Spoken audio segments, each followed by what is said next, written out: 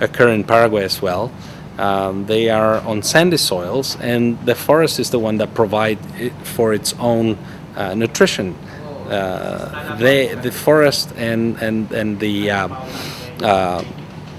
the processes amongst the interactions between the forest and the abiotic of let's say the land, they produce the fertility to sustain all that life.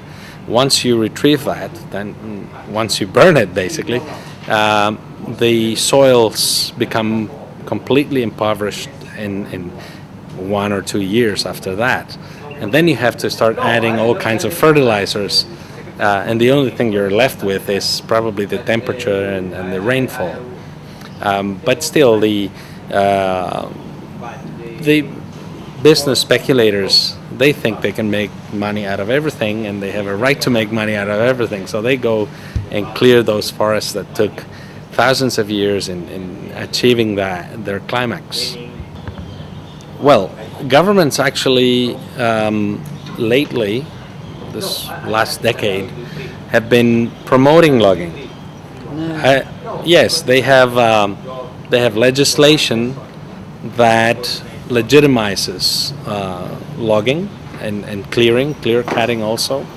And they say, well, you cannot expect people to do without the resources produced in forests. So in a sense, they are much more interested in the revenues from exploiting forests than in conserving forests, because of the values of having forests, which are not only aesthetic values, but are very important for the stability of the climate in the world, for the stability and to create the conditions for life in the planet. All the water cycle, most of the freshwater cycle, is linked to the functionality of forests. You cannot just go and plant trees and pretend that those are forests. Hence, you cannot just go and cut them and pretend that nothing will happen. You'll see, and we are seeing desertification processes all over the world, and that's mainly because the functionality of the forests have been eliminated by cutting the forest or by replacing them by tree plantations that can never be compared with a forest. The composition of a plantation is basically just one species taking huge swathes of land, and the composition of a natural forest is very different. The trees are, let's say, 1% of the whole composition. You got all kinds of different little animals creeping all over the place in the soil, the epiphytes, other plants, the shrubs, the undergrowth. That is life, and that is what's creating fertility. That's what filtering the water, that's maintaining the water so we don't have droughts or longer drought periods. So all of that is gone when you destroy a forest, and none of that is back when you just plant trees.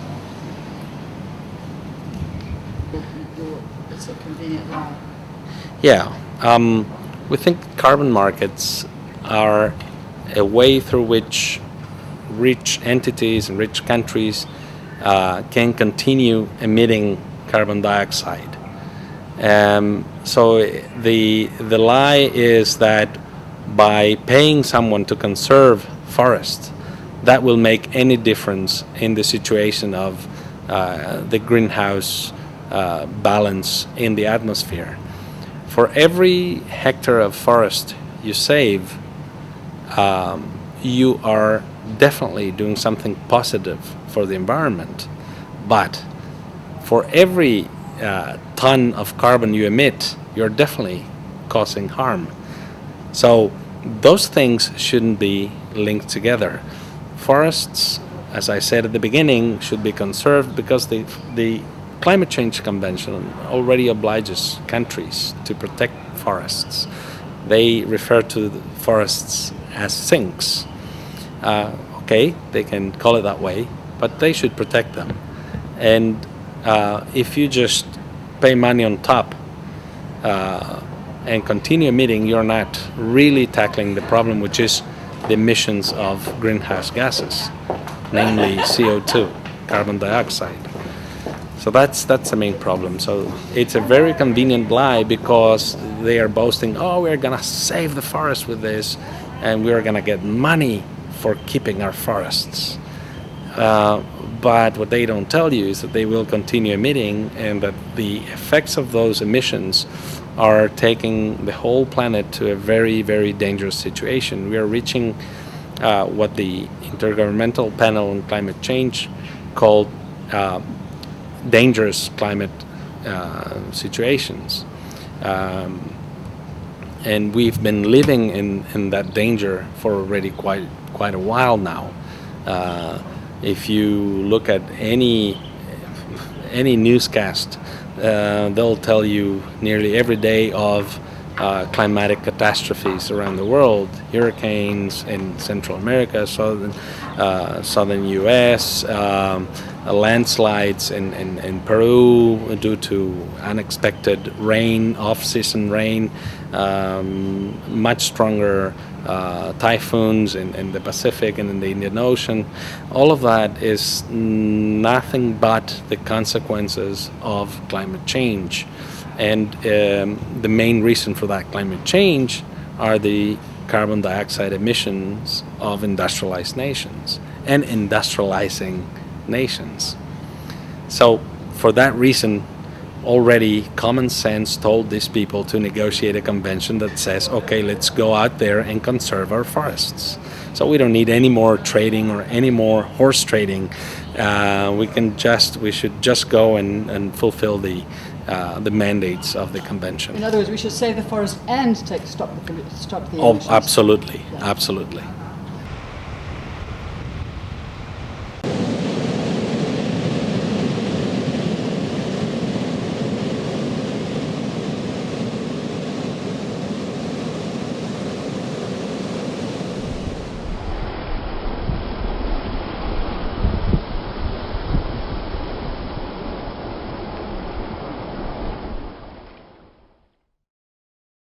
I think there's never been more confusion in this modern life than ever before about what to eat.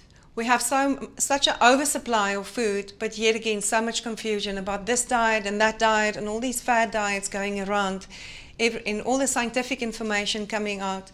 And for me, there's only three dietary guidelines that we should adhere to, the three most important guidelines that we should apply in our everyday eating. And the first one is to eat God-made, not man-made. So food in its most original, unprocessed form is good for us. And to explain that in another way, to elaborate a little bit about that, I think also the main thing is we don't realize that food should be our medicine. So the importance of food and the role it's playing. What is this God-made opposed to man-made, and how will it affect us? I have an analogy that I explain it, but maybe to step back and just ask ourselves, why do we eat food in the first place? And I think that one of the main reasons is comfort. It's social. Every social event we eat. It's a habit. It's 1 o'clock, I must eat. But the main reason, if we think about it, is for energy. Food is there to sustain us.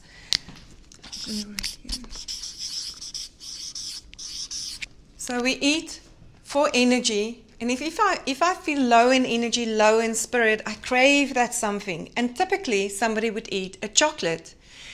Now what happens is that chocolate, the sugar in the chocolate is converted down to glucose. And that is turned in our system into energy. Now there's millions and billions of cells in our body. And in every cell, all these chemical reactions is taking place to convert sucrose to glucose to energy. It's not a chocolate coming out the other way. So it's phenomenal what this body can do. There's more than 7 trillion chemical reactions that take place in our body every second. It's phenomenal if we think we like this huge factory, and all these, the most clever computer is our human system. Now every single one of these chemical reactions taking place need a specific enzyme to catalyze those reactions, to make the reaction happen. The enzymes, again, need specific vitamins and minerals. Otherwise, they can't do their job. Now, enzymes we inactivate at 48 centigrades. So anything that I've processed that's gone through a heat treatment won't have any live enzymes in them. Another analogy is we can look at a fire. A fire needs air. It needs the oxygen to burn. And then the glucose, that's our carbohydrate. That's the energy source. That's the firewood to build that fire. So I have a nice stacked fire. And I have enough oxygen around that fire. But what do I need to get that fire to burn? That would be a match to light and strike that fire. That is the enzymes, vitamins, and minerals to spark those reactions into reality. Now, we can also look at the carbohydrates, the proteins, the fats, but the carbohydrates as the petrol for your car. Okay, so our car needs petrol to perform, and it's an energy source, but it also needs oil. That's the enzymes, vitamins, and minerals. The micronutrients is the oil to keep that engine functioning. Now, if I eat my chocolate, the sugar is converted to glucose, and this is turned into energy, and it sparks more than 7 trillion chemical reactions per second, each needing an enzyme, vitamin, and mineral. Then we have to ask ourselves, these enzymes, vitamins, and minerals, are they in the chocolate? I'm talking about a normal chocolate bar. Would there be any live enzymes? If we think that enzymes are destroyed at 48 centigrades, there would not be any live. And there's hardly any vitamins and minerals in that slab or that bar of chocolate.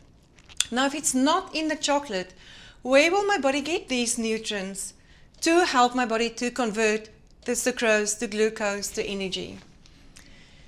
Because I'm not eating an apple with the chocolate, supplying it. It will take it from other places in my system. Our skin is the largest organ, not the most active, so we won't steal from our heart or our liver, but we'll first take nutrients from the skin. And that's our first sign of aging. We start to get wrinkles. And then we'll start to take nutrients from our bones. And as we age, nutrient density, bone density decrease and osteoporosis, and we get all these bone fractures and problems. And then just where there is a fire, there's always smoke. So we have a lot of metabolic waste. So there's free radicals and a lot of waste that is generated by this processes happening in the system. And this imbalance we create on a cellular level is all the degenerative diseases we struggle with today. It's diabetes, cancer, osteoporosis, chronic fatigue.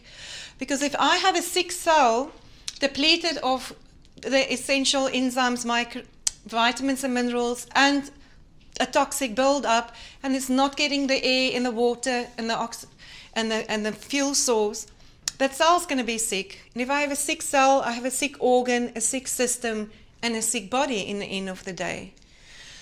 So we have to look what we put into our body. Anything that you put in your mouth, you must ask yourself, am I now giving to my system, or am I actually taking away?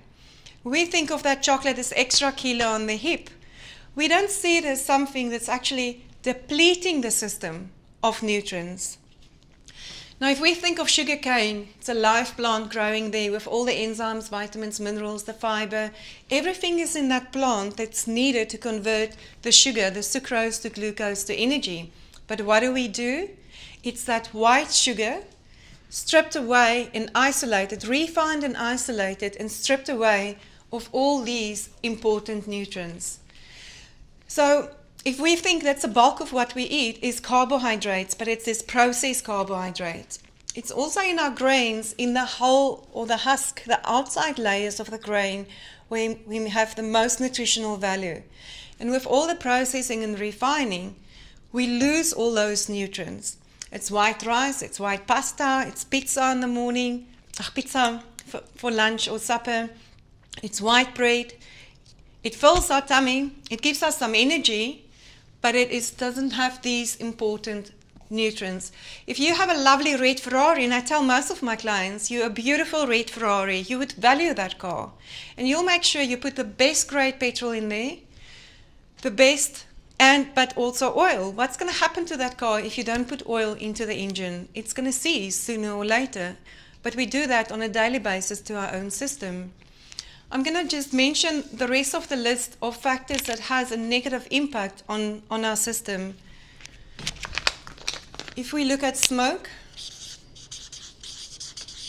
nicotine is a stimulant, so it stimulates reactions, but it's not supplying nutrients to support that stimulation. It will deplete a lot of zinc, it will increase heavy metal cadmium, and it will also deplete lots of vitamin C from the system. So it's not only tar on the lungs, but I create a lot of imbalances in my system. If we look at alcohol, in red wine, there's a high sugar content. The sugar needs to be metabolized and broken down. The alcohol needs to be metabolized. It stimulates a lot of reactions. It's put a lot of stress, the phenols, on my detoxification channels. And it needs nutrients. It will need enzymes, vitamins, and minerals to support those, which is not supplied by the alcohol, by the wine, or the beer that I drink. So I deplete nutrients from my system. And the same with caffeine. That cup of coffee that I drink in the morning to kickstart my engine gives energy, it gives that boost, but it's not supplying the nutrients to sustain and maintain. Also, the problem with alcohol and caffeine, it dehydrates the system. It has a diuretic effect, and that will even furthermore wash nutrients out of my system. And then if we look at additives, all the colorants and flavorants and preservatives that's added to food, all these synthetic chemicals. My body is so uniquely designed. If you think of 7 trillion chemical reactions that can transform a chocolate to energy. But now I put this strange, funny, synthetic molecule or chemical inside my body. Your cells don't know what to do with that. So it stores it in the fat cells, and there they build up and they accumulate. Many of these chemicals are carcinogenic. They will cause cancer in the long run. They build up in our system, and they put a lot of stress on the liver to try to break that down into detox it, taking more nutrients from our system. And something like tartrazine will bind to zinc, so it depletes more nutrients. And then if we look at medication, because many people don't relate illness to food. If we're ill, we go to the doctor and we get a drug to treat us. But medication will treat a specific symptom. If I have a headache, I will drink a pain pill. But I don't have a headache because I've got an aspirin deficiency. It will simply block a pain reaction, or it will stimulate another reaction. But it's not addressing the real cause of why I have a headache. It's most probably because I dehydrated, magnesium deficient, or toxic blood circulating through my head. And then just another factor. Last but not least is stress we're exposed to in our daily life. We don't every day run away from a lion and breathe fast and your heart beats fast, but it becomes like a chronic internal stress, just our everyday lifestyle. It's like driving that red Ferrari at high revs. So you'll burn more petrol, more oil, and more exhaust fumes. That whole acceleration of the aging process. It's important to handle stress, body, mind, and spirit. So not only to eat good food, but emotionally and spiritually balance my life and look at a healthy life. And then eating God-made, God-given food in its most unspoiled form. That's my fruits and vegetables, supplying the enzymes, vitamins, and minerals. We're supposed to eat 5 to 9 different fruits and vegetables per day, just to supply the enzymes, vitamins, minerals, antioxidants, the oil for my car, to keep my car going. Usually I limited it to fruit a day. It's easy to eat 7 bananas and fruit salad, but it's a kale, broccoli, spinach, Brussels sprouts, celery, that we don't eat on a daily basis, which is nutrient dense. So it's important to focus and realize this is the oil for my car to keep my engine going. I think today the big problem is we don't get the right nutrients into our diet. We don't eat the fruits and vegetables we suppose and the quantities we suppose. And even if we do, they're devoid of nutrients. Some of the oranges has 0% vitamin C in them because they hybridized, they're seedless, they're picked when they're grass green, the soil is depleted, and they're shipped around the world twice before they land on our plate. But we're not eating the food we suppose, they're devoid of nutrients, plus we do all these negative factors that's further depleting nutrients from our system. So we have a double negative. We're not getting the nutrients, we have these habits that's depleting more nutrients from our system, plus we bombard our body with toxins and drugs that's foreign to our system that our body can't work and can't cope with. So this will just give us that whole perspective on why it's so important to eat food in its most unspoiled form, nutrient dense.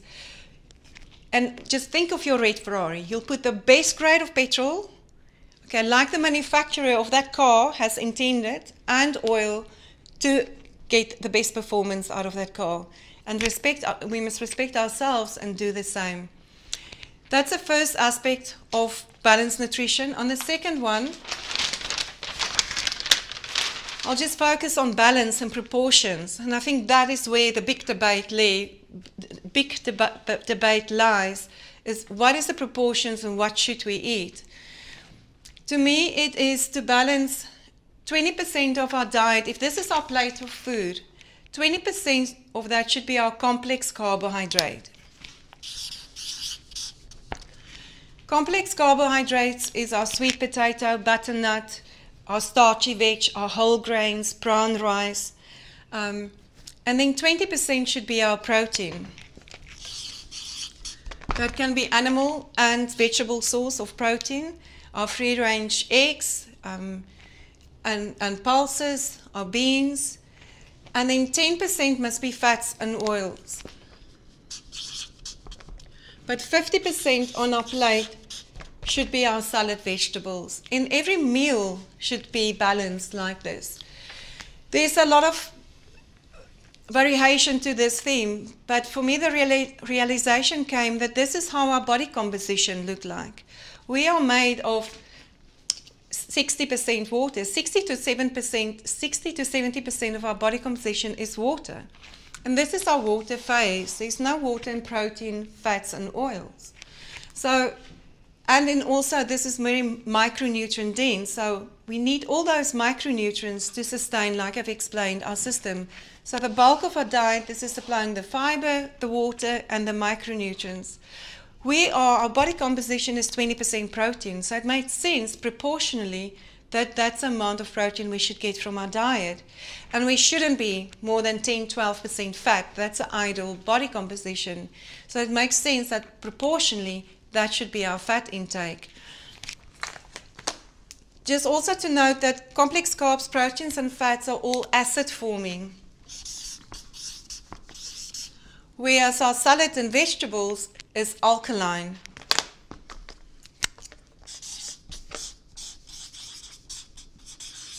And it's therefore very important to balance the acidity and alkalinity in our diet. One would typically think just for breakfast in the morning, one can start with a lovely frittata with loads of salad, of vegetables in that frittata with free-range eggs, or an omelette with a lovely vegetable filling, or a smoothie made with fermented kefir milk and coconut and seeds and nuts in there, and berries and a banana and dates. So to have a variety in every meal. And then there's a big question and the argument about raw and cooked. I believe in balance. I don't believe in any dietary extremes.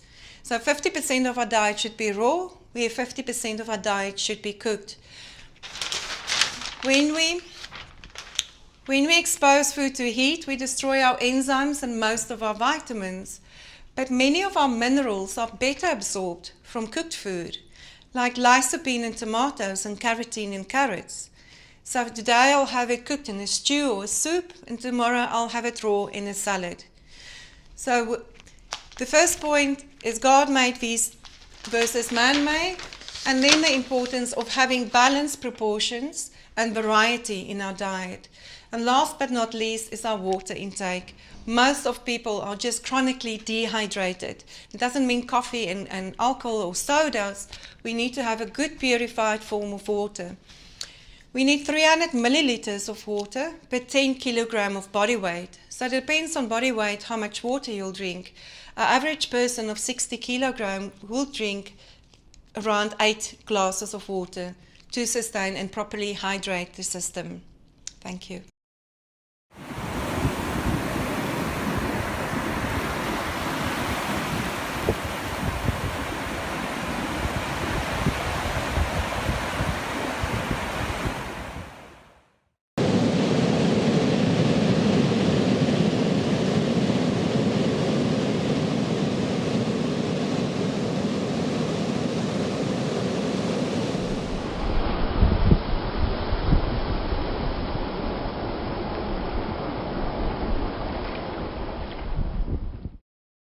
This case started with civil society.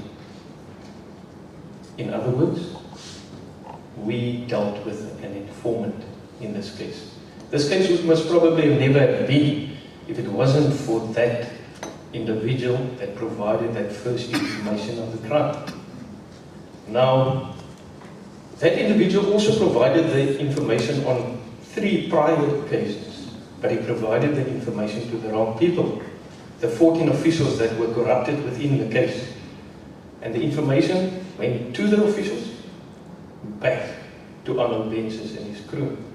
Now you know, we received that information and we've made it a success story. But we couldn't have done that on our own. J.D. Kotze, he's here. He was the head investigator of the Scorpions at the time. Brilliant, excellent investigative skills and capacity. They took the case to the next level. The Asset Forfeiture Unit, the National Prosecuting Authority, the Department of Justice in South Africa, the US attorneys, Marcus Asner, the first prosecutor prosecuting this case. He's present in this room. An honor and a privilege to have all the role players here today. He's here today. He played a crucial role. What I'm trying to illustrate is, it cannot be one person's work. One person, in 1990, I started in this work. Then you could work alone on the coast, everywhere. You could work alone then, not now. Fisheries crime is organized crime. Now, there's the US attorneys, the US customs. We went over. You couldn't believe it. We worked with NOAA in 2001. We're busy with a second case similar to Houtpay. We cannot talk about it because the case is current. But the level of cooperation, unheard of. Both customs, I mean, you pick up a phone. There's no MLAT in place. We're still busy. It's taking us almost 2 years to get the MLAT, the Mutual Legal Assistance Treaty in place. But I pick up a phone, and believe you me, within a few hours from the US, the United States, we'll get a document, and we can start working on it. And that's a type of cooperation, and those are the agencies that cooperated to make this case a success. I've briefly touched on the successes. If you look at the case started when we got that first information of the crime. There was Patagonian toothfish, South Coast rock lobster, West Coast rock lobster tails within the container. A second container was intercepted in the US. South Africa had a plea agreement with the accused here in South Africa. Only, not for the entire period of destruction or mass illegal harvesting, but only for a 2-year period. And that is one of the lessons that we can learn from this case, is don't go back where they started their illicit activities. You start the last 2 years. We're busy now, I touched on a case, we're busy with a case where we went right back you know. And yes, it's good to do that as well, to illustrate the extent of the damage done. But we only did, went back in this case for 2 years. And the outcome in South Africa was fines and forfeiture in excess of 44 million South African rand. It still remains the biggest case ever. But the US did an excellent job. And they put the main culprit in prison. If I may mention his name, Arnold Benzes. And you know, I always tell the new or the younger FCOs, fishery control officers, I always say, you know, I saw Dennis Fredericks was here yesterday. I don't know if he's here today, but the two of us, and Dennis was our legal man at the time, and the two of us confronted Arnold Benzes. Now, he corrupted 14 officials in this case. And on this specific day, I stood in front of him. I can't recall what I said, but I can't recall the words that I said, but I think it must have been something like, this is it. This is your takedown. And it must have been something to that effect. But the success story about this, I've got 2 pictures in here. One of the photographs was taken in 2001. That is when Houtaway Fishing was surveilled by us, the department, trying to build a case at the time. And just below that, we've got a photograph just below that with the South African coat of arms on the same building. This needs to be our story. Our story where we converted a crime scene into a government building. You know, and every time when I walk into that building, I get almost emotional, and my colleagues don't understand. But there is a lot of history behind this building, and you know, ironically, this is also the building. Today there's a Pakisa meeting. Now, Pakisa means hurry up. And the Pakisa Project, Initiative 5, Marine Protection Service and Governance, it's a new project, if I can put it like that, an initiative by government driven by the President of South Africa. We instructed government, you will work as one unit, fighting maritime crime, fisheries crime, and unlocking the economic potential of the ocean. Now that's the Houtaway Fishing case. What was also good, not illustrating the excellent operations, but what was also good was the South Coast Rock Lobster at the time was in threat, was under tremendous pressure because of this company overfishing. When we took them out, I believe still till today, that resource has turned around and has displayed a positive growth. And that is what we need to do, not only to abalone, rock lobster, but all the other resources as well. You know, within South Africa, there are multiple cases. Today, there are 3 cases within the High Court. Also another process of unheard of work, where there are 3 cases currently running within the High Court in South Africa.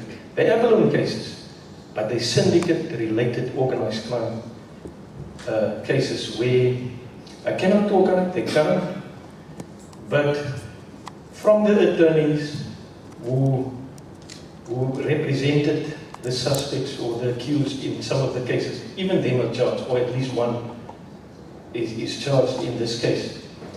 And you know, we've got numerous successes, foreign vessels, foreign fishing vessels, we're closing illegal fish processing establishments, and at times seize in excess of 100 tons of abalone per annum. That's not good enough. And never have we ever, until 2006, addressed, although we've tried, but we just couldn't break through to the illegal consignment. And in 2006, we had this specific case, also with joint partners.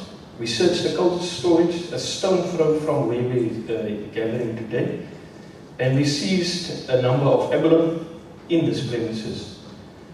We did a forensic investigation and we found, and a very fast one, because you cannot take months, you know, in an evening. And we found consignments 3, 4, 5 and 6 en route to Malaysia and Singapore and destined for Hong Kong. We returned all of them successfully, and this is one of the marked cases where we developed the process of getting those illegal consignments back to South Africa. You cannot turn that. It is the Cape Town Bridge. We were so excited that vessel came in Durban. We waited for that vessel to come in Durban because we were cautious of the syndicate members getting hold of the containers. But you cannot turn a ship like that around, a multi-million-dollar ship. But we've developed the method of getting the containers back. The value of it was 11 million rand South African value. If that had to be sold, it would have been sold for 66 million, between 66 and 100 million in the Far East. Same. We've consignment 7 and 8. A premises here in Table View was searched, also a legal abalone processing establishment. And we found abalone to the value of 5 million rand at this premises. And we did the same. We went through the documentation. We went through all. If there's a name, if there's a IP address or anything, we would go through, and we found these containers en route. It didn't reach its destination in Hong Kong, but we got it back, and the previous one that I mentioned was exported illegally as pilchards. Now, if somebody exports pilchards, it would have been fine at the time because you didn't need an export permit for the pilchards at the time. We've closed that gap that you need a permit for any fish. But it was exported as pilchard.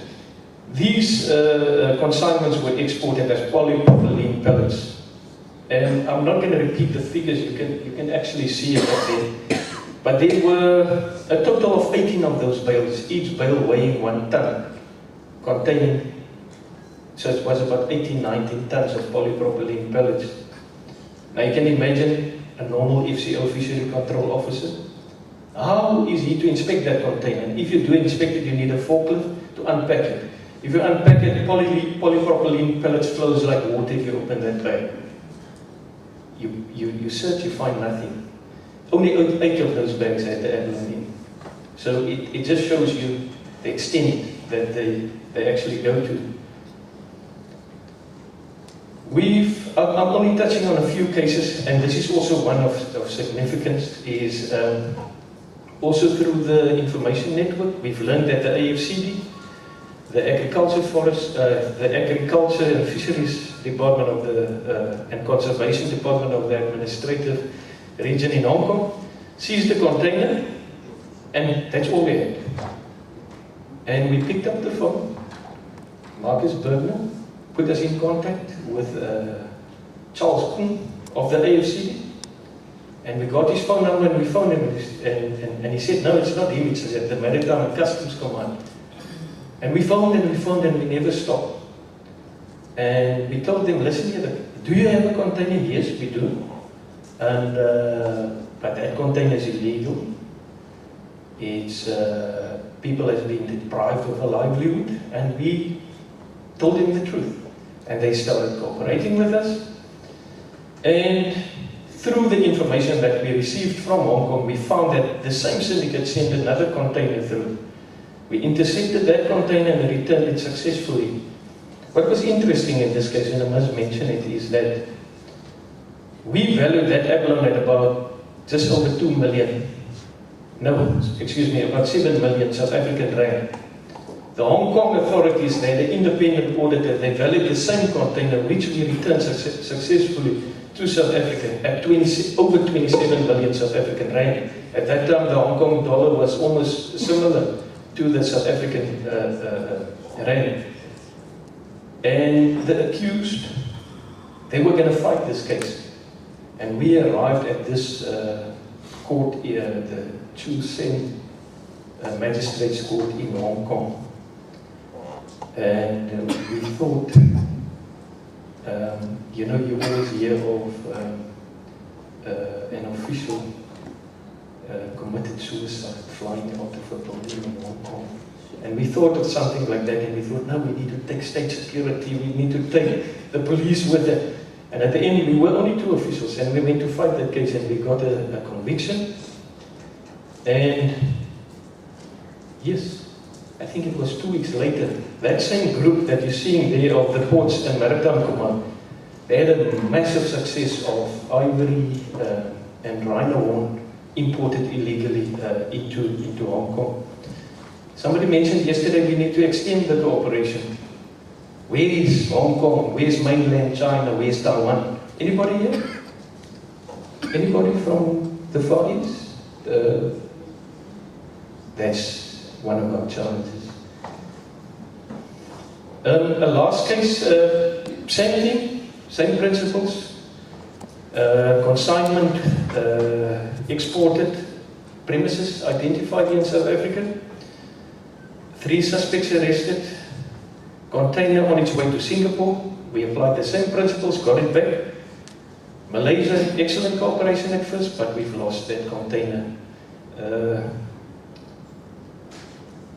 With regards to the foreign fishing fleet, there are some major cases underway. We cannot speak about them. They're current. But through the years, we've been working tirelessly. People have worked, has put in a tremendous amount of work. People like Dino Govender, I cannot mention all of them, but everybody that worked on this case, everybody, we are grateful to everybody that participated and brought these cases to the extent where they are. They're not finalized, they're still ongoing. But the success here is that seven of those vessels, the Bahari Nusantara's and the Bintang Sumudra Galantos and Makotia Bada. You know, Yves de Koning that opened the ceremony yesterday, we went to Alpe, and the picture below was taken last Friday. And South African owns 7 of those vessels now.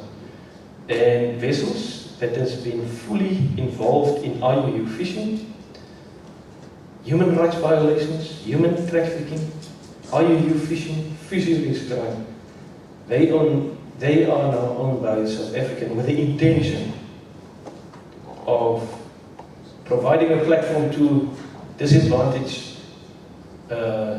coastal communities to focus not on abalone and rock lobster, but let's secure the offshore tuna resources, which are more sustainable, and focus on that. Instead of an IUU vessel benefiting from it, let a whole community like Paternoster or Austin or Hout Bay benefit from those resources through that action. 2 of those vessels, which makes it 9, have absconded right under our noses, but we're taking it with a pinch of salt, and those cases are currently being pursued as well. Tremendous work is being done, and we're hoping that in next year's symposium that we'll be able to report and to say similar like Mr. Benjes, here are the suspects, the convicted behind the case.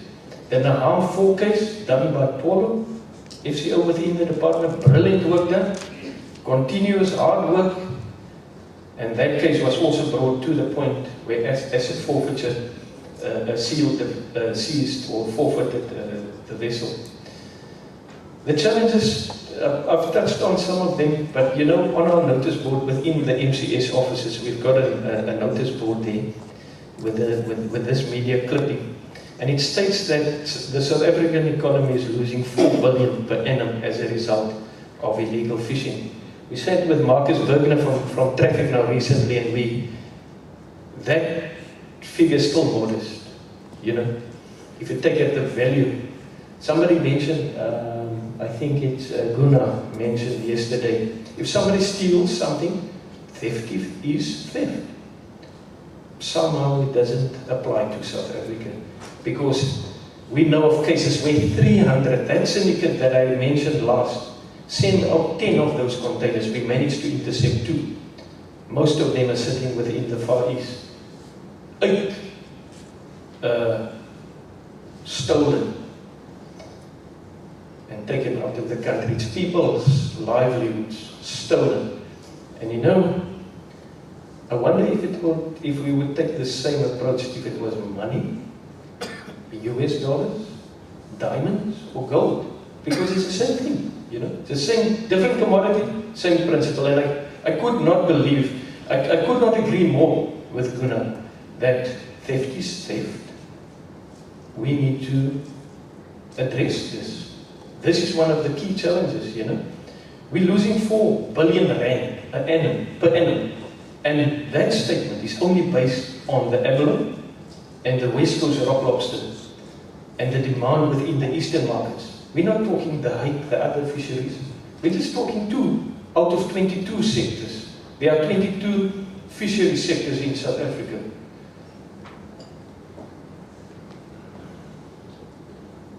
In the same article, UCT, a UCT study by Serge is also mentioned, where he confirms that about 3,000 tons of abalone is exported to the Asian markets illegally.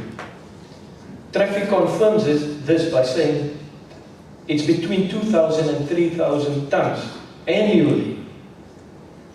If you convert that in a monetary value, it's tremendous. The One Earth Foundation of the Fisheries Crime Working Group of the Indian Ocean Forum on Maritime Crime estimates that 18% of the total fish harvest within the Western Indian Ocean and 32% of the total catch in the Eastern Indian Ocean are either illegal or unreported. This is about 50% just in the Indian Ocean alone. It's a challenge. What are we doing? We are the fisheries crime fighters. We are the international community. Similar to the Hout Bay fishing case, we need to bring that figure down. Despite the numerous successes, thousands of consignments with illegally harvested inshore South African resources still reach their destinies as we speak, today undetected. And we need to change that. Fisheries crime syndicates, I've mentioned it, are well structured. It's challenging and difficult to identify these syndicates. They operate without boundaries, and no legitimate rules apply to them. They are organized crime. Stealing, robbing poor coastal communities within South Africa, Africa, and other countries of a livelihood. We as a global community, the challenge is for us to fully cooperate with the global enforcement community, and we need to address IUU fishing and its related activities, not only within the South African exclusive economic zone, but on the high seas, both in a reactive and proactive manner. It remains challenging and costly. You know, the Thunder case was presented yesterday. South Africa is part of Interpol. We work tirelessly around trying to get, for 3 months, to get hold of that vessel. Sea Shepherd, Bob Barker, and the other vessel. Brilliant work. My opinion, a challenge to us as fisheries crime fighters. Government needed to be there, even if we were just alongside. We wrote Nick Frey, we wrote submissions, and we tried our best. We couldn't get a vessel up there. Let that be a lesson for us. Let it be something, let it be a lesson learned. That, yes, it's a brilliant success. South Kiln pursued that vessel. Mainly pollution charges. Excellent. Yesterday, Alistair announced a guilty verdict. We should have jumped with joy. They charged him similar to the Al Capone strategy. Not for the fish, but for the pollution. You know, there will always be something to get these criminals. You know, and we don't do this for ourselves. We do it for the poor, for the needy. Flag states need to fully cooperate and share information. Flag states are doing a brilliant job, but there's some that's completely absent, you know. If we don't have the resources, other countries might have it. If we're a partner, we can do the enforcement. Are EU vessels remaining on the high seas for extended periods? That's a big challenge as well. And we need to shift the focus away from the vulnerable inshore fisheries resources like your abalone and lobster. I've touched on this. There are better resources, more sustainable resources, and get the communities. Yesterday it was mentioned, we need to focus on those resources, you know. Send the community, provide that platform, you know. We need to work, the biggest challenge, in a multi-agency, in an integrated global approach to address the real issues. Similar like we've done in our big fishing case. Although the Hope Bay fishing case is still current, the restitution action is being appealed, and although the case started in 2001, it's still current. We need to be able to speak about all the other cases as well, in a multi-agency approach. You know, preserving our fish. And that way we can address poverty and the unemployment rate. Thank you.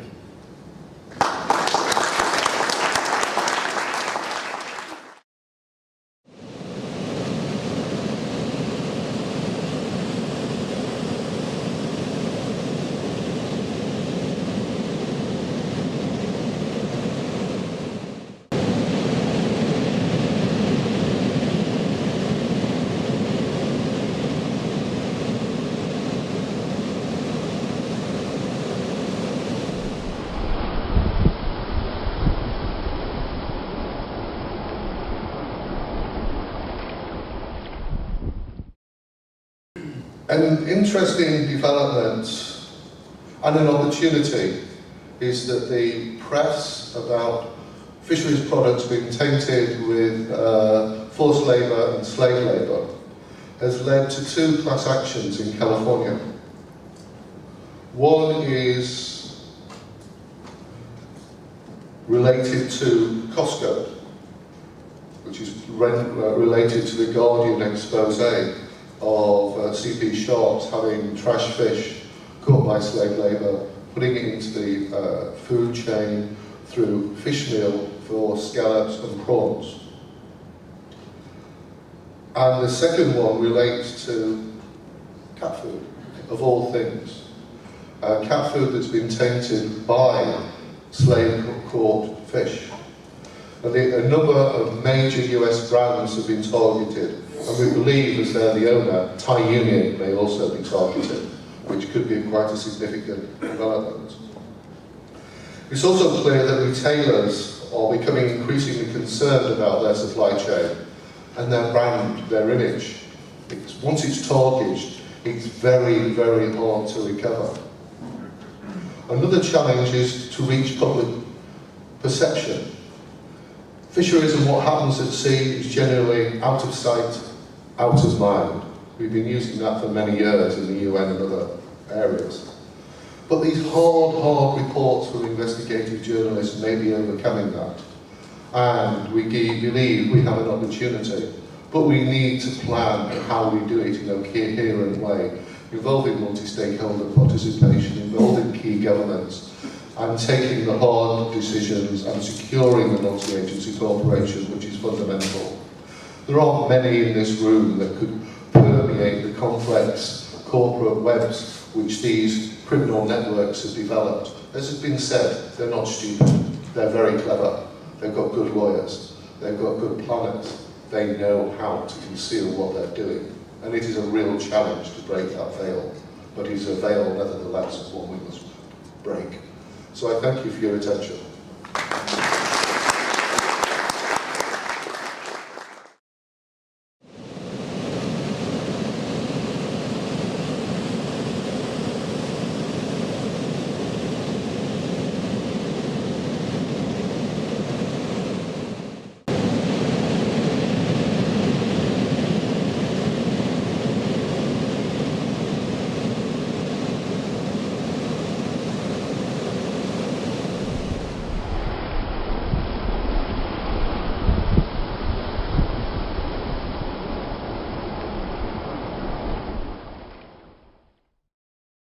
What we need to do is to think beyond the globalized economy.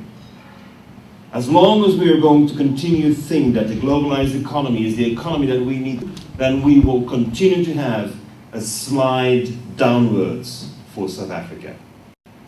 Your nation will not compete in that globalized economy. Just like 185 other nations cannot compete in the globalized economy. So unless we keep on dreaming that we can keep on cutting costs and that we can keep on pressing labor out and we can keep on pressing raw materials down, as long as we're dreaming of that kind of a society, then we know you will be doing social dumping and environmental dumping. Whatever you pretend. Because the business model that we have developed is a business model that was designed in the 1950s as a response to the Second World War. We're not in world wars anymore. We're in an incapacity to deliver the basic services to millions of people, billions of people. And we have to respond to the basic needs of people locally. You can't feed people on instant coffee. You can't feed people on genetically modified food. You can't feed, you can't respond, you can't. But unfortunately, there's so many people who've trained to become an MBA, all according to that same Harvard business model, that we become so blinded about the realities that we think it's the only way to go forward. What I want to point out to you is, what do you think happens in the mind of this young boy who's holding his first harvest of mushrooms in his hands? And he knows these mushrooms were farmed on coffee waste from his mom. And his mom is right here. Where is she? There she is, hiding in the back. I mean, what is the mind of a young boy who knows he can take the coffee waste that mom produces, generate mushrooms out of it? And what do you think is his view on hunger? He doesn't believe there's really hunger. He believes there's ignorance on how to combat it. And I do not understand that I have presented in South Africa already 10 years ago a program that in the meantime has 16,000 employees worldwide, where we can take coffee and turn it into substrates and mushrooms, and none of that has been done here in Cape Town. I don't understand you. I don't understand you all. You should get up and do it. And somehow there's this inertia, and somehow there's this desire to talk about it, and to applaud it, but not do it. We need a new concept of moving forward. I'm not here to create comfort. I'm not here to please you. I'm here to make you think and do things, because it's about time we do. And my concept is very simple. That first I have to give you a context, otherwise whatever I say is a pretext. What I'm trying to say is that the whole core business model with the core competence, low marginal costs, labor productivity, economies of scale where we produce more of the same, we source everything out, we have supply chain management, do it just in time, get everything through distribution centers, and cash flow is our king. I tell you, cash flow is king, no one else. We're going to leverage assets, we're going to be competitive by having exclusive intellectual property rights so we can work in this globalized market. The market economy has delivered to me three very clear things. Massive unemployment, communities die, and we consume too much junk. That is the reality of where we are. The vision, though, for me is very different. The vision is that we have to see through and source ourselves and nutrient ourselves with fantasy. We need to look into the world of fantasy so that we can get back to reality. And navigating between reality, vision, and fantasy requires us to look at science and be prepared to take risks. What I'm doing with the Blue Economy is to expose people, to inspire, to change the rules of the game, because I am not prepared to accept the rules of the game. You can't accept the rules of the game the way they're being played now. And therefore we have to go beyond the obvious. I tried this. This is my factory, the Ecoviv factory. 20 years ago it was inaugurated. But I realized that even though I had biodegradable products, it was an unsustainable factory. Don't buy Ecover. We're using fatty acids from palm oil, and the palm oil has already destroyed over 1 million hectares of rainforest. Don't continue. Stop. Collateral damage cannot be done. We can't accept doing things knowingly that something goes wrong. And I've been working for years in the green economy, but unfortunately I have to come to the conclusion after 30 years of being an entrepreneur in that world, that whatever is green is expensive. It must be subsidized with our taxes, and it's not competitive. Less than 1% of the world economy is green. Less than 1%. Wake up! So there I propose the Blue Economy, which is innovative, where we focus on generating wealth and jobs, and competitive. The green is the best we imagined. It's time to do much better.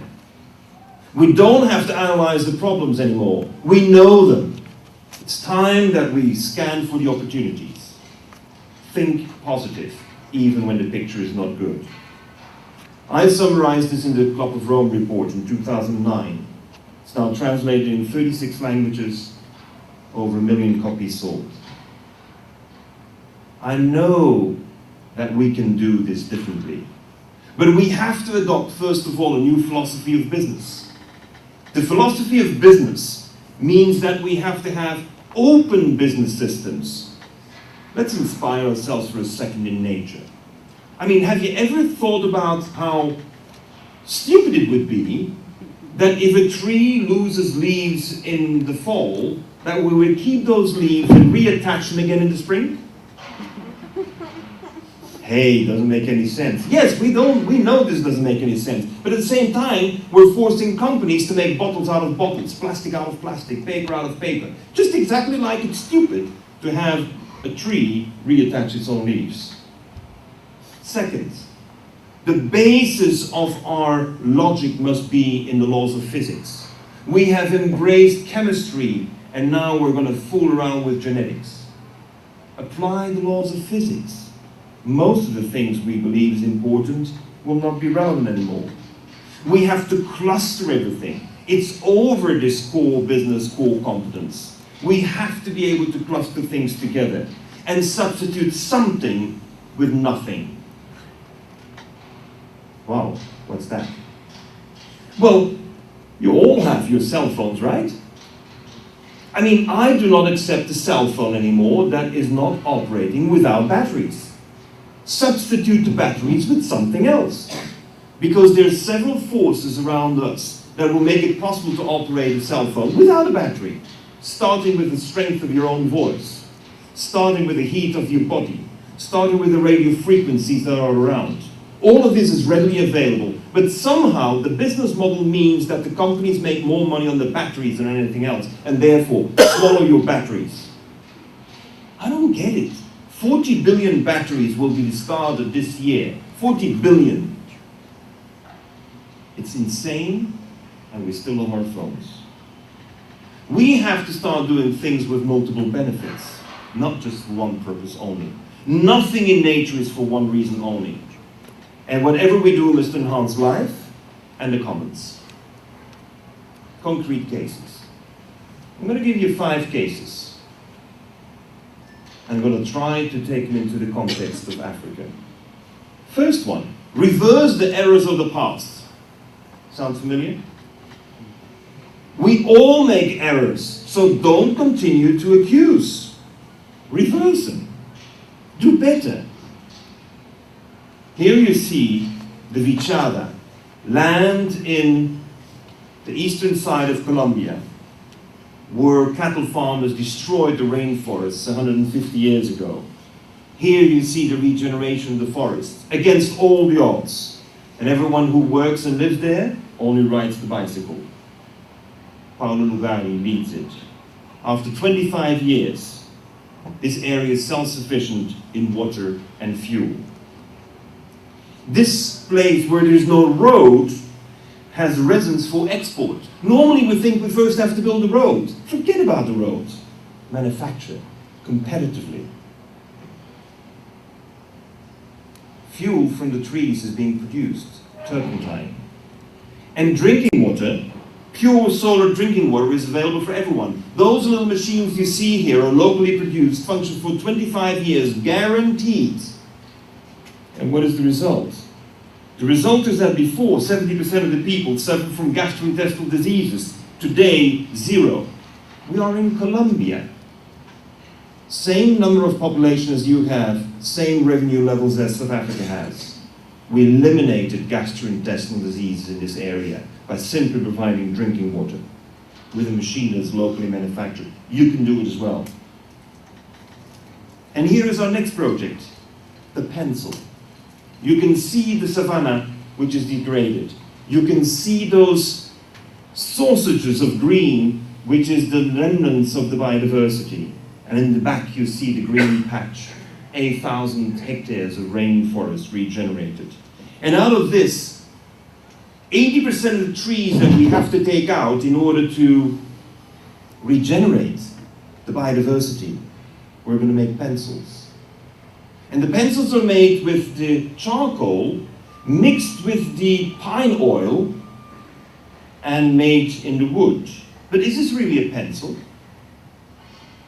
Because the whole system that allows you to make this pencil responds to the basic needs of the people, generates topsoil and biodiversity, provides health, free drinking water, renewable energy, social capital, and we compete on price and performance against the Chinese. How come we can do that?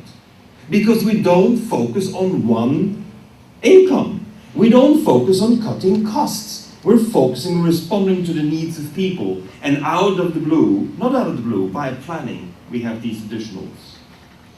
Social housing. This country needs 1 million homes, at least now. This is not about communism or capitalism. This is not about cement or bamboo. But at least here's an initiative that has worked. You're seeing the largest bamboo structure in modern history, which I constructed in Colombia. And this is the second version of it in Germany. We constructed it with a German building permit. That means the whole building technique is vetted by German construction engineers. But here you see how we've translated that know-how in rural housing. Rural houses that are good for 100 years. Because they're preserved by the same bamboo. Because the bamboo has 25 meters, 6 serves for construction, 19 is to make charcoal, and the gases of the charcoal impregnate the bamboo and make it immune to fungus and insects. You use the chemistry of the bamboo to preserve the bamboo. Now these are beautiful houses. But more importantly is the social housing. You see the luxury version of a $14,000 home, 2 stories. 2 stories in Colombia. But then you see the simple version, the $950 version in Guayaquil in Ecuador. People come with $50. 2 days later they have their home standing. The company is running this in Guayaquil, has a simple purpose: eradicate shanty towns. And we're doing it at the rate of 42 a day. 42 a day, you can calculate what it means in 3, 4, 5 years. This is a $12 million business. It turns out $1 million a year in profit. 15 years after we started the first bamboo pavilion, there are 250 companies created, 42 social houses per day per company. And while we're doing this, we need more bamboo. So we are regenerating the bamboo forests. And if you have a bamboo forest, you regenerate topsoil and you have the hydrological cycles re-established. It's simple, it's embarrassingly simple, it works.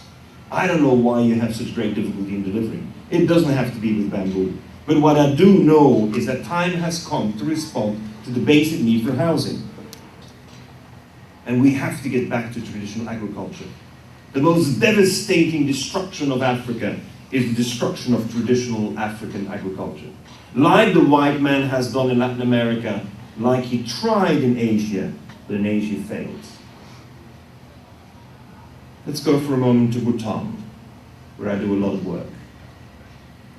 One of the projects in Bhutan is to save buckwheat. Buckwheat, which is farmed at 3,000 meters altitude for the past 6,000 years, is threatened by globalization because the Ukrainians, they can offer buckwheat at $180 a ton, and the Bhutanese, well, unfortunately, it costs them 2,000. And of course, that if we even listen to the most advanced economic thinkers in social development and sustainable development, they will say, I'm so sorry, at $2,000, you better start thinking about something else. And I'm saying, no, change the business model. So what is our model? Our model is that we licensing the production of beer. Production of beer? Yeah, I'm Belgian, okay? We have great beers. So we're licensing the production of beer, first in Japan, where we're extracting the malt. We're making malt extract from the buckwheat. That means that 92% of the buckwheat stays in Bhutan, and only 8% is used to export. What stays in Bhutan includes the protein. Now, buckwheat, I don't know if you know it well, you farm it, you plant it, 3 to 4 weeks later, you harvest it. No need for pesticides, no need for herbicides, because buckwheat behaves like a weed. You see the beautiful buckwheat field in Bumthang, in Bhutan. And then what we have done is we set out people to harvest wild yeast. And so we're packaging wild yeast plus the extract from the malt, and we sell the license to the Japanese. And here is the Powell beer sold in Japan. What is interesting about this is that we're getting a 5% license fee. Now, if you're getting a 5% license fee, guess what is the price per ton for the buckwheat? $4,000. I'm out-competing Ukrainians, because the Ukrainians with their Chernobyl background, I don't think they can sell their image very strong when you turn it into beer. Bhutan, in this way, can pay double prices to their farmers, preserve culture and tradition, and buckwheat, the healthiest that there is, and the most evident anti-diabetic food, is therefore preserved in the Himalayas. Let me give you 2 very concrete cases on South Africa. This is a project of mine that failed in South Africa. It's the Lisbon farm just outside of Kruger Park. Anyone knows about the case of the Lisbon farm? Yeah. Scandal, the way it was managed. I tried. But here's the model that I had. The Lisbon farm was told that it couldn't compete anymore in the globalized market of citrus fruits. And therefore the suggestion was that they should become a bit more competitive by laying off half the people. Have you heard that before? It's exactly what we think we should do. Cut labor. Labor is the culprit, right? Not productive enough. Wrong. The Lisbon farm proposal that we had in pilot project implemented is we take the fruits, we make the juice is sold to the lodges, the peels of the fruits are used to extract the D-limonene just with steam, that gives the detergents. The detergents are used to offer laundry services to the lodges. Then the fruit, the trees have to be pruned, and the prunings, plus the removal of the non-native, are used to farm the mushrooms, give beautiful firewood to the lodges, and even some wood for construction. The prunings, after having farmed the mushrooms, are enriched in amino acids and are great animal feed. And 60% of the food at the lodges is never eaten, it's just there to be beautiful. So people get an appetite. So we said, get some pigs, have produced biogas. The result of the model that we designed It gives you 9 sources of income instead of 1 income.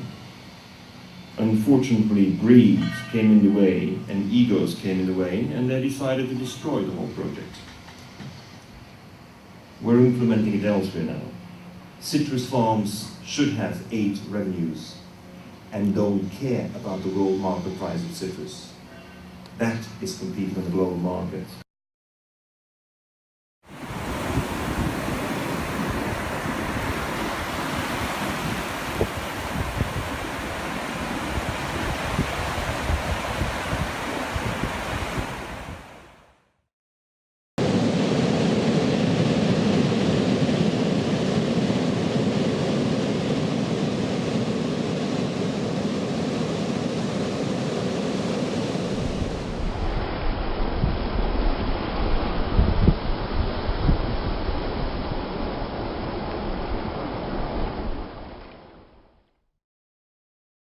We know that we can't solve climate change without an energy revolution. 64 to 70% of the greenhouse gas emissions come from power generation or uses of energy. You've got to fix energy if you're going to solve climate change. In addition, this intersection of energy security, food security, and water security is becoming real. And therefore, you may, to answer your question directly, the markets, we can deal with the market issues, for sure we need to do that.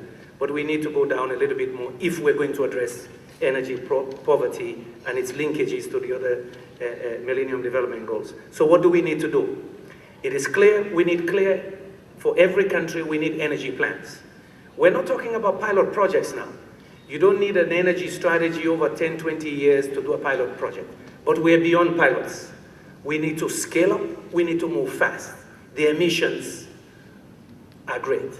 So for that speed, you need to bring in the private sector without a plan. They will not come. Energy investments are big, they're costly. Private sector needs confidence that there is a strategy over 10, 20 years, because these investments are supposed to last 50 or more years. So you need a plan in a country. You need stable, predictable policies, because these are long-term investments.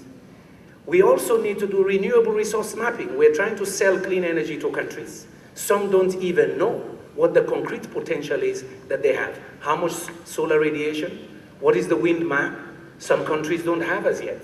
We need those elements if, in fact, we're really going to have a scaled-up deployment of clean technology. Of course, the money issue is important. You need good financing. Which countries is this working? As we speak, South Africa is making a big statement here.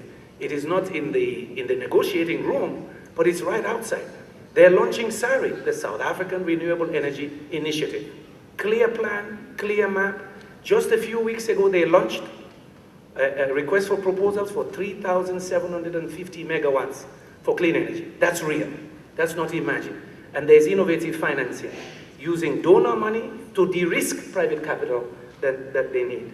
Morocco, brilliant example, almost approaching 100% energy access, but at the same time, they're planning to sell energy to Europe using clean technologies. The Desertec initiative is real. You have leading companies in Germany, Siemens, leading financial institutions, KfW, Munich Re, all part of it. Brazil, the new president has her initiative, Electricity for All.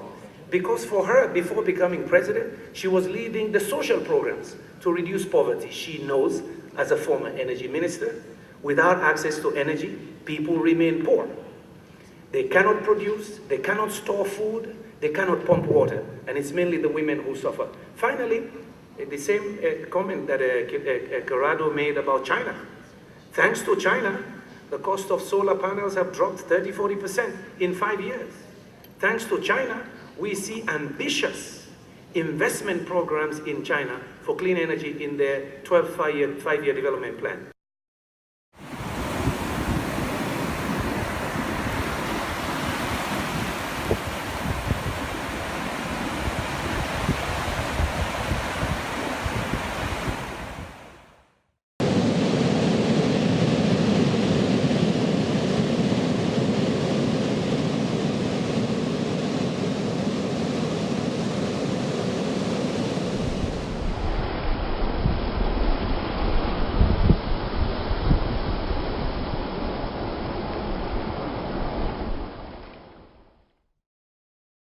a lot of lessons that people had learnt and applied before modern technology have in fact the solutions to some of the most profound problems that we have created for ourselves. And so the whole notion of using human waste to replenish through biogas, through nutrients, and through all of the things that we thought we could simply flush away with clean drinking water, and it would cease to be a problem anymore, created a new set of problems that we're having to resolve. And I was particularly impressed by Jason's insight that having leapfrogged the era of the landline in telecommunications to mobile technology and everything that means for interaction and communication, so Africa might well leapfrog the Industrial Revolution with all of the devastation that it brought in so many ways into the sustainability revolution. I thought that was a very interesting concept, because Africa has leapfrogged the era of landline communication. It never came to sub-Saharan Africa in any extensive way. And today, out of Africa, especially places like Kenya and Uganda, are coming the most extraordinary applications for education, for healthcare, and a range of other government functions that are based on mobile because the alternative is not there. And in countries where the alternative is there, often that migration to the extraordinary potential of mobile has been much slower. And equally, I think Africa will show the world that it is an entirely false dichotomy to say you can either go for green or go for growth. It's an entirely false dichotomy to say the choice is green or growth. If you're stuck in the ways of the past, that may be a choice if you see the trajectory as a continuation of industrialization of the past. If you make the mind shift that we have to make, green becomes growth. And that is why we talk about the green economy. And that is why we talk about building a manufacturing sector based on the green economy and the needs of the future. And so I was particularly interested in that theme and spent a little bit of time last night reading the wonderful books and literature we had. I also wanted to pick up the theme that Belinda Walker raised on what do cities do. Now, it's absolutely true that in terms of Maslow's hierarchy of needs, cities provide all of the basic things that human beings cannot be expected to provide for themselves, like electricity reticulation systems, like water purification systems, like sewerage systems, like road networks and public transport. And where that stops and the responsibility of individuals begins is a major question. Is it the role of a government to provide everyone with a toilet? Is it the role of a government to provide everybody with a geyser? These are major questions that need to arise, because one has to talk about the alternative pressures on a budget and what the role of the government is and what the role of individuals and individual families and communities may be. But leaving that aside, I understand the core role of cities to be to link individuals with the national economy and to link the national economy with the global economy. And therefore cities and provinces and regions, but cities are much more important than provinces. Cities who understand the role of green and the compatibility between green and economic growth and don't see it as a contradiction are going to play a leading role in ensuring that citizens make the crucial choices that we need to make to reduce our carbon footprint, at the same time as finding ways in which, and pioneering ways in which, to grow the economy through green investments. And I'm delighted to say that Cape Town has visionary political leaders and visionary officials who understand precisely what we're talking about when we talk about the green economy, and they understand how to make green integral to growth. because our number one priority in this province and in South Africa has to be growth and jobs. I was fascinated to read on page 6 of the Cape Times that wind is now the cheapest form of electricity generation, with an average price of 89 cents a kilowatt hour compared to 97 cents per kilowatt hour for Eskom's new coal-fired power stations. And this comes from Mr. Roger Price, who is the Chief Executive Officer of Wind Lab, an international wind energy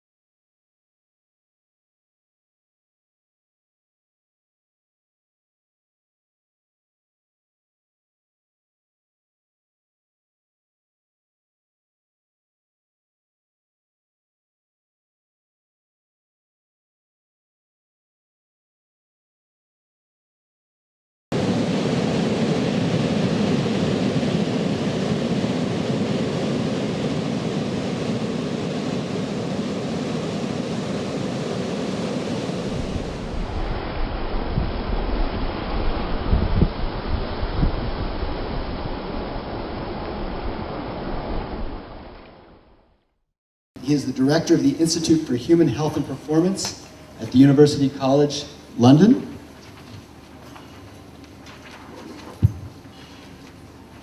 Hugh obtained a first-class degree in neuropharmacology and cardiorespiratory physiology in 1984. He graduated from the Middlesex Hospital Medical School in 1987. He has since trained to specialist status in general internal medicine, cardiology, and intensive care. He is now professor of intensive care medicine and director of the Institute for Human Health and Performance, University College London, where he leads a research group. He's published over 200 scientific articles, and he has been engaged in climate change and health for more than 10 years. He's written extensively and was a co-commissioner of the UCL Lancet report on the health impacts of climate change. So please join me in welcoming Dr. Hugh Montgomery. I doubt there's a more important gathering of people in the whole of Durban at the moment than you. And I doubt that I will ever have given a more important talk than that I'm about to give. Because I'm a Brit, though, I need to start with a joke before I get to the serious stuff. So here's my one climate change joke. Not many people know a climate change joke, but I do. So one planet's talking to another planet. And it says, I don't feel so good. I think I've got Homo sapiens. And the other planet says, I wouldn't worry, it doesn't last for long.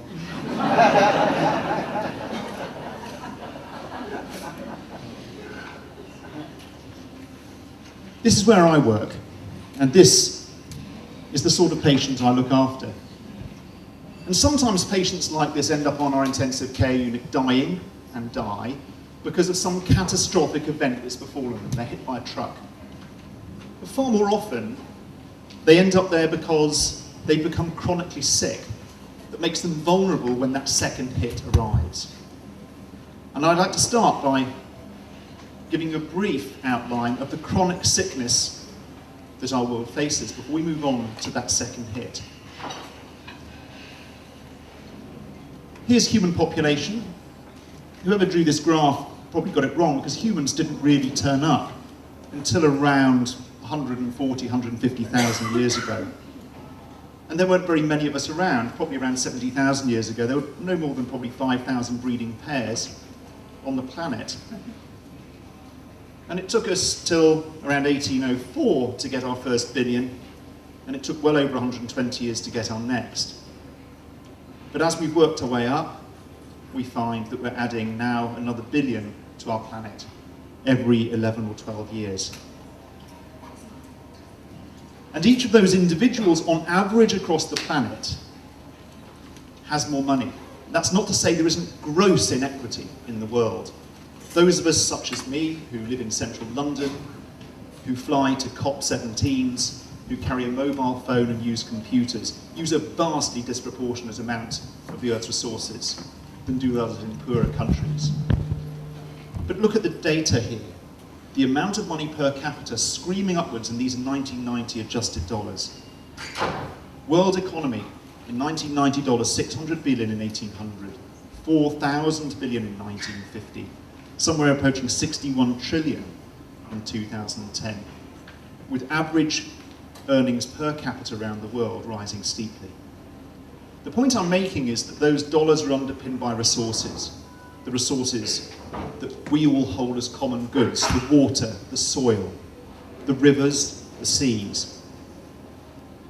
And we're systematically destroying them. Here are the data just on fish stocks, 1961 to 2003. World population then had grown at 1.8% a year. Fish consumption going up 3.6% a year. 17 kilograms per capita. And once again, a larger proportion of that being eaten in very rich nations. The result, fish stocks are collapsing. 40% of our fish stocks have collapsed already. We're having to grow more.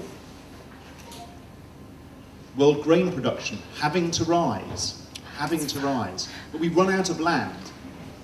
This is underpinned by increased use of fertilizer, driven by fossil fuel use to do that, not by a particularly great increase in land mass, because we run out of the places to which we can grow grain. That said, we are having to use more land. We're grazing more cattle. This is world meat production, rising steadily. Now standing at 45 kilograms of meat per person. Again, Western nations, developed nations, consuming far more than their rightful share. And growing those crops and keeping those cattle means we need to use more land. This is why rainforests are disappearing. And they're not disappearing slowly.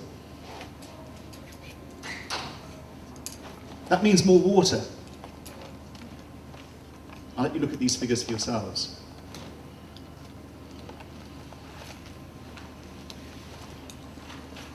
And as a result of this, the world has water crises pretty much everywhere, because a great deal of the water we consume comes from fossil aquifers. These are sealed reservoirs of water that once emptied do not refill.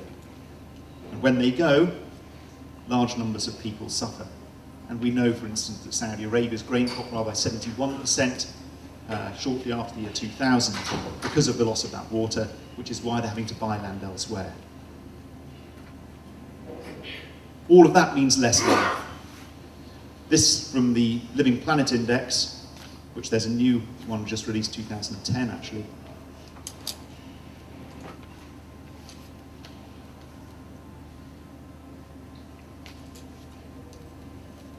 These are the changes that have happened since I was 20 years old.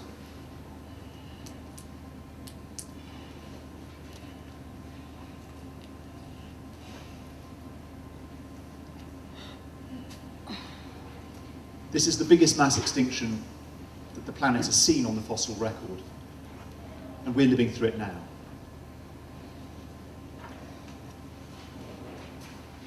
Our planet's very sick indeed. That patient is already teetering on the brink, and if it suffers another blow, it will die.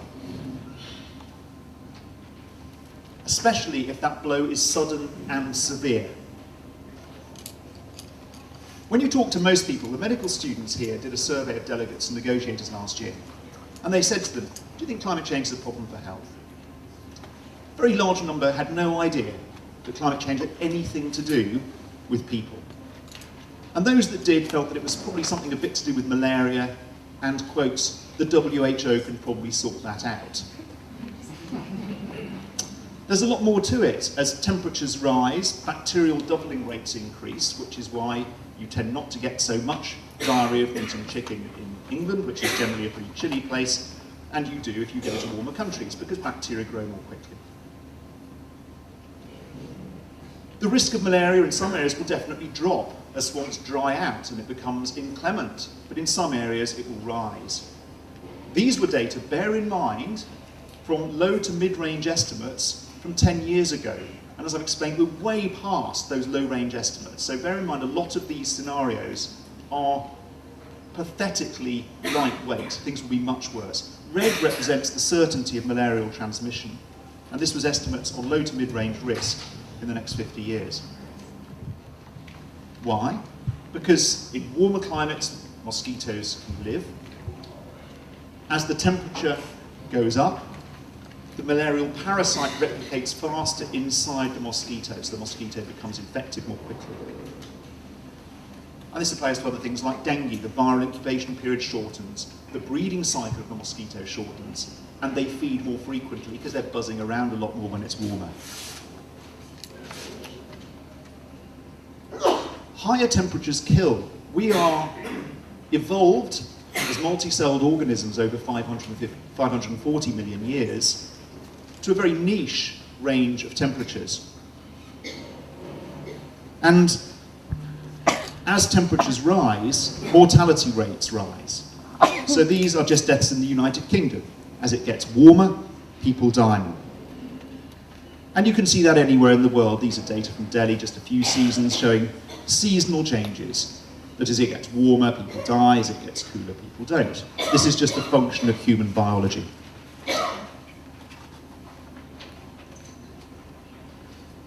Increased baseline temperatures change levels of pollutants. And these are physicochemical reactions from pollutants. So tailpipe exhaust emissions in New York, concentrations of ozone rise, as temperatures rise. That's not because more cars are on the road, it's because of the nature of the chemistry of the atmosphere.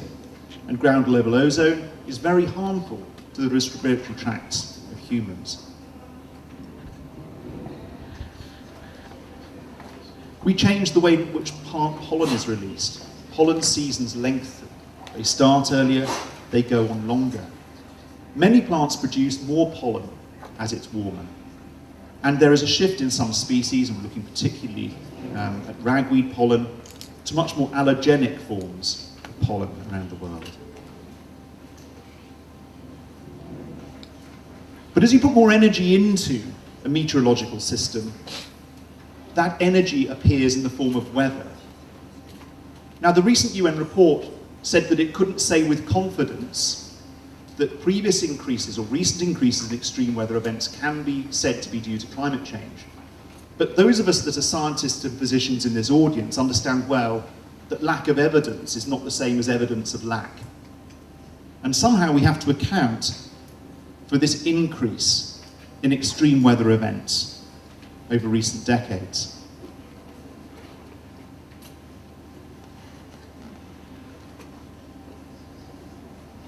And even in the United States, increase in tornadoes. The point I'm trying to make here is developed nations in many ways feel that they are secure from these effects of climate change, and they are not. Just as there's a global economy, we live in a global atmosphere, and every nation will be affected. I'm going to make reference to this report in the future. I just put it up there so that you know the source as we move forwards. Published in November of this year, last month.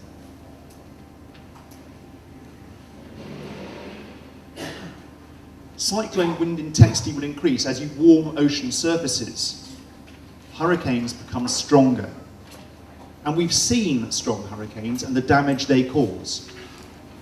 But we're going to see more of that sort of damage. We know that when you get these extreme weather events, soils become unstable due to drying, glacial retreat, sudden downpours, producing catastrophic landslide. These are likely to increase. High confidence. There's some myth about rainfall and climate that some areas will become less fertile because there'll be a little less water, it'll be warmer. Other areas will be more CO2, warmer, more rainfall, more crops. That's a nonsense, because even if you get that improvement in ability to grow crops, one sudden downfall, one big drought at the wrong time, and that crop is written off. And we're likely to see increases in severe precipitation events. And indeed, we are. I don't think we need to look further than Pakistan, which suffered horribly. A fifth of its land area underwater last year. Many, many millions of people affected and crops lost. We think of Vietnam and Thailand now, similarly affected, and their people suffering. Coastal flooding will worsen because of extreme storms, sea level rise, and so forth. This is likely to get worse. We're seeing these events already.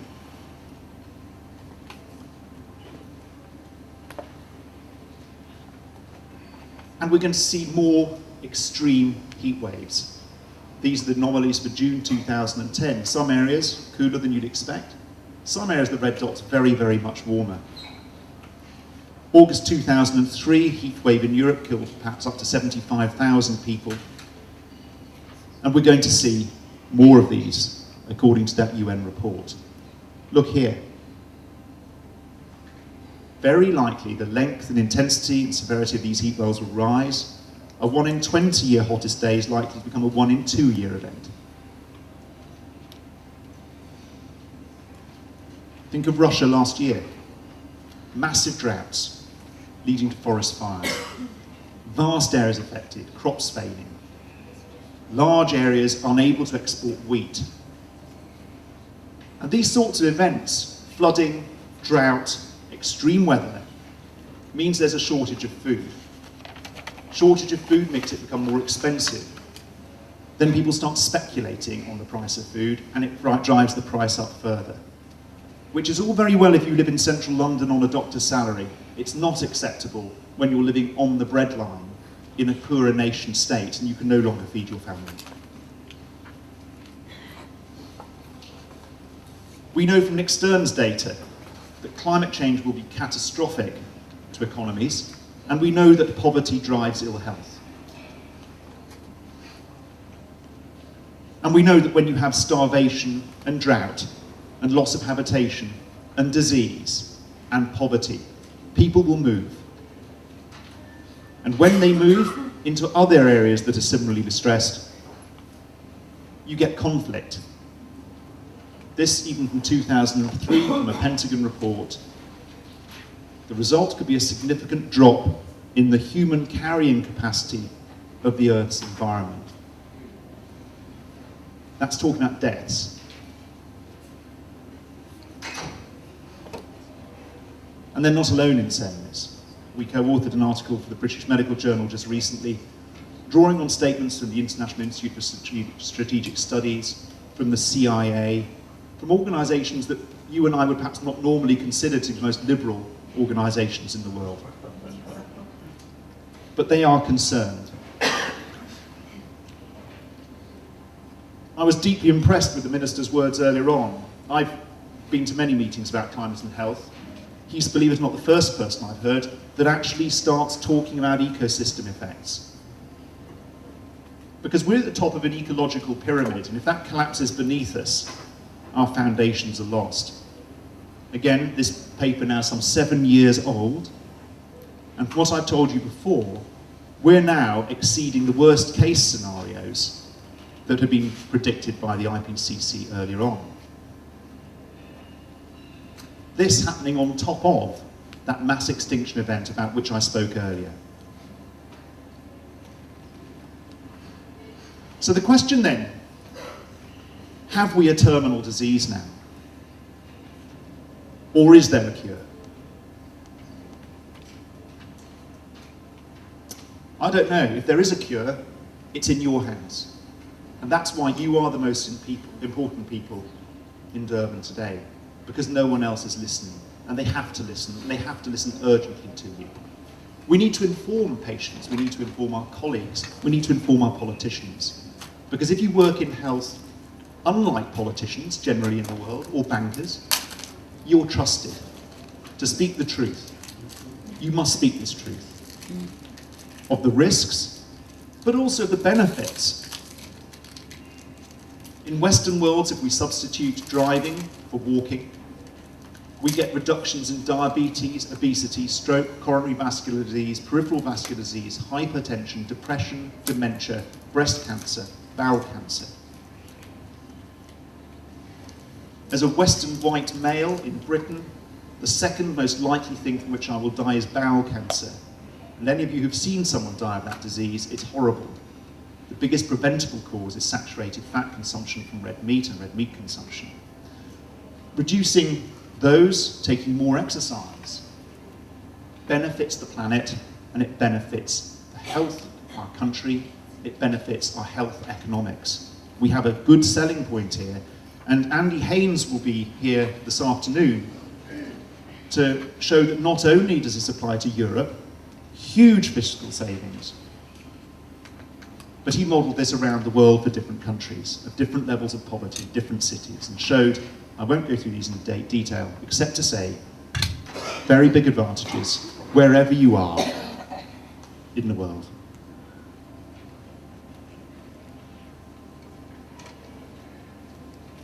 This is a convenient truth, and we need to communicate this. You need to take personal actions, and we need to advocate and engage. This is Jean-Paul Sartre, and I want to remind you of his words. It is not right to want to heal the suffering of people without committing to fight the very causes of that suffering. We have a responsibility here today to do this.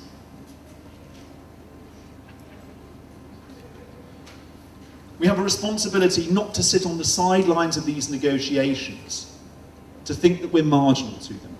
The health message is central, Our politicians must understand that people are suffering and dying now, and that very, very, very, very many more will suffer and die in the future unless they act now. The talk about delays for 8 years are a frank nonsense, and we must say so to our ministers and to those that we know. These are personal thoughts. I'm not going to suggest that they're the thoughts of this conference, although there is a conference statement I'd encourage you to read and sign. We need to know what we're missing. We need to fill the gap. We need an urgent negotiated deal that's meaningful. We need to measure where we are. We need to put the money into the system. We need to make it available to those countries that need it. And we need to give them power over its use. And we need to sort out deforestation. Those are just headlines. They're personal views, but I think you may or may not agree. And we need to stand up for what's right. Waiting for everyone else to do something before you do does not show moral leadership. So, from where I come from, the EU, in my view, should just go ahead anyway, making its reductions. Finally, this statement will be circulated, is circulating. Some nation states have already signed up to it. We're asking negotiators in their opening plenary sessions to start their negotiations with these words. We'll circulate those for you. It will show solidarity amongst those states to say this is a matter of urgency. The point I want to make is that if we spend another 8 years with 40,000 delegates coming to COP processes such as this, neatly drafting a prescription for our planet, the patient will have died by the time we finish that prescription. And that matters. And it matters to me, and it matters to me personally. This is Fergus. He's my youngest son. And I love him every bit as much as you love your children or your grandchildren. And if you're not going to do this for other people's children, you must do it for your own. Because let me remind you, this isn't a joke. I think I've got Homo sapiens. Don't worry. They won't last for long. Thank you for listening.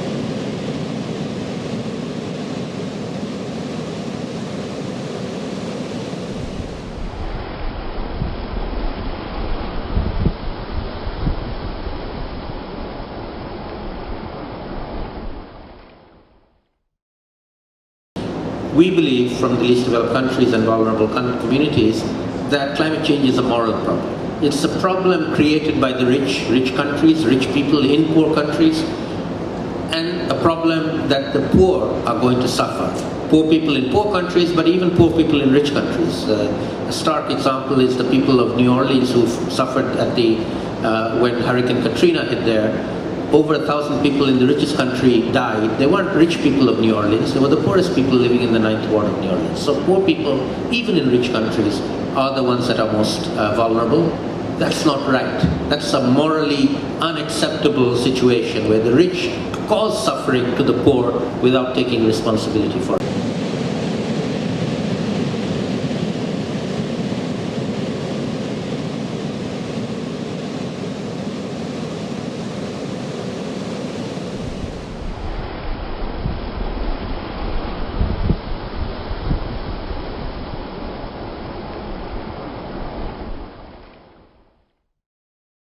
In 1988, that's when we had Bill Molson, the founder of permaculture, who came from Australia.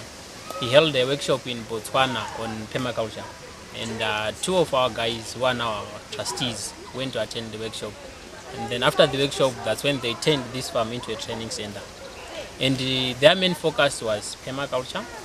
Permaculture means permanent agriculture, but it can be defined in many ways. Some say it's an approach to designing system which will give sustainable rewards. Right now, permaculture is growing up, we are now slowly getting into urban communities. We use natural resources for the production of our crops. Like for instance, for soil improving, we use this type of composting. We just harvest fresh cow dung, and then we put it in this container, we perforate it, and then put the dung in, and then introduce worms. After a period of 3 months, the worms will be doing the decomposition. They will be decomposing the stuff, and then after 3 months it will be ready. Then we take it and then put it in silives. We mix with sand and then pot it. Then after those 3 months, the worms will be in abundance, and we could use them for feeding our poultry. And with the extra, we can take it for fishing or for fishing or for selling. Or we could introduce them in the garden. Because there will be an abundance. Nature is working for us. Okay. Sure. And then this system is called the container garden. It's ideal for those people who are residing in flats, who doesn't have where to do the cultivation.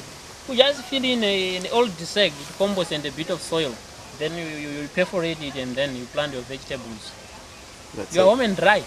And if you think of going for a holiday resort somewhere, just take it and then put it at the back of your truck. Then you'll be having fresh vegetables with you. These are herbs. Herbs are used in various ways. Some are used for culinary, some has got medicinal properties, some are used as repellents if planted with vegetables. For instance, we have this one. It's called Nasturtium.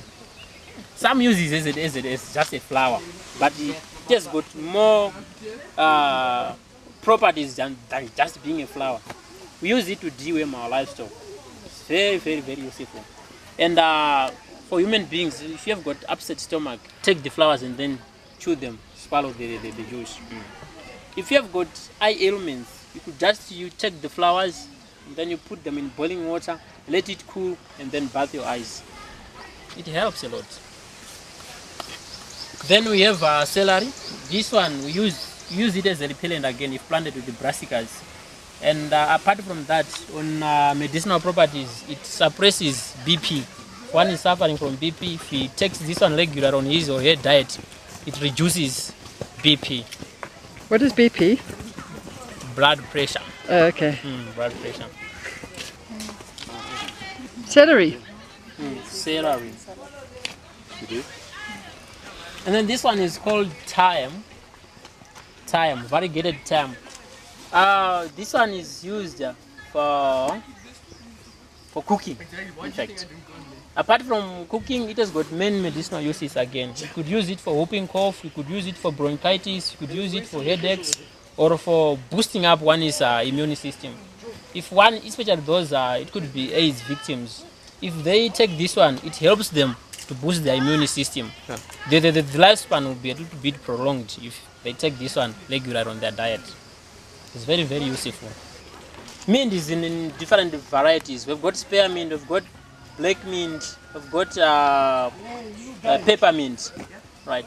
It is used for sore throat. If somebody is suffering from sore throat, colds, flu, you could use this one. Just take it as herbal tea. Or if somebody is suffering from dizziness, you could just take a herbal tea of mint. It helps a lot. And then apart from that, if planted under fruit trees, it helps as a repellent of fruit flies. Plus, it's a very good soil binder. Wherever there is a little erosion taking place, if you plant it, it binds up the soil very well. That it reduces soil erosion. Called lemongrass. Lemon. Maybe the word lemongrass comes from that it has got a lemon flavor, and it smoothens the skin. Especially with the ladies, they like this one. Yeah. Acacia trees, they are termed as legumes. We use them in agroforestry, whereby we mix crops and trees. They are nitrogen fixers and they are fodder. They can be used as windbreak. It doesn't shed the field. If planted with the crops tend to do very well. They can even grow very nice under these trees. They are very, very friendly. Except for the thorns. Sure. The group is the poor rural farmers who doesn't have enough cash maybe to buy these so-called barbed wires. One could resort to this type of tree. It's called Doviaris scapula. It makes a very good live fence if planted close. It develops thorns, and by so doing it inhibits goats, donkeys to enter in a field. Very, very useful. And apart from being a shield, it produces fruits which could be taken, and they're very, very nice, very rich in vitamin C. For it.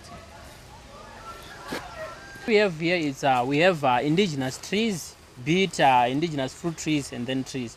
And then we've got exotic trees, fruit trees and not fruit trees. And we have passion fruits and we have herbs. But generally, they're for generating income and improving sites within Fambizanai. Wherever we feel like there's bare land, we could just take them and then plant them to improve the site. How does it improve the site? Whenever a site is very bare, if you've got a massive downpour of rainfall, erosion takes place. But if you plant trees, the roots helps to bar the runoff and then let the water penetrate into the soil. And you could even introduce grass. You plant trees and then you plant grass. By so doing, erosion is minimized.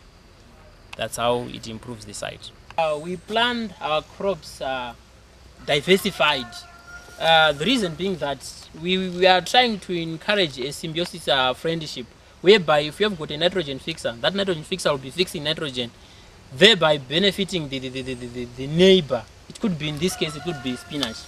The nitrogen that is left by this bean is taken by the spinach, right? And at the same time, if I've got an outbreak of a certain disease, if that disease attacks spinach, at least you are left with beans. But if you've got just a field of spinach, if that disease comes, it wipes away everything and you are left with nothing. Those are the advantages of diversifying. And at the same time, we encourage farmers to cover the soil. The reason being that if the soil is covered, there is little runoff.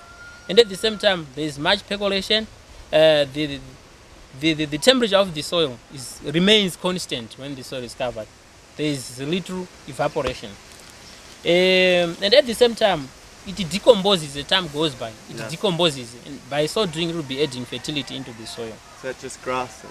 You could use grass, you could use dead leaves, you could use live mulch, whatever you have. Because we are saying, it depends with the place you are. If you are in region 1, if you are in region 4, whatever you have there, make use of it. If you don't have even grass or leaves or whatever, you could use even stone mulching. But that one is ideal under fruit trees. You could use stone mulching.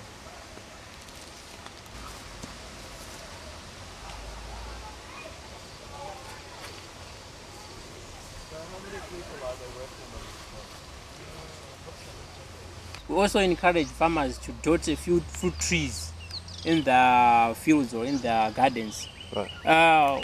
If you compare the production that you get from one tree and the production that you get on a piece of land planted vegetables, you could see that from a tree you get huge sums of money.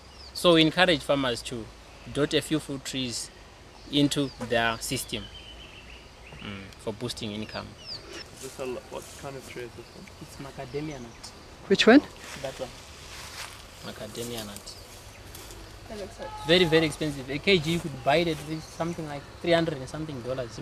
Very, very expensive. Okay, this one is called Leucaena. It's a nitrogen fixer, and at the same time it's fodder. At the same time it's working as hedge here. In permaculture we say at least one element should serve main functions. Right. So apart from just being hedge here, it is barring diseases. The other diseases that travel with wind, like blight. So whenever you have a hedge in your garden, that disease could be trapped here and then doesn't get to your vegetables or crops or whatever. At this time of the year, there is outbreak of pests. Vegetables doesn't do very well. We are leaving this so that we could feed our livestock because we believe in recycling. We take waste from the garden and then we feed our livestock, and then in return we get manure. We put it on a compost, we re-put it, we reapply it into the garden. So it's sort of a cycle. You could see some of the farmers taking off these old vegetables, throwing them away. That's not a good idea. Recycle it so that it gives benefits again back to that land where you have harvested it. Humus. And then after that, you put a heavy feeder. It could be maize, so that it makes use of the nitrogen that is left by the prior plant. Yeah. It's a peach. It's called the elderberry. The flowers are used if somebody is suffering from a heavy flu. You could use those flowers. And the leaves are used for making compost, very rich in nitrogen. And you could use it as hedge again. So hedges are very, very important for stopping wind erosion. Yeah. And trees should be shaped in a way that it will become easy for one to harvest. It will become easy for one to spray. So we don't encourage farmers to leave trees growing high up. It will be very difficult for them to harvest. And at the same time, they end up having their kids having fractures because they climb up there, which is very, very much dangerous. So in the necessary course that we give, we train them that they should train their tree.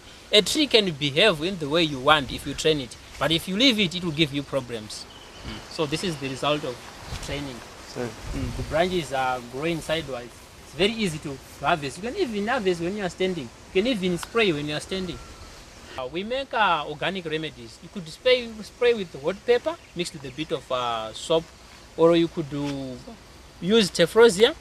Tephrosia is one of the most tree that we use here, which is more powerful on whatever pests. Be it bagrada bugs, be it grasshoppers, be it what, it's a sweeper, we call it a sweeper. And we use it as a last resort. Sure. So whenever we have an outbreak, we use that one. So we make what we call liquid manure. What we simply do is we find a container and then take fresh cow dung and then put it in a container, add a bit of water, and then leave it to stay for about 2 weeks. And then after 2 weeks, you sort of spear it. Yeah, that's organic farming. And then you take this stuff and then apply it on your crops. You dilute it 1:2 with fresh water, and then you apply it on your crops. But the most powerful one is the one made from chicken droppings. You just harvest the chicken droppings, you put in a sack, and then you put in a drum. You add water. You leave it for 2 weeks again, and then you top dress your crops. But with liquid manure, you go to dilute the one that is made from chicken droppings 1:5 because it's so powerful. If you don't dilute, otherwise everything will be burned. It's very, very powerful.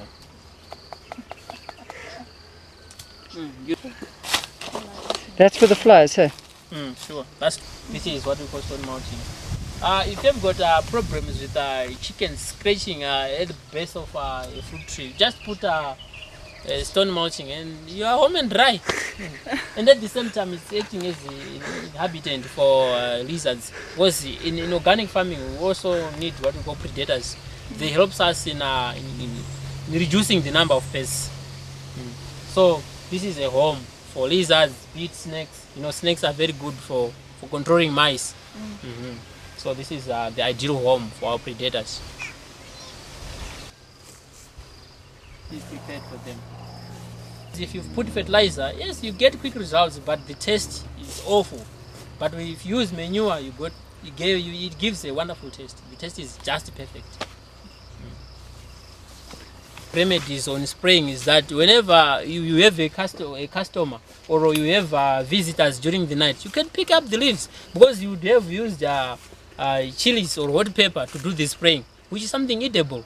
You can just wash that chilies and then you prepare for your customer or for your visitor.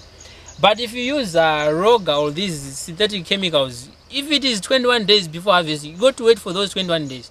But we are having problems because most of the rural farmers, they are money hungry. So they sometimes cheat.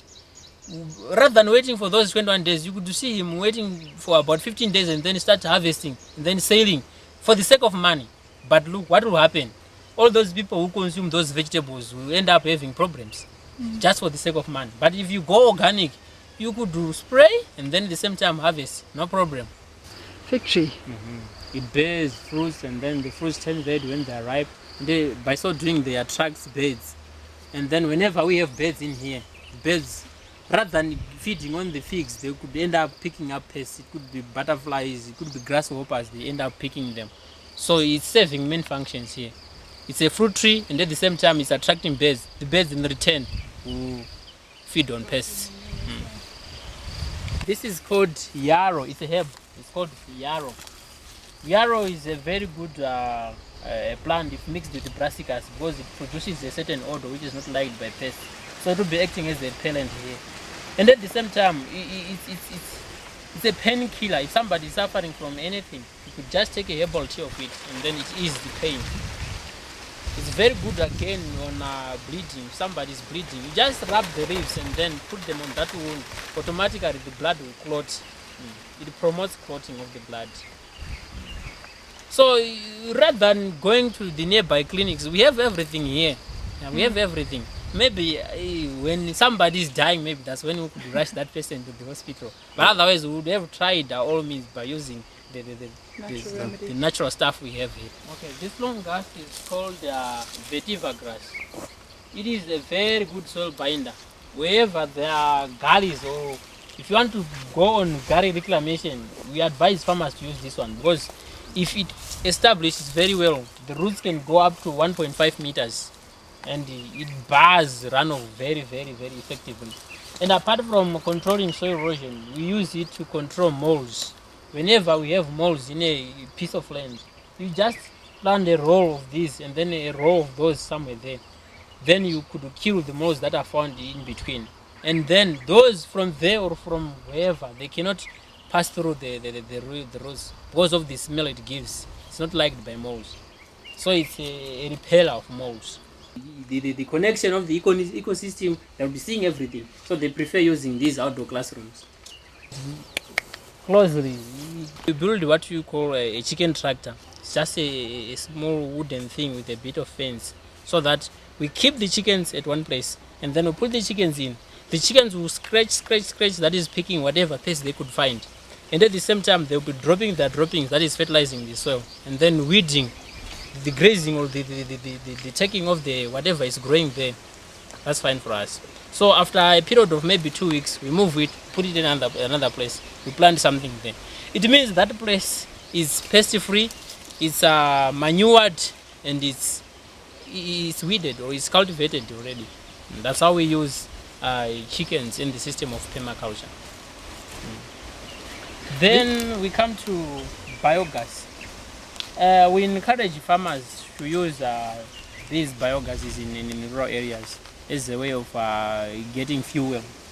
Because after independence, most of the farmers, the rural farmers, they went on a rampage of destroying the environment, having piles and piles of firewood, forgetting that tomorrow they won't have anything to resort on. So we are coming on with this project of biogases, whereby they could use fresh cow dung, feed in, and then get methane gas, then use it for cooking and lighting as well. So there's methane coming out of that tube? Yeah, sure, there's methane coming out from that. And where is it going? It's going into that house and being used in there for cooking and lighting. Amazing, huh? So what's in there? Methane. Yeah, but like, how do you get it?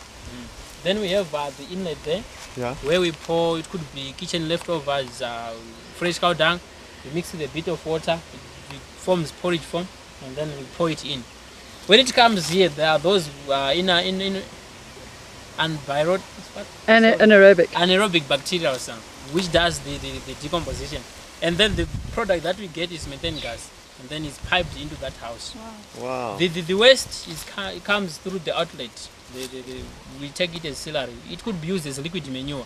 Then we take the waste and then we apply it on crops as liquid manure. So in permaculture, we don't throw away anything.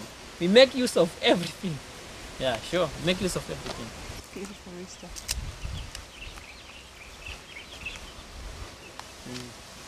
We have cattle. Those are the ones that does the grazing. And then we have pigs. We used to have goats. We just buy them and then fatten them and then sell them as a way of generating income. We harvest seeds from the fields, be it in the garden, be it in the fields, seeds of trees, seeds of vegetables. We bring them in here, we store them there, and then we could sell them to our visitors or customers. and then the extra we could replant it in the garden, so that we become self-reliant. We are promoting self-reliance. We have courses that runs for 1 week, and then some runs for 2 weeks. And these bricks are called the SSBs, soil stabilized blocks. They've got a cement element in them, and they can last for a long time. They are very cheap to produce.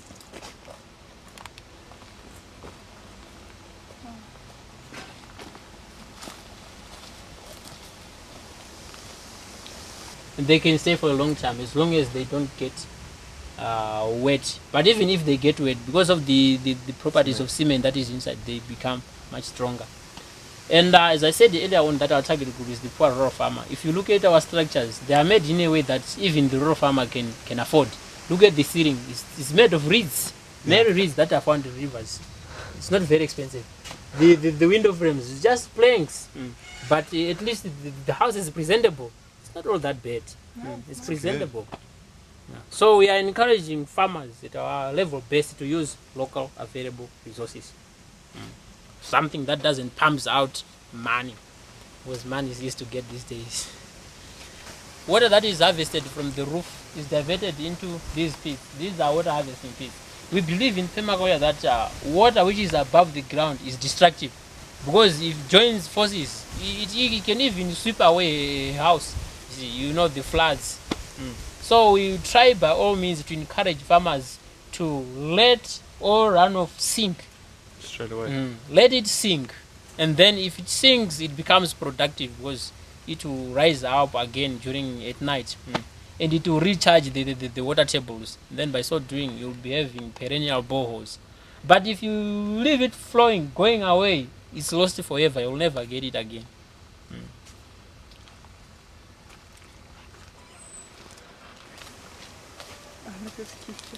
So these are people's houses here, huh? Yes, these are people's houses. This is just a model village whereby we are trying to show the farmers how they can set up their homes or their houses.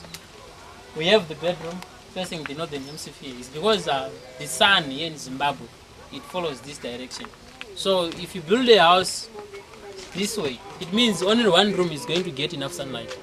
The rest will be dark. So if you build it this way, at least all rooms will get enough sunlight. And at the same time, water that is harvested from there is diverted again into that pit. The whole system is called a pit bed. All the kitchen wastes are thrown in there, and then with the help of the water that is harvested from the roof into there, it decomposes quickly. And then after that, it will be manure. Then we retake the manure and then reapply on beds.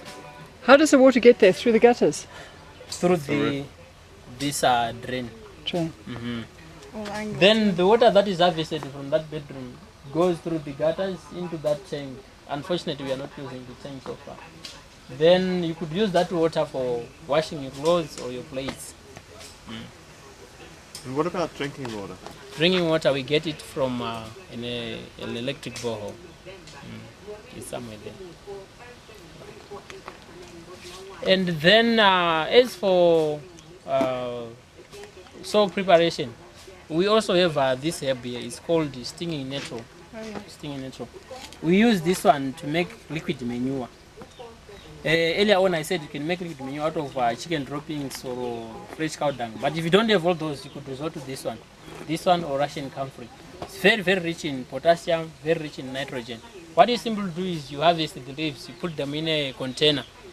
Then, due to fermentation, it decomposes. The liquid that you get is what we term liquid manure. And you can dilute it with fresh water, 1:1. And then you apply on your crops.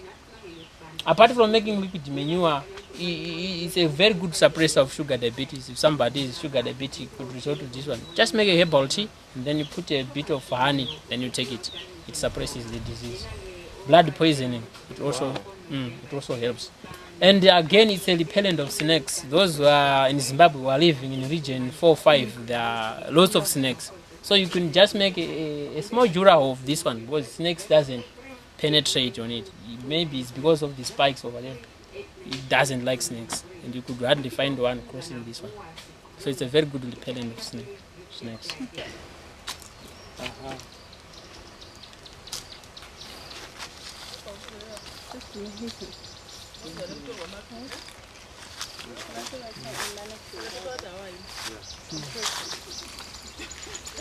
We don't believe in plowing because if you turn up the soil, after 5-6 years, the soil becomes exhausted. It quickly becomes exhausted. Maybe what we encourage is we can do plowing maybe on staggering years. Maybe after 3 years you plow, after 3 years you plow.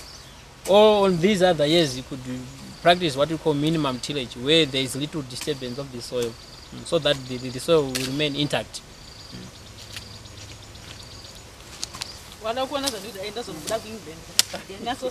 Compost building materials. This one is called the rope and washer pump. Just maybe a simple borehole that is a bit advanced. It sucks water from the permanent water table using this rope. This rope has got washers. These washers. And these washers are at every 75 interval. So it rotates into the water table. Then it comes out through this PVC pipe. The volume of the PVC pipe is just similarly the same with the size of the washers. So whenever it sucks water from the water table, that water eventually comes out as you'll be rotating. It's working.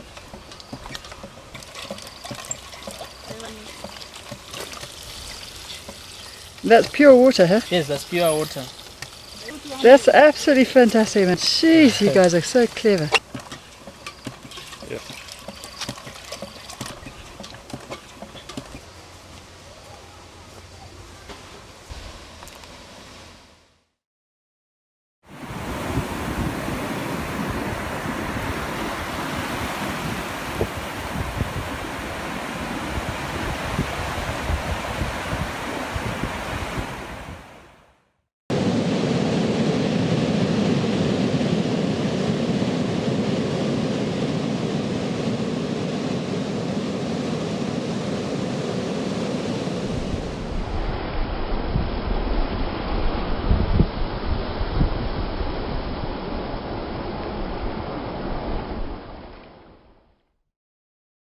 So I'm Alicia Harold-Coleb, a marine scientist with Oceana, and we're very concerned about ocean acidification, which is the oceans becoming more acidic because they're absorbing carbon dioxide. And this higher acidity has negative impacts for many marine species and can possibly even cause crashes in marine ecosystems, marine food webs. We're looking at the possible decline, possible extinction even, of coral reefs by the end of this century. So we're extremely concerned about the oceans becoming more acidic. So the oceans absorb carbon dioxide, and this carbon dioxide bonds with ocean water to create an acid, carbonic acid. And that is how the oceans are becoming more acidic. And people, it's really important that individuals act by themselves to reduce their carbon emissions, but even more importantly, they need to be telling their policymakers, the people here today who are in Cancun, deciding what the future is going to be for the whole world, that they demand their policymakers really set low emissions and really reduce their emission targets for the future.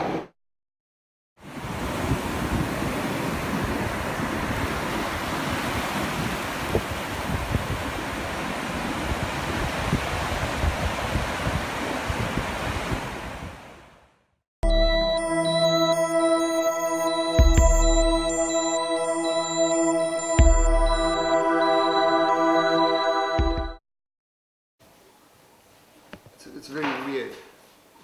We're over there. Okay, and you came in through a gate up there. And there's up there. And there's all the milkwood forest there, and there's a nice big milkwood forest there. The idea is actually there's a small fence there, is to cut this off. This is for agricultural integrated farming, and this is 700 hectare to get it back as natural as possible. This is all game fence. The whole thing is game fence, which I found out yesterday that I need to get a permit now. That they must come out and they must inspect my game fence for me. Wait, hang on a sec, John. Wasn't you telling us that they're finding out that fynbos is much more nutritious for many more animals than even the regular things that they've been eating up till now? Yeah, especially the game. Yeah, and that's fine. And they're doing that, and they eat in there, and it's fine. I mean, all I have to do with the game, because they're all browsers, all I have to do with the game is give them a lick, which just clears any, it's a lot of cactus in it, and I put some carbon into it. We'll make up our own mix. Just to keep them healthy, as far as parasites go, as much as possible. And that's fine. I don't give any other feed to them. But I'm talking about feeding into the local community, which is grains, dairy. How are we going to do that then? And I don't, frankly, don't really hold too much what nature conservation is saying. I'm going to do it anyway.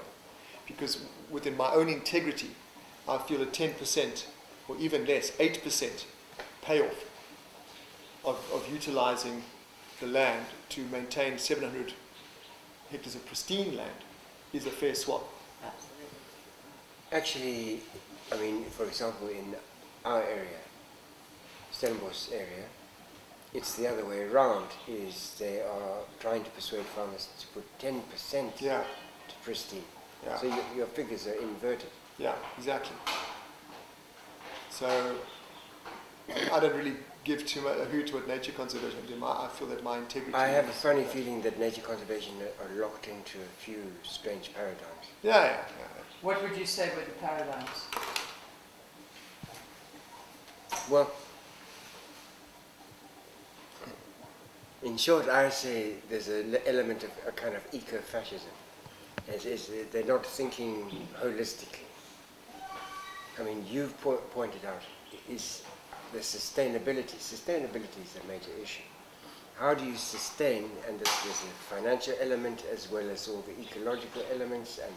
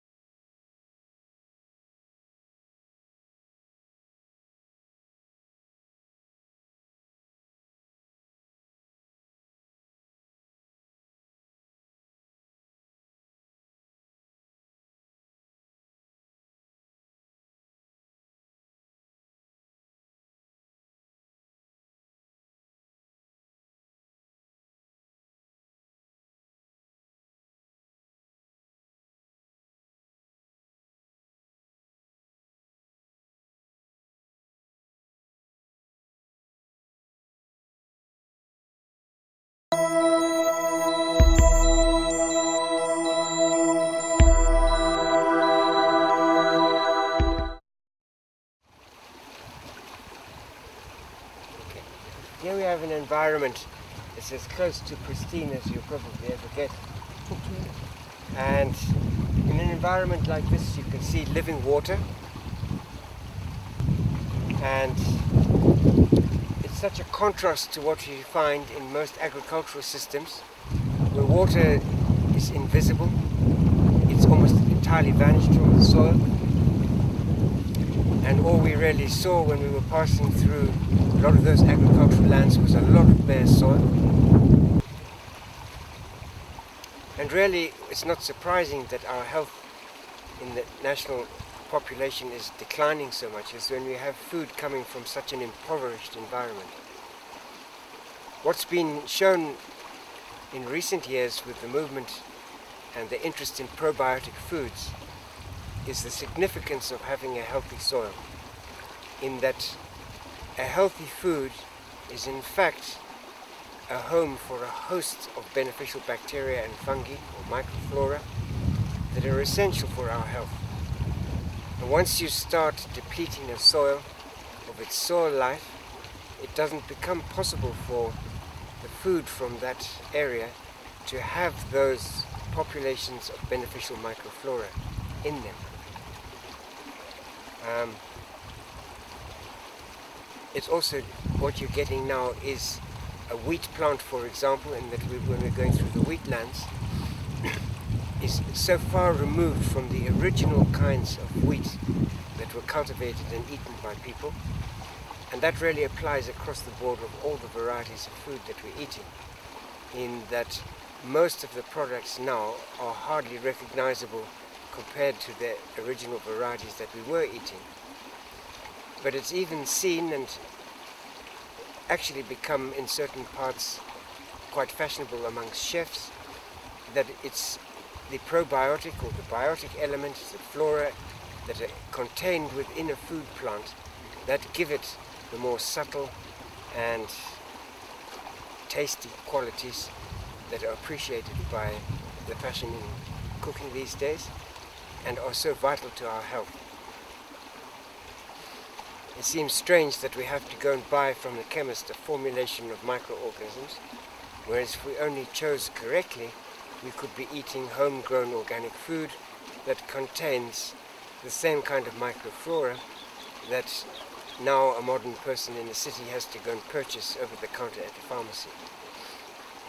Yeah, I mean, we have a pandemic of diabetes, a whole lot of other health complaints, an increase in cancers, a whole lot of reproductive problems that can be directly correlated to a poor diet and a diet of often very questionable products, particularly, I would say, on the genetically modified foods.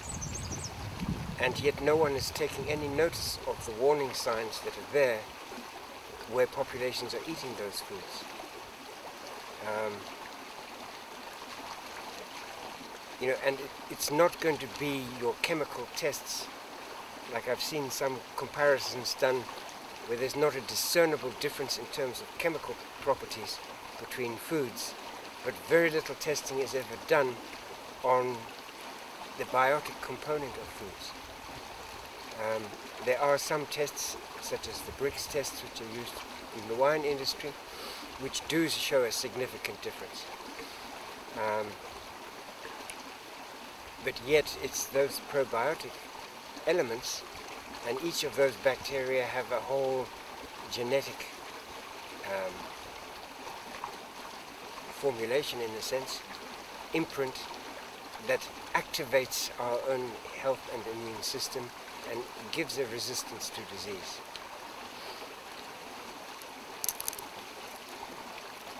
Yeah, but I think what's more important is what we're saying with Luke, Judy, in that, you know, just think of what he's done. Like a small area like that, and he's feeding how many people? 20 people. You know? Imagine if he in took a sense, little bit more land and did more. Yeah, feed a lot of people. but is that the option? To go on a model, you're still going to have to transport everything around? Yeah, but it could be done nearby where everybody lives. However many people there are, you have that much space. An insane situation where large numbers of people move from highly fertile, well-watered areas into urban slums where there is massive desertification, huge endemics of disease and health problems. They have a poor diet. They live incredibly stressful lives. Whereas if communities were encouraged to develop the areas that they came from, you would have a massively healthier population. There wouldn't be issues of unemployment because you are engaged actively in providing your sustenance and shelter. There wouldn't be any of the same kind of social stresses and so on that exist. And they would be eating healthy food daily, you know, in areas that have the greatest potential. So we've got things upside down in a sense. We have the Western Cape where land is the most expensive, and yet even from a conventional perspective it's the least productive agricultural land. And yet daily we have a massive mushrooming of the population on a piece of ground that cannot really sustain it. Both in terms of water, the energy question, we then have compounded problems of pollution, and never mind all the multitude of social issues of a large concentration of people who don't really have employment. It would definitely, I mean, I really admire those initiatives that have taken place in those communities to provide food and income, because there is such a premium now on producing food, and the cost of food is escalating almost daily. So those initiatives that have taken place in our high-density suburbs of the Western Cape are actually doing extremely well in that they are generating a fair income and showing that it is possible to produce food under extreme conditions. And perhaps one of the most remarkable things about the Western Cape is how much it can produce on what is considered, from conventional terms, poor soil. And yet the Cape sustains a massive population and, relatively speaking, has a massive production. And if those kind of efforts were applied in the more naturally fertile parts of the country, this country, I think, would be the breadbasket of Africa. As it stands, we're facing a crisis of having to import most of our food. What about the water here? Well, here you've got living water. If you look at the water, it's moving and swirling and pulsing. There's light and dark. And this is the kind of water that, from a biological perspective, is able to bring nutrients and bring health and carry and sustain life. When you have water that has gone through an industrial process, the molecules of water are in a chaotic state and are not able to carry the active minerals or nutrients that they are. They also don't have the health-giving properties that a living water like this would have. And water such as this has the abilities to sustain plants, whereas water that is being denatured and with life destroyed out of it is not able to sustain life, or you certainly need a great deal more volume than you would with living water such as this. Have you ever seen the results of the difference of plants fed with one and plants fed with the other? The most dramatic example of that really occurs with rainfall. It's extraordinary. Like the other day we had a light rain of less than 3 millimeters in the garden that I'm responsible for nurturing at the moment. And yet for 2-3 days afterwards there was no need to do any irrigation, and all of the plants perked up noticeably. There was a visible increase in growth and a kind of vibrancy to the foliage of the plants in the garden. Whereas you can during the more harsher periods when there was no rainfall. You can irrigate like mad, and somehow that vitality in the plants was not as evident as a mere shower of 3 millimeters of rain. What do you put that down to? Living water is that water that goes through the natural water cycle and is activated by the process of precipitation, the flow forms that are taking place in cloud, and so you have biologically active living water. Whereas water that's gone through an irrigation system is contaminated with pollutants. It's dead water, it's been sitting in a reservoir, so it's not circulating, and simply does not have the quality that natural rainfall has on a plant. If you were to make a proposal of what is the best way of utilizing our precious water in a time of extreme drought, in the best possible way we can to produce just the most nutrient foods in the best way, how would you recommend we spend that water? Well, we have a number of anomalies. We use massive volumes of water in industry. We use massive volumes of water in domestic situations.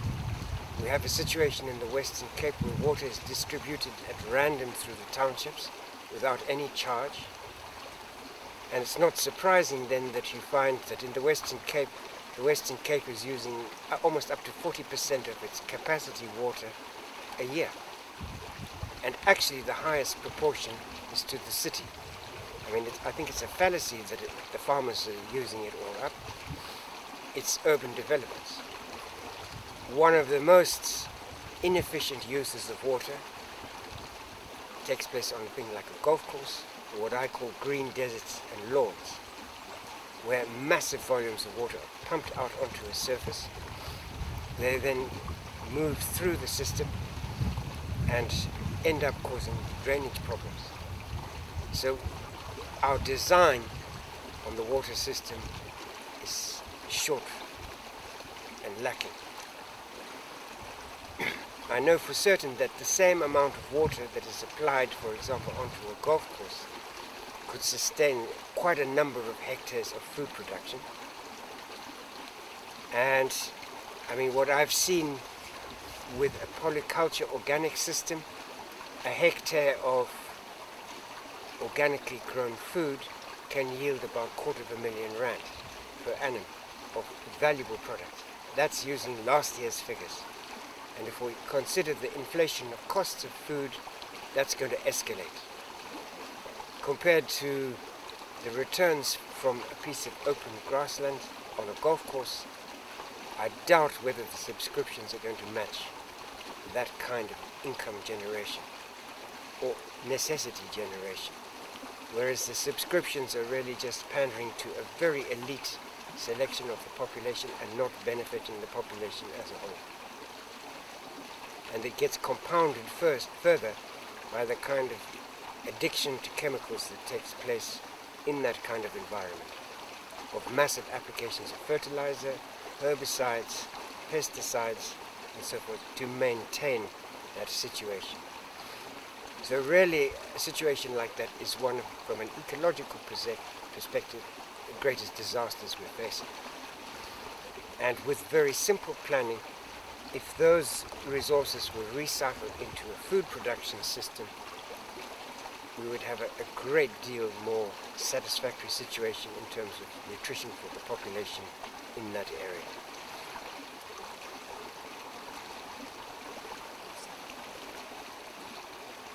No, I haven't. What do you wish for this country? That it's flourishing. Definitely.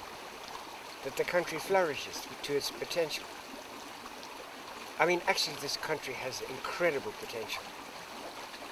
It really does. And that includes the human resources, as well as all our natural resources.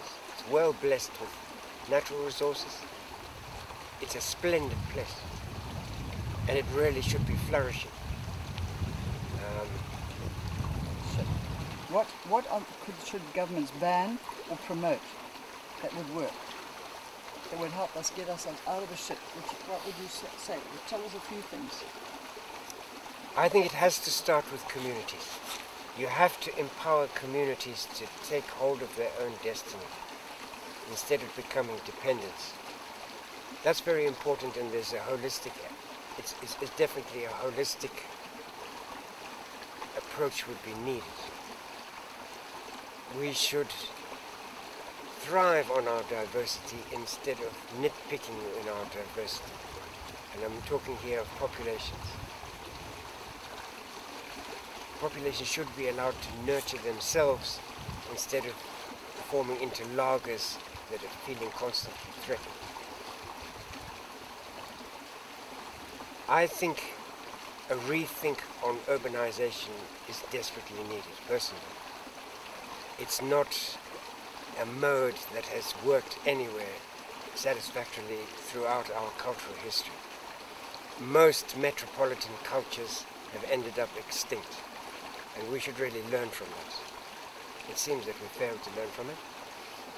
I don't think there's an exception to that. We kind of think that New York is beautiful and wonderful and it's going to last forever.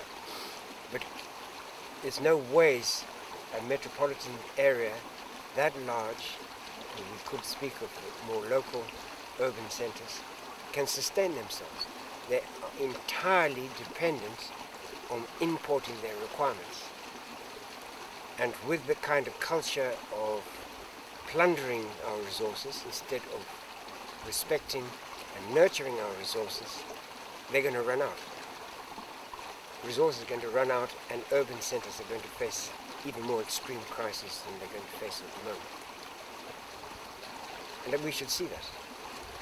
And we should take steps to develop a society where, if you like, the load is spread, and we have many more smaller, more balanced communities. Population control? Autonomous. Versus globalization.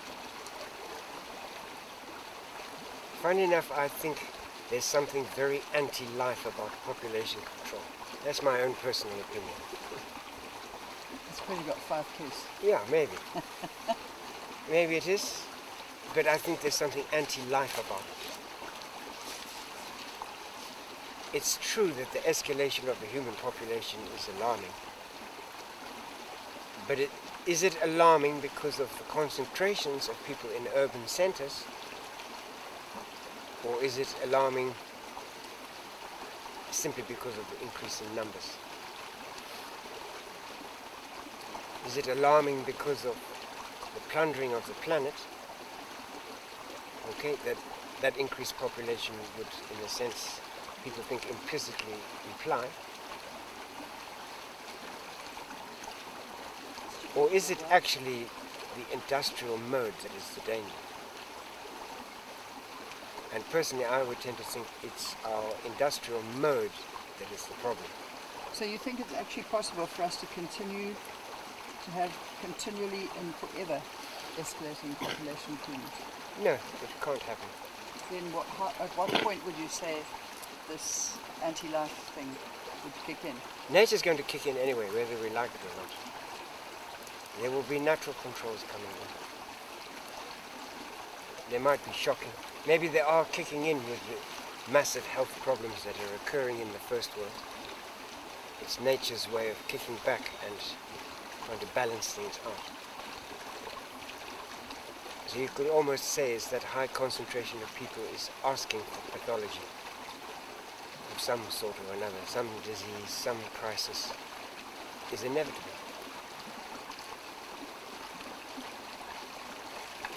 Globalization? Yeah, I think it's an insidious arrangement. It's terrible. I do. Because it's Would tied. Would you ban monoculture? Look, it's on terminology. Generally, look, a golf course is a monoculture. No, I don't think it's healthy. It's elitism applied to plants. You know, so society's elitism is transferred and manifested in its mode of agriculture. it's a kind of elitism, very much so, on many levels, economic, social, product. Eliminate competitors. I mean, what's shocking is the loss of diversity.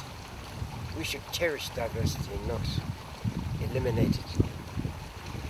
Diversity is smursty, who cares? What would you say to that? I laugh at the ignorance of the comment. Or I smile.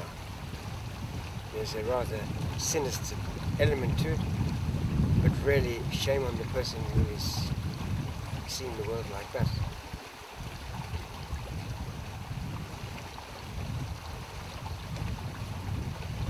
I spoke to an environmentalist who told me, oh no, look, we've already accepted that there's going to be a harming species, but that's okay. Do you think that that is just them being practical, or do you think it's them given basically, shouldn't they call themselves environmentalists? I think they're speaking from a comfortable perspective and have never really faced life-threatening situations. Because if they had faced life-threatening situations, they wouldn't make a remark like that. So that is a very comfortable elitist position. Yeah, there's a smugness to it that's actually tragically unrealistic. That person is extremely naive about how harsh life can be for most of the population. Do you think we're better off now than we were 50 years plus ago? No, not really, no. I might even say that we're worse off. I don't think technology has really contributed as much as it makes out that it has contributed. If you consider in the last 50 years the loss of habitat and natural resources, the massive utilization of finite fuel, no. We're still engaged in warfare.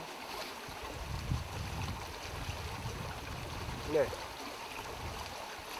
If anything, I think the desertification of the planet is far more alarming in the last 50 years than it has ever been. And I don't mean desertification, I mean it in every single respect. Creativity, I think, has diminished. So there's been a kind of desertification of creativity. We have mass-produced creativity. And so the initiative of individuals to be creative has been lost. And that, I think, is one of the most tragic things. And then there's desertification, quite literally, of our environment, where environment has become totally degraded. And that has escalated in the last 50 years. I don't think health problems have been solved by technology, as they're allegedly done. I don't think wealth is a very good indicator, because we seem to have almost more poverty than we had 50 years ago. And people might have lived mighty simple lives, but the sense of impoverishment was not there. That has escalated. So even though people lived a lot of very simple, humble lives, they were a great deal more content, healthier, and more creative.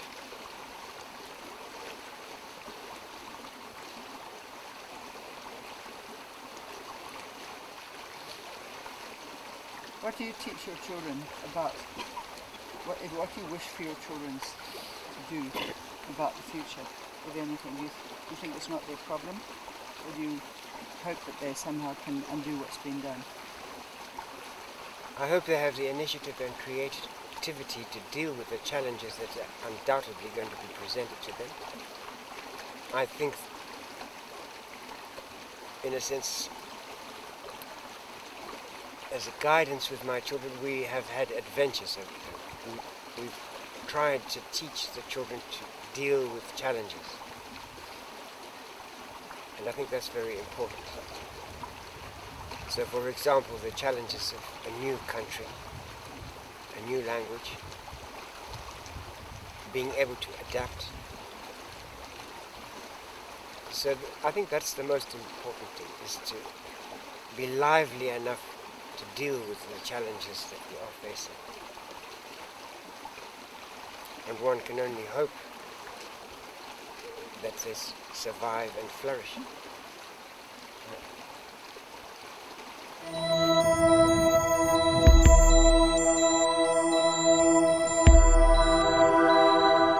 Why is the Ganges almost over? Because the glacier is melting 1,000 times faster than it was predicted to melt. So it's already gone in by about 5 kilometers. Now it's happened now in today's news. You have seen that the Alps have got no snow this year. If the Alps get no snow, Europe gets no water. So it's already upon us. So when we use language like, oh, in 2050 it's happened, nobody for a minute believes A, that they will die, but 2, that they will ever see 2050, strangely enough. Both these beliefs exist in our minds. So if we can say, we are already in the middle of the climate change, we're done, we're finished. It's not only the polar bears who are hanging about in little islands. We are hanging about little islands. If I get 7 million Bangladeshi refugees per year, because Bangladesh is going down, because it's a coastal area, then my life is already over. How can euro can fail today, the rupee tomorrow. How can I stop revolution in my country? How can I stop anything from happening if I'm absolutely inundated with refugees? So what are we talking about? The quality of life is already over. Now it's just life we're looking at. So if we would change our language and realize that we are where we are, right in the middle of it, then perhaps people might work with more urgency. Secondly, if we stop data collection for a little bit and just get on to action. 3, if we stop COP17, COP20, COP92 and just do it as countries, realizing that we are in the middle of a crisis and each country has to deal with it, whether legislation or force or persuasion or what, and call a moratorium, for God's sake, on population building. Instead of giving incentives to having a 5th child, as so many countries still do, and just say, okay, for the next 5 years, we will all not have children, and let's see what we can do with our resources then. I mean, we'll have to do something. The point is nobody's doing anything, because we all think it's still in the future. I mean, the day New Orleans died should have been a wake-up for everybody. The fact that Japan has let radioactive water swish about, and all of us are covering it up instead of noticing the huge amounts of fish that are washing up. If we notice the 400 black holes in the ocean caused by just urea, and the US and India being the highest urea users in the world, even that we haven't stopped. Now, in all our economies, methane is playing a biofuel part. There's an intention of every country to increase methane, not decrease it, so that it takes the place of carbon dioxide. Hello? Does that make any sense at all? I mean, India has a proper economic plan to increase methane use.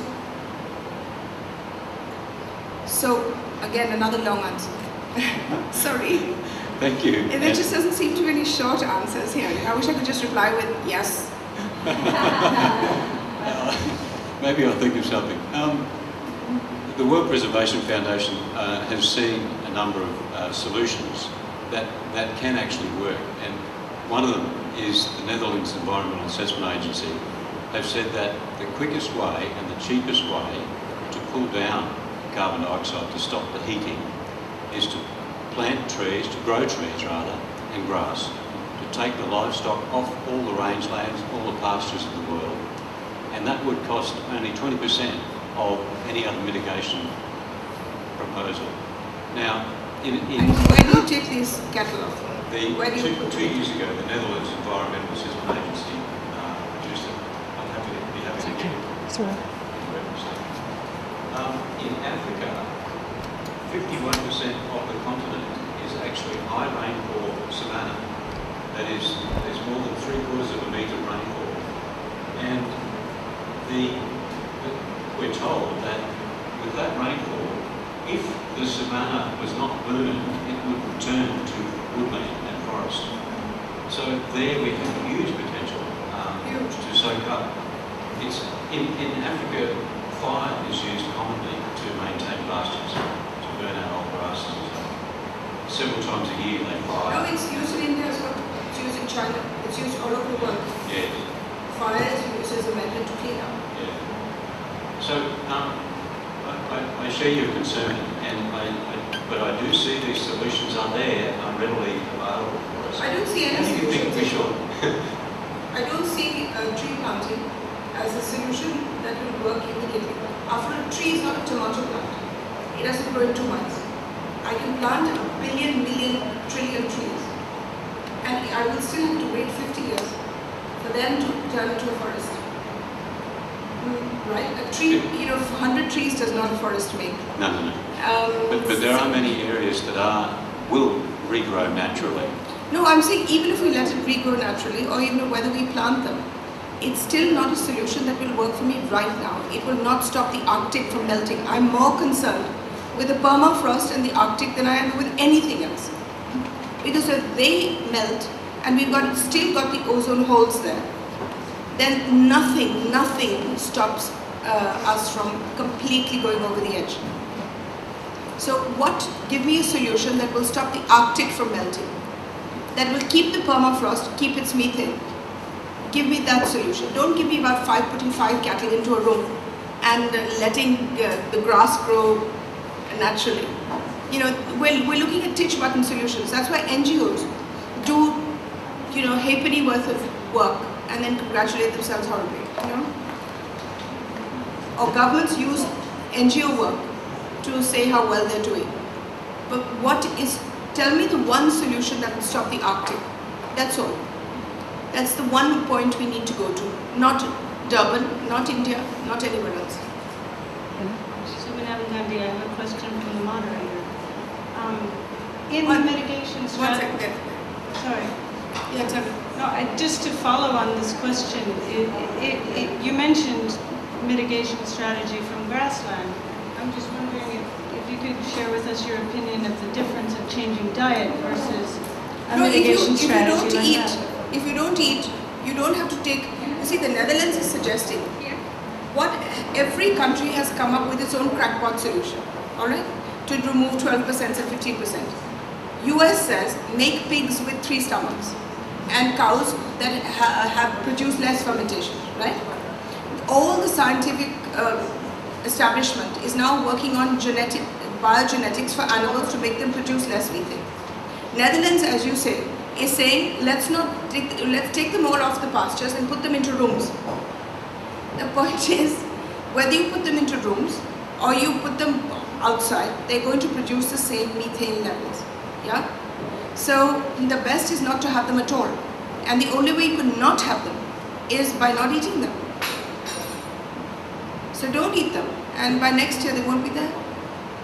And then you can have all the pastures you want. You can have all the regeneration you want.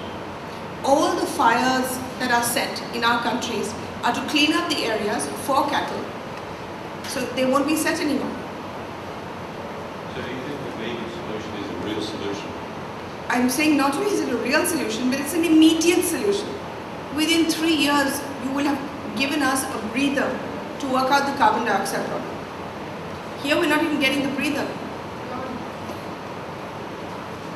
Yes, South Africa Broadcasting. There's a lot of even sort of people. My name's Judy Searle. I'm on assignment for 50/50 SABC TV2. There's a lot of people who in the main plenary discussions, the fact that methane is not on the table is really ridiculous. But even what is on the table, the fact that there is so much contesting of everything that is trying to prevent us from using a fossil fuel-based society, it doesn't make sense. There's a lot of people who've, as a result, come to think of it as like a conspiracy, that the government's actually working for the oil companies, and we're just fools who just go along with it, and we believe we have democracy because we get a vote once every 5 years. is there any other reason that you can think of why No, the absolutely. world would actually choose to actually, I mean, those people who are in there discussing nothing except money, surely they either don't believe it or there's some other agenda. Have you got any idea what it could be? And the second question is the sea. I'm really very worried about our situation in the sea. Can you just tell me what you would have told us if you'd had more time last night about the sea? Well, the first thing I'm going to tell you is that why are people quarreling inside COP? Because not a single one knows what they're saying. They're all career diplomats, career bureaucrats and career politicians, none of whom are scientists and none of whom have actually got any positions except country positions, which are that I will take home more than the other. If you look at the COP from 1 to 17, the same person hasn't attended the next COP, either the same minister nor the same bureaucrat. Most of them, like for instance in India, the person who's coming here was appointed last week. So hasn't got a position at all, except I won't do what my predecessor did.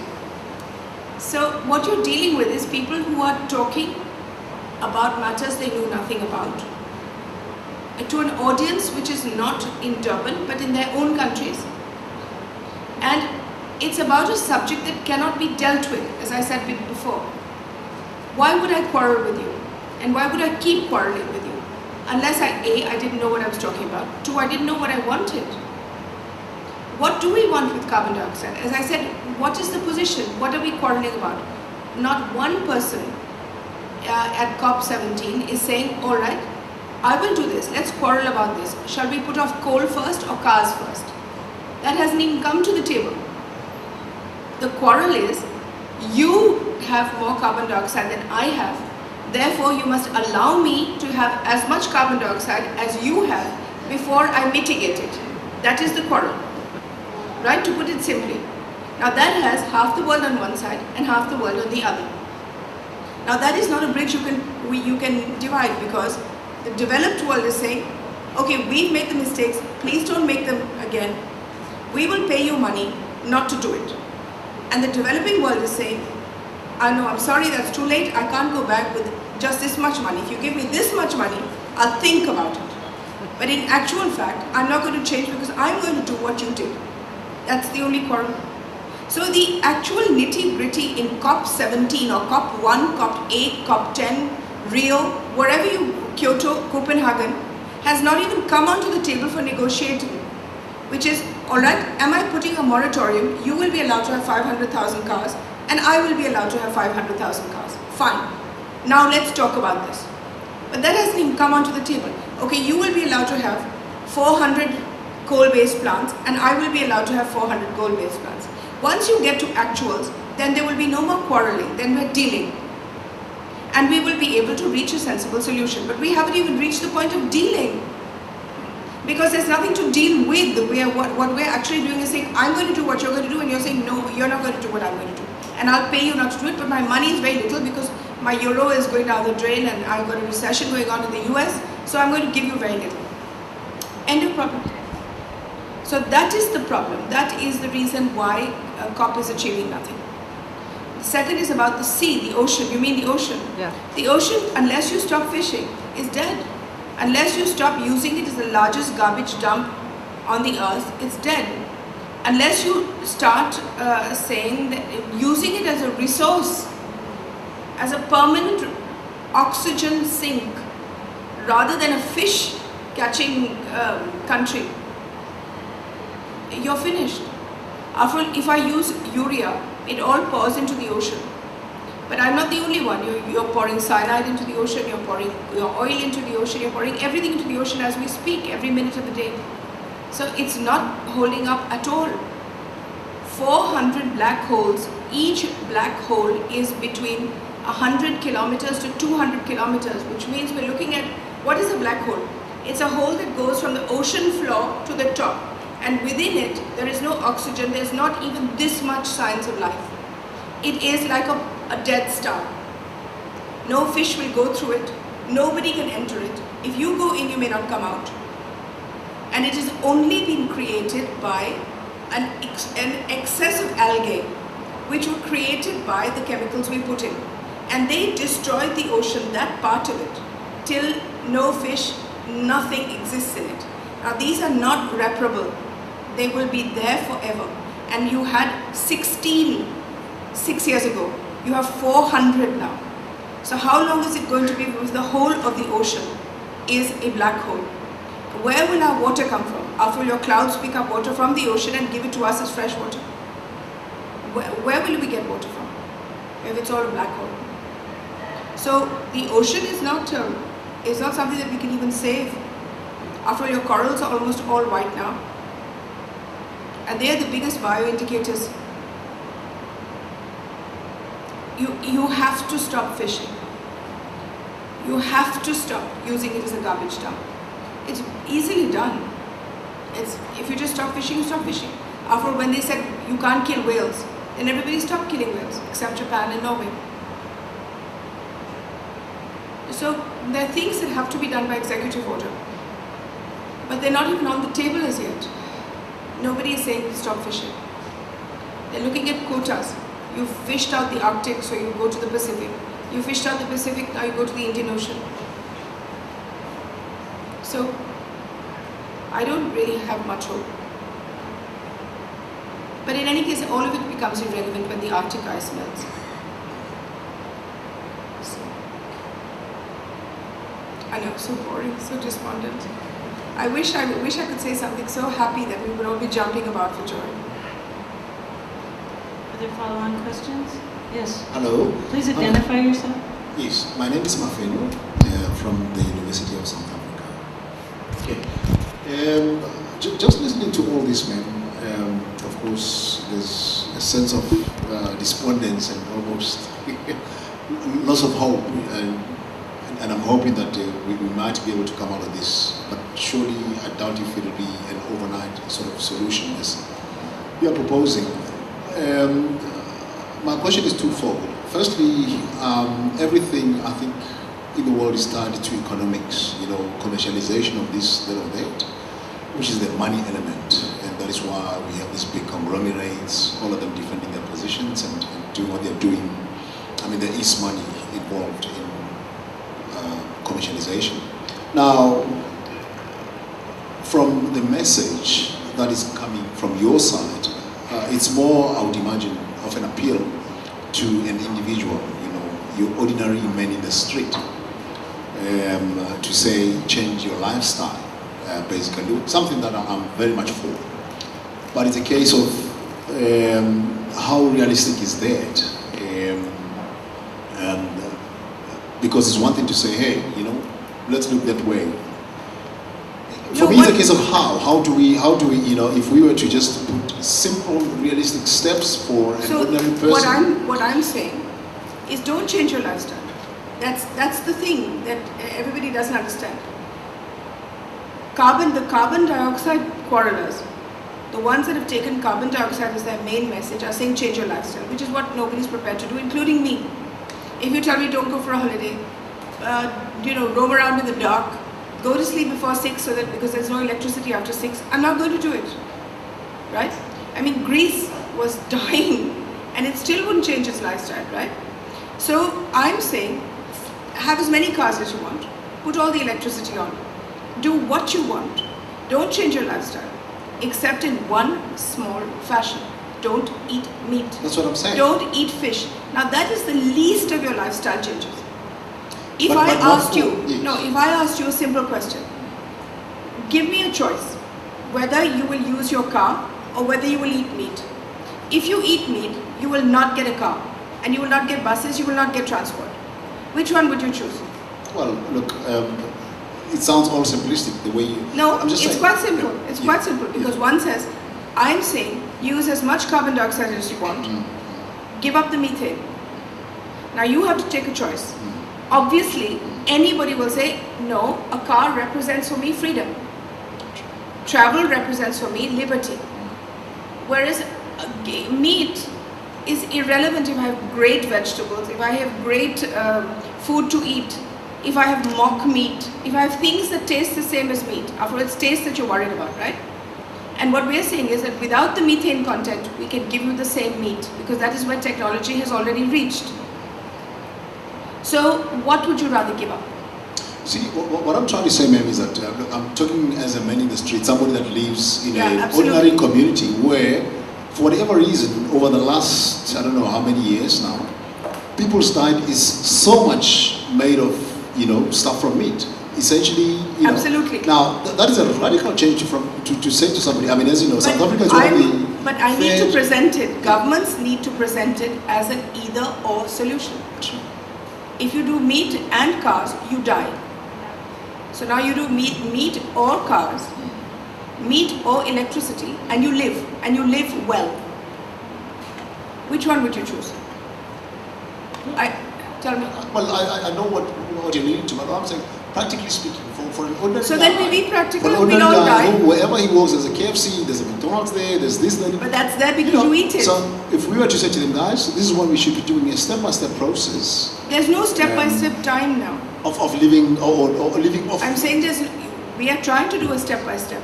We are saying, I'm not standing here with a stick and we are presenting to you delicious alternatives. We are presenting to you, after all, we are all as well dressed. We live just as well. There are no aging hippies here. We are all reasonably good in our professions. All we're saying is we do not believe in destroying the earth. And we believe that if you remove methane you can do well. That's all we're asking you to do, is to bring it onto the table.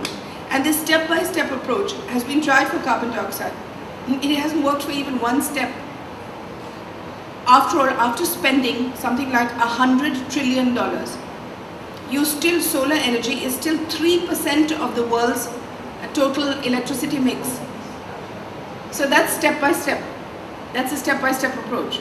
So no doubt by the time we all die, it will reach 5%. So what we're saying is governments now have to take a decision and say that no meat now. Why don't governments say no drugs, no cocaine? Some governments will at some point say no smoking, hopefully. So why don't they just say no meat? Or not no meat, I'm saying, no meat export. You want to eat meat, produce it yourself. You'll find half of the world can't produce it.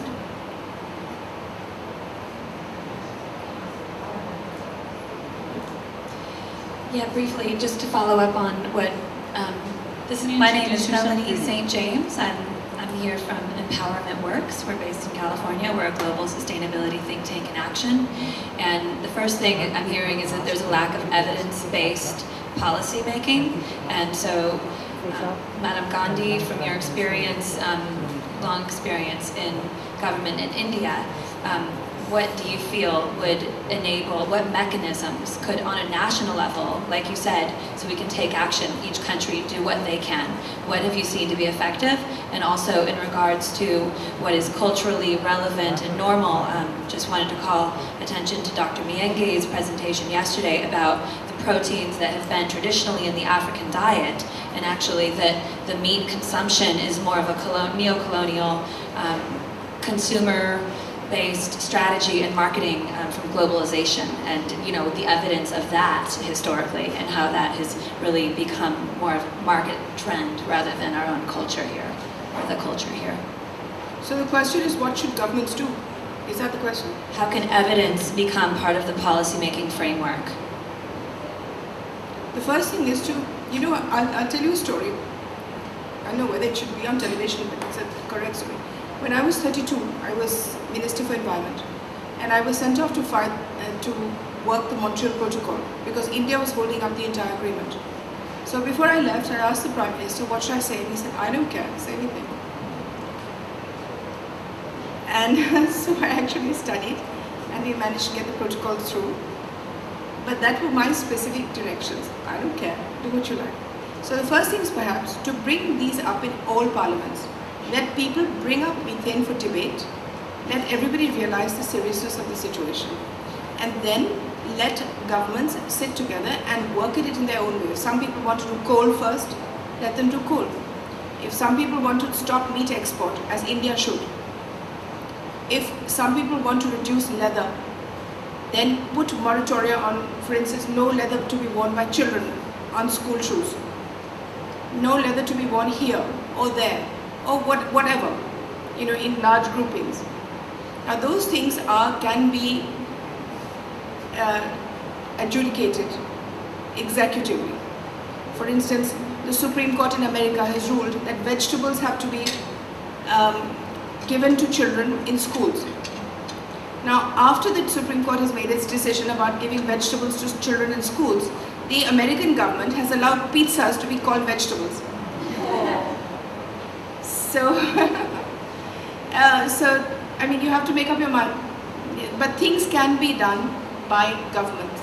And the rest is, of course, if one person stops eating meat, that's 15,000 less animals being born. So if each one says, okay, I'm not stopping it from today, then you make a huge difference, huge. If you instead say, oh no, I won't eat cattle from today, but I'll eat chickens, then you are creating a bigger crisis, because for every bit of chicken, you have to have 10 more chickens than you have to have a cow. And if cattle release, one cow releases 600 liters of methane, a chicken releases 250. So you actually at the same crisis. So you have to, each person has to now make up their mind for themselves. But yes, governments, I don't know how governments can do it. I know how the Indian government can do it. Bring it into parliament, let it be talked through, let decisions be made executively, and they will be followed.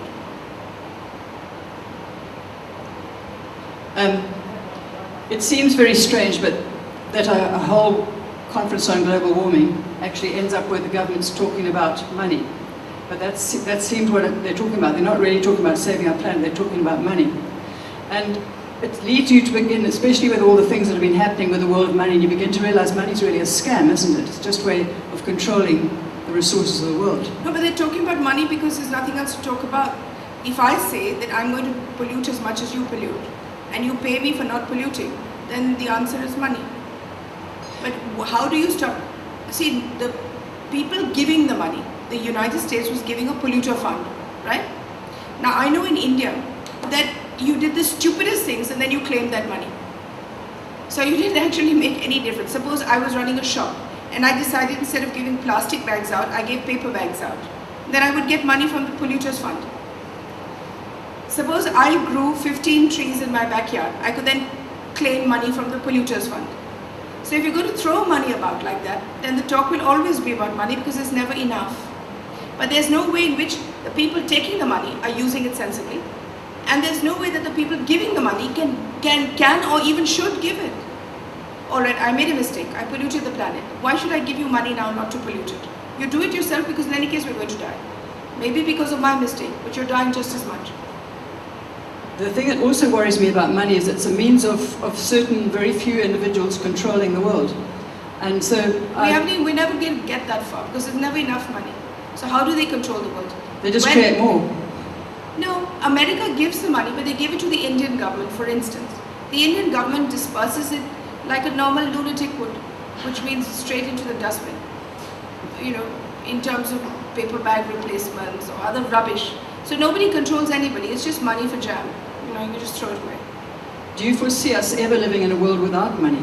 Because I think that's the solution. Because then it changes the power. I don't. I would be hard put to get up every morning and say, okay, how much does this cost that I can exchange for an egg or not? I'd have to reevaluate everything I owned. And it would open up huge exploitation of mines. It would lead to more wood cutting.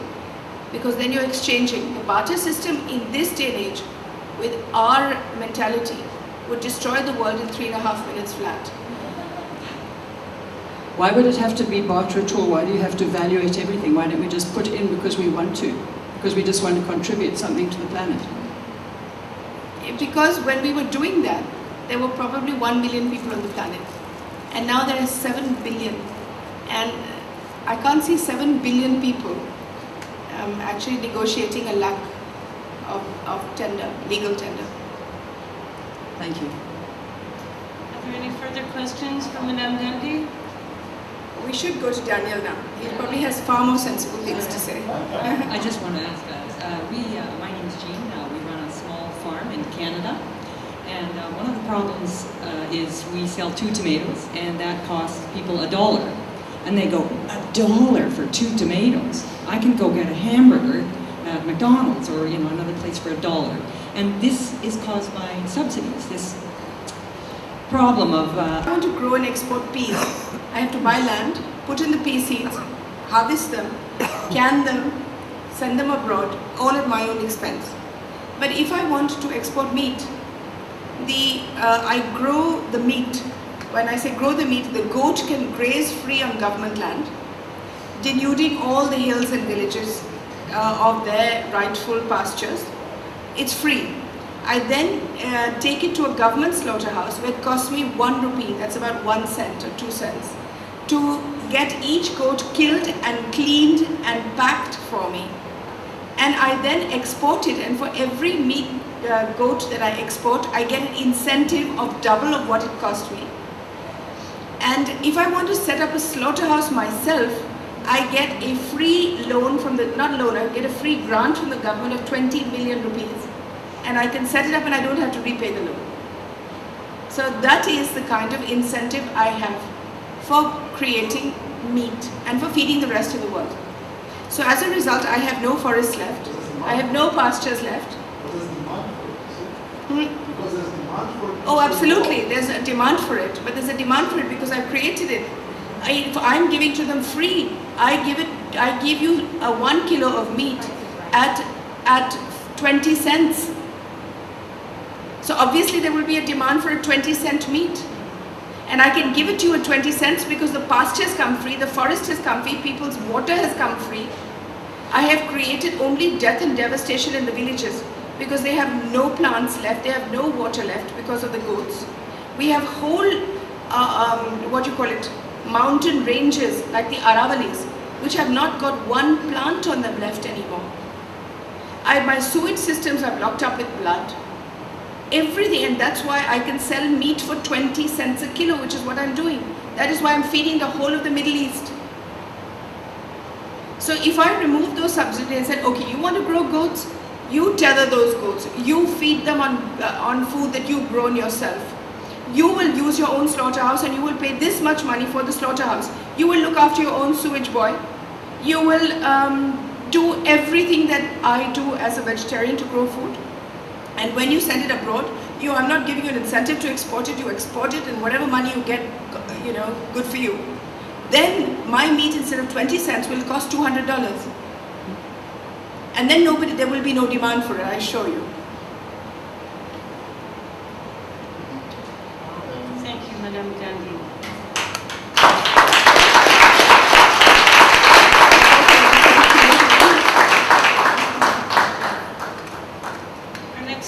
Dr. Daniel Maingi is a molecular biologist with a passion for conservation of both biodiversity and ecosystems. He is also a devoted vegan. Daniel has served in both public and private research organizations in Kenya and in the United States. Dr. Maingi works with numerous organizations to preserve natural habitats, to feed the hungry, and to help small farmers thrive through sustainable agricultural practices. We will take your questions after a few comments from Dr. Daniel Maingi.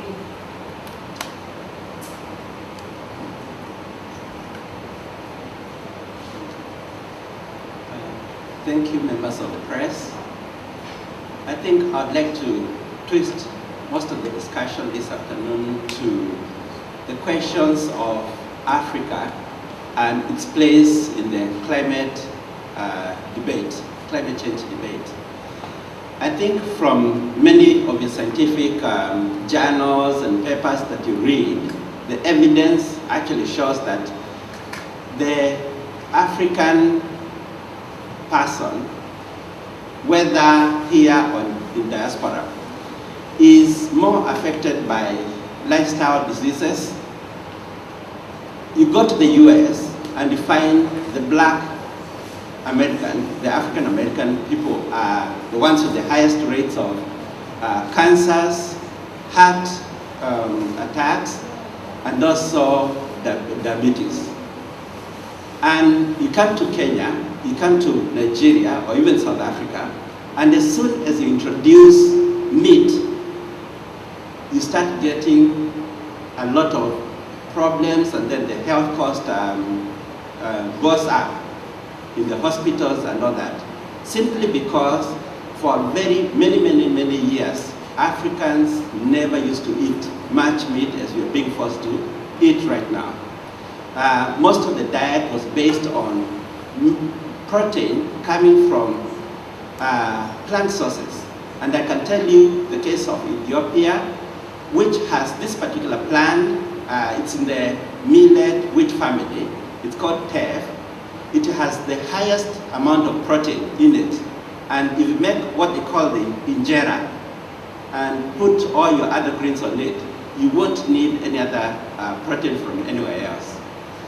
Now that we are in the stage of globalization and we need McDonald's, we need Kentucky Fried Chicken to come in so that we feel we have reached, then it has become very common that as soon as our income goes up a little, then it's a privilege to go and eat meat. And then you eat meat not once a week, but almost every day. And now you're at the stage where you're eating meat for breakfast, meat for lunch, and meat for dinner. Unfortunately, and this is my specialty, that's my area of training, your genetics don't allow that kind of situation. Your heart gets clogged and you're falling around like flies. And so what I'm saying is that really we in Africa, we should resist from the persuasions on the billboards that, oh, this slab of dripping meat looks so good and yummy. We should really get away from that and stay on what we used to do, and that is eat a variety of many things. And then I know there are so many negotiations, but there are others that are also related, where we have come to a point where US subsidies for their farmers in the USA are producing so much grain for their cattle. But then once their cattle are fed, they have still so much surplus and they're exporting it to Africa. And in Africa, we end up eating what the animals were supposed to be eating. In the GMO meat, GMO corn, that's what is being exported to Africa. Our World Food Program are exporting all that stuff. And why? Because we, back in the 70s and 60s, there was a revolution, the agricultural revolution, which is called the Green Revolution. And now we have come back around to the stage where we have a second green revolution that is being pushed by very prominent people. What is called the new revolution for a green, the new green revolution for Africa. Where again, and this is very true, we burn up a lot of the savannas, like our friend from the Preservation Foundation is saying. We burn up a lot of forests in order to be able to put plantations for corn and soya, and we feed back into the market for cheap grain that will feed the animals. But in the surplus, we feed the human beings. So let me call you back to the point. Climate change is really being fueled by our lifestyle changes.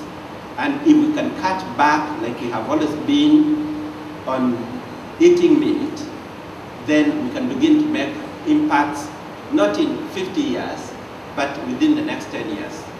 Within the next 10 months, depending on how many people leave it. So can we take questions for Dr. Wang?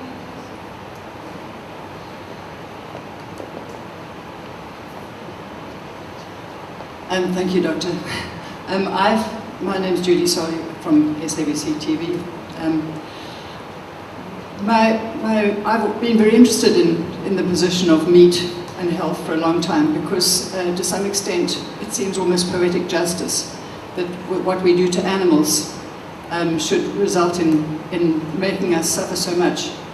And yet in Africa there's this statement, meat is meat and a man must eat, and that's become synonymous. It's considered male, especially I think now amongst the black males, I think particularly, but I think even amongst the South African males, it's meat is meat and a man must eat.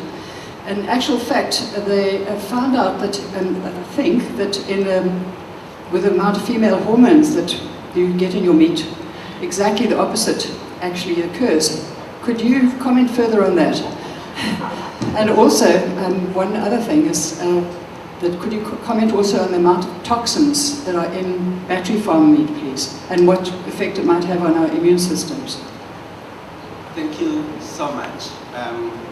I'm told there's a very popular song in South Africa that is talking about women who are very well endowed in their behinds.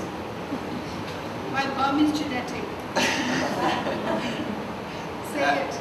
Yes, and unfortunately, I don't know why, but really we should address the question of what we are eating, what it's doing to ourselves, and stop confusing where our attractions are going. It can be good for a short time, but it's very bad for your heart. And talking about what's happening, whether it's the fast food that you're eating, or the chicken, or the meat, I began by talking about the African DNA, the African gene, being so responsive to input, and especially of the proteins that we're putting in. But it has a lot more to do with the hormones that are in the whole food system, which is suddenly unnatural for the African gene. And in particular, when you talk about chicken, my mother, who I have actually asked her to, and dissuaded her from growing broiler chicken. Her chicken gets to the market in 3 weeks. By the 5th week, it's too big and nobody will buy it. Whether you like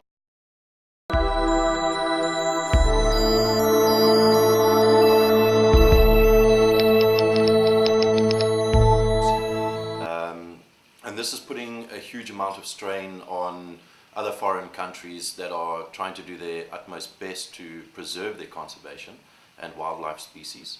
And this demand is being fueled by extremely wealthy organized crime syndicates, including individuals and gangs, which are fueling this multi-billion industry, annual industry on wildlife trafficking. And it puts a huge amount of strain on the countries that are prepared to fight it. They are taking responsibility and a serious look at this, and trying to fight this war, which is costing these countries, which are generally third world developing countries that have many of the different diversity of wildlife species, and they need to fund this and fund their law enforcement units, game reserves and vehicles. It's a huge expense on a monthly or yearly time period, and the governments need to become as involved as possible, as these are natural resources, which is a huge financial income for the country, which will help with employment, which will generally have a knock-on effect with other criminal activities, not only with wildlife. There's a number of other aspects that are all interlinked with these organized crime syndicates. And one of the biggest things I am personally finding as a struggle, which is becoming a bit of a problem, is the lack of support from certain governments around the world and their interaction, and collaboration between international governments and enforcing the laws. So there seems to be quite a lot of pressure coming from organizations. There's manpower, there's resources, there's financial funding available, and passion. And these companies and organizations are prepared to get involved and stop the wildlife trafficking in different countries all over the world. But unfortunately, you cannot just, as an organization, stop vehicles and check shipments that are coming into ports and harbors. So you need the support from the government and local law enforcement agencies in order to search and seize any articles that you may find. So at the moment, most organizations are gathering intelligence, working as closely with law enforcement agencies and local government agencies, passing on the information and hoping that they then act on it. So the organizations are basically acting as advisors to the government, but at the end of the day, it's unfortunately completely up to the government in what role they play in trying to curb this international anti-poaching. Would you go so far as to say that in actual fact the actions of government by forbidding the people who are prepared to search all those containers and monitor what's going out in the ships, but they need the backup from government, or they need that they would have some kind of authority? Do you think that we should? Do you think that maybe the governments are actually working on behalf of those groups who are actually trying to poach all these things? Yes, I think unfortunately, because of the financial gain, the amount of money that exchanges enhance, a lot of people are influenced into this, including government members. The guys that we entrust to do the searching at the customs, at the airports, at the harbors, they will definitely be influenced and enticed into conducting illegal activities, letting shipments in. And then there's also the diplomatic problem, where we have the immunity. Government members traveling internationally and claim to be a diplomat and have ease of access, so nobody stops them to search them, nobody confiscates anything, and they just have free flow of passage, basically from one country to another, which gives them a great opportunity to take advantage of smuggling wildlife or any other illegal products internationally. So basically, what are the things that can be done within this context when you've got a government who's working with the baddies, possibly? What can you do at all that could stem this terrible tide of extinction process? Yeah, that's something that everybody has to work together, very closely together, support each other. I think unfortunately there's always going to be that rotten apple in the bag that's going to also affect everybody else, or a lot more other people. It's definitely going to be a new approach. I'm not too sure exactly how to answer this question. What is going to be the best way to prevent this from continuing, because it is happening. But the visual policing, the gathering of intelligence, and just the basic general support from private organizations, NGOs, professionals in the industry who understand the current situation, and get the point across that we need to act now in order to stop all wildlife illegal activities, as these continue to have a knock-on effect on everything else that we do, and of our survival as humankind. So, if you were to be able to administer a truth drug, which I believe that does exist, which would compel people to tell the truth, or alternatively a lie detector test, which we use all the time routinely, and if people who were actually working as operatives for the bad boys, therefore were to reveal themselves without and realizing that they are, would that be of much help in your field? Absolutely. Interesting question. A couple of years ago, a lot of private sector game reserves, and including national parks, I believe, started using these lie detector tests. Basically, as you conduct an interview for a new staff member to join your team, they will undergo a lie detector test. And what this test will give to us is basically we will have an understanding of if this person is trustworthy. Has this person ever been involved in any illegal activity, specifically with wildlife poaching? Have they ever supported it? Do they know anybody who is directly involved? Do they know any members on the park? So yes, I think that this can help. It can. It's intelligence. So basically, it gives us a bit of a pre-warning before we start signing contracts and offering people permanent positions that will have the opportunity to be around these endangered wildlife species on a daily basis and have access to very sensitive and personal information about the whereabouts of the wildlife.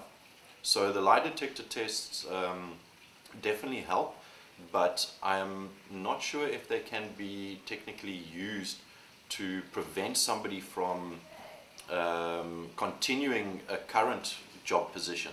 So if you were to conduct a lie detector test with a current employee, I do not think that you could use that in the court of law, depending on what answers, what information you got back from the results of the test. Well, that's one thing that we could change. We could change the legislation that says that lie detector tests are not a reason for dismissal or for non-hiring. Yes. That would certainly help, wouldn't it? Absolutely. Yes. The thing that it seems very much is that you've got a lot of money on the side that are bent on getting rid of all the species, and you've got not sufficient money, or you have got some money, but you have got a lot of hands being tied behind the back of those people who want to spend money on saving the ecosystems and the wildlife. Correct. There's a huge amount of money involved, especially from, should we say, the bad side, the organized criminal syndicates. They have access to billions of US dollars, and we are trying to fight this fight, which is costing us, the state, the government, and the private sector, huge amounts of money to try and counter this poaching. So the organized crime units definitely have an upper hand, and we need to work more closer together and collaborate in order to have these funds become more effective. A lot of private agencies are also trying to claim a status. So if they are to make an arrest of a rhino poacher, it looks very good for their organization and they get the claim to fame. So I think one of the major aspects that we can do to conserve wildlife and to prevent and try to control wildlife trafficking needs to start internationally from the east, and we need to work closer with the governments. We need more and more support from our local government agencies, including the international ones. And then what we need to do is also continue, as we are currently doing, is with education in these countries, because they do not have the same wildlife species we have. So they do not have a great understanding of the necessity of these animals and why they are so important. So from a government perspective, collaboration, interaction between international governments, support from the educational side of it, and more resources within South Africa. So with laws, we need to strengthen as many political laws as possible to have lengthier sentences. If we could have a minimum of a 20-year sentence, depending on the crime of the activity of the wildlife poaching, I think that this will act as a very good deterrent to future poachers and organized crime units, that the government of South Africa is taking a responsible and a very direct action against illegal wildlife activities. There are a number of other resources that we could use in order to counter the poaching that we lack in. Most of the time it's very huge, vast areas that we are trying to patrol in with wilderness areas, so virtually zero access by vehicle, or everything is only accessible by foot. So operating with light aircraft, fixed wing airplanes and helicopters would help amazingly towards countering poaching and covering huge spaces of land in a short period of time, which could save on a lot of financial resources and funding. What about operating at night? Is that difficult? Operating at night is extremely difficult. We do not fly the helicopters at night because we have electrical wiring coming across the reserves from Eskom.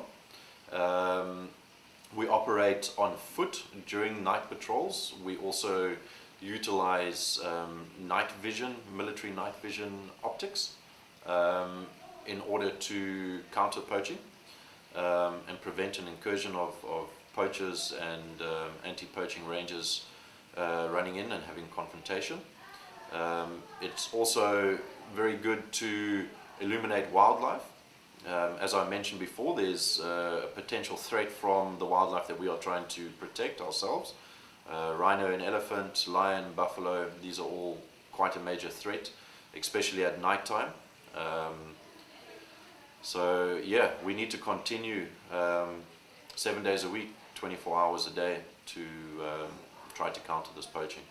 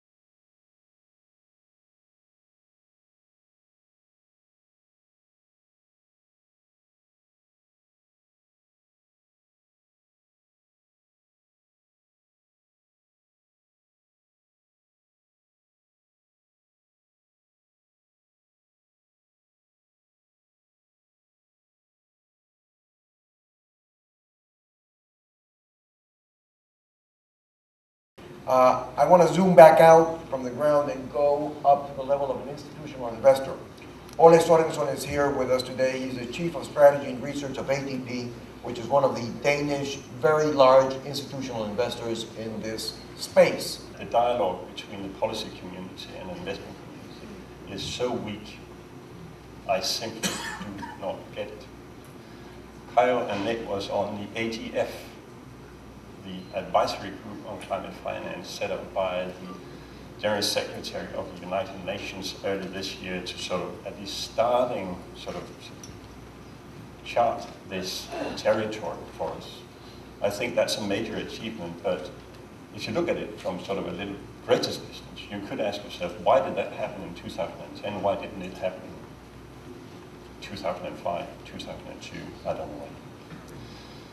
We need strong policy commitments. That will be the key message you will hear from any institutional investor around the world. We need clear and sustainable long-term policy commitments. Because if we do not have this kind of commitment, institutional investors cannot do what they're supposed to do as investors. They cannot engage with companies on their climate development or climate strategies.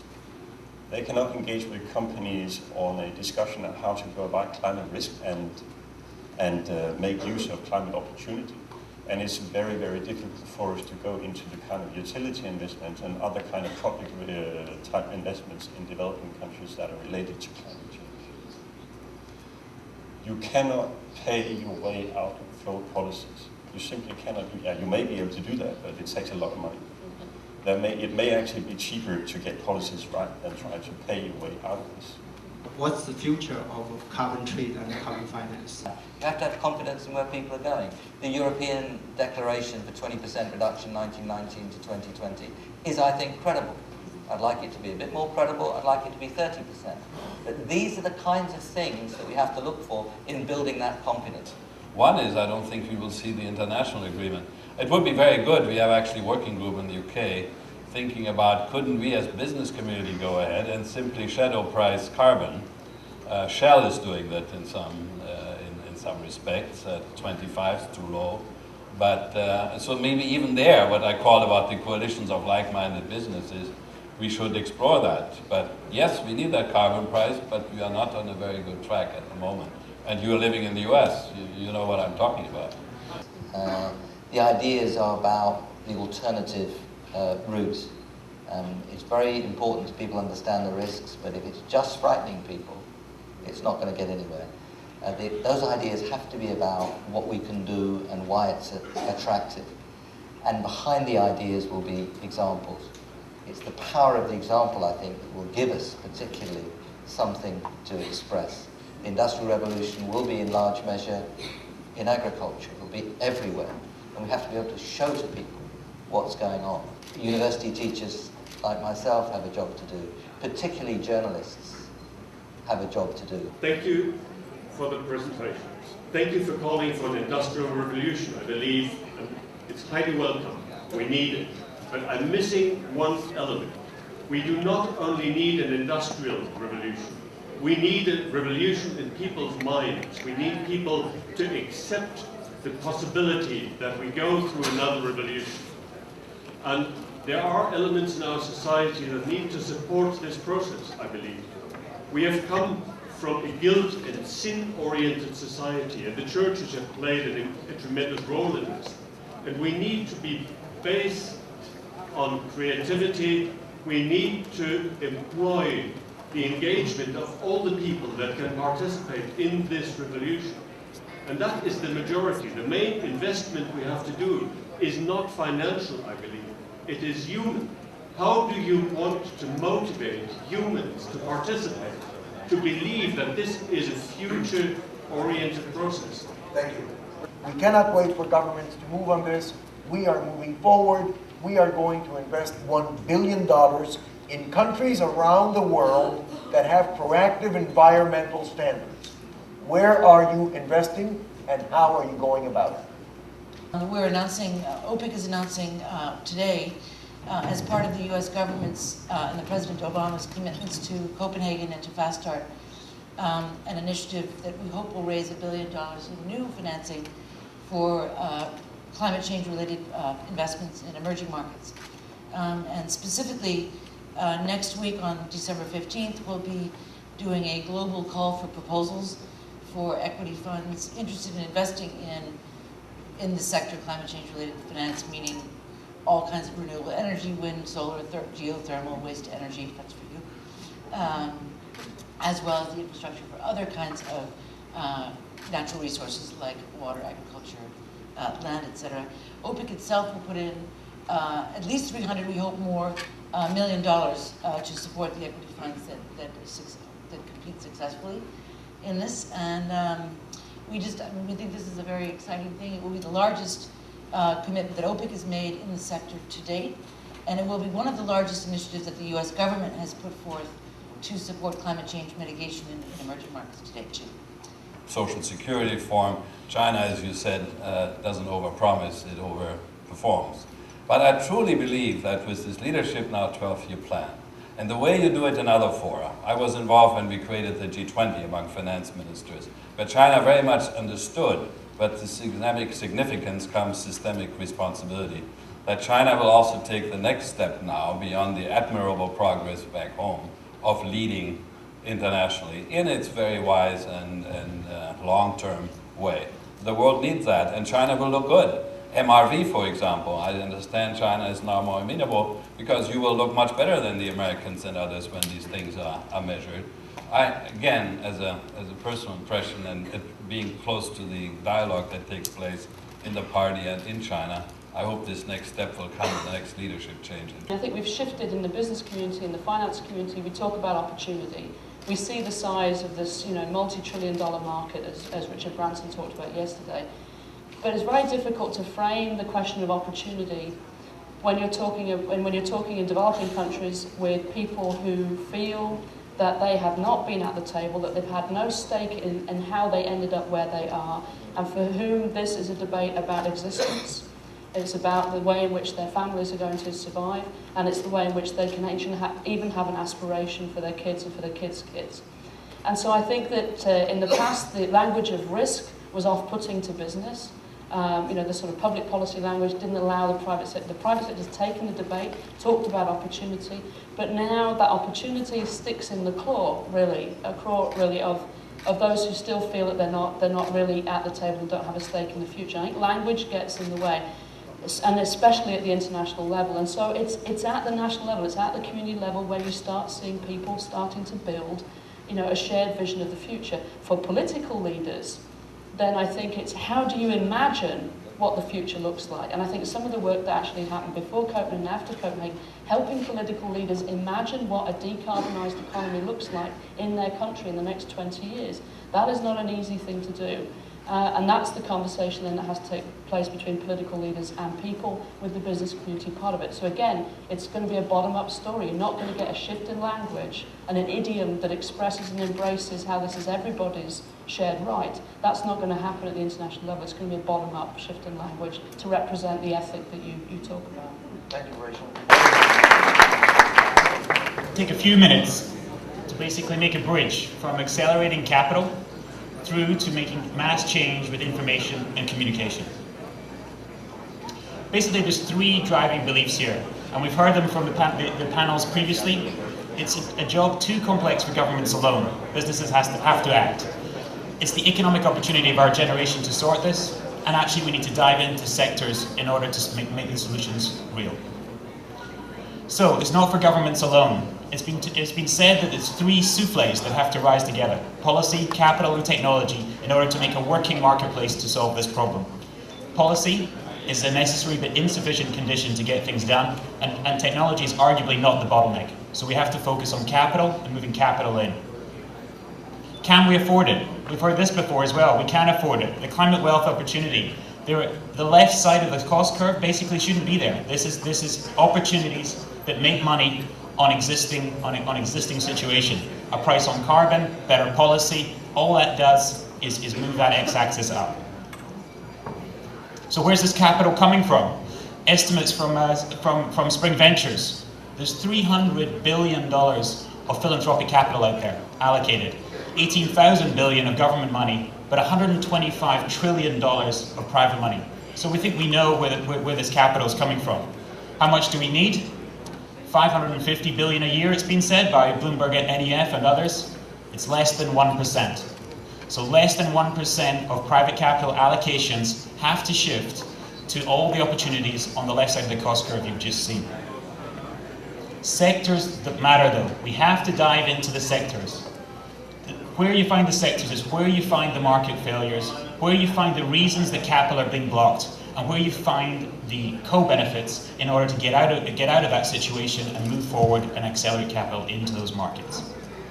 So take shipping, and that's a preview of our announcement that will actually be coming in full tomorrow at COP, but we wanted to preview to the delegates here and some of you who may not be joining us in the halls tomorrow.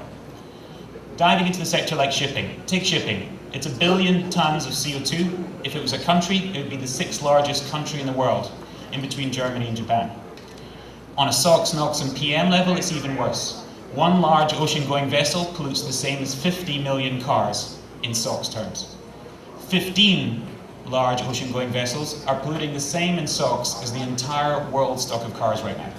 This is a sector that can get better. Even though it's the most efficient form of transport for goods, it can get better. And luckily, it can get better economically too.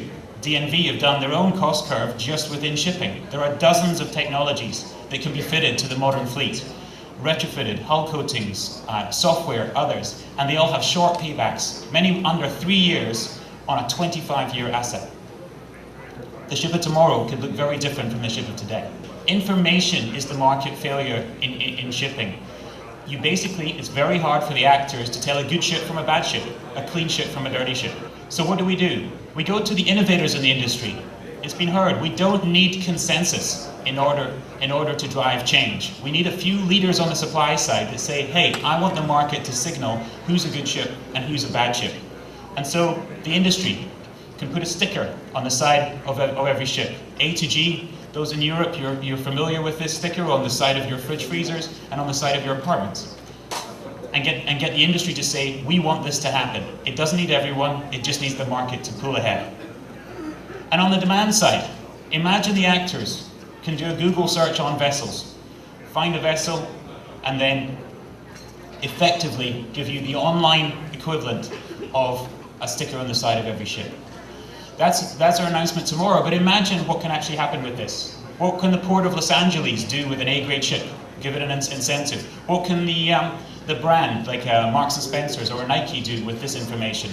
And what can an innovative ship owner like Maersk do, displaying their wares against their competitors? This is a huge opportunity for the market to solve climate change. So, the key point is, this can be done. Businesses must step up and take responsibility. This is the economic opportunity of our generation, and we can't afford it. And sectors matter. We have to dive in. We've got to find out what the market failures are by sector, pull the industry along. The industry doesn't have to act in consensus. Innovators can lead, and that's where we'll find the co-benefits, and that's how we'll solve it. Only having brought a lot of light to the issue, but also having addressed it in a very positive tone, that we need to address this with respect to the language change that we need to implement to win hearts and minds. At the end of the day, there is no planet B. We may go through life with a plan A and a plan B and a plan C, but there is no planet B. This is the one, and we make a difference. Thank you so much and good morning.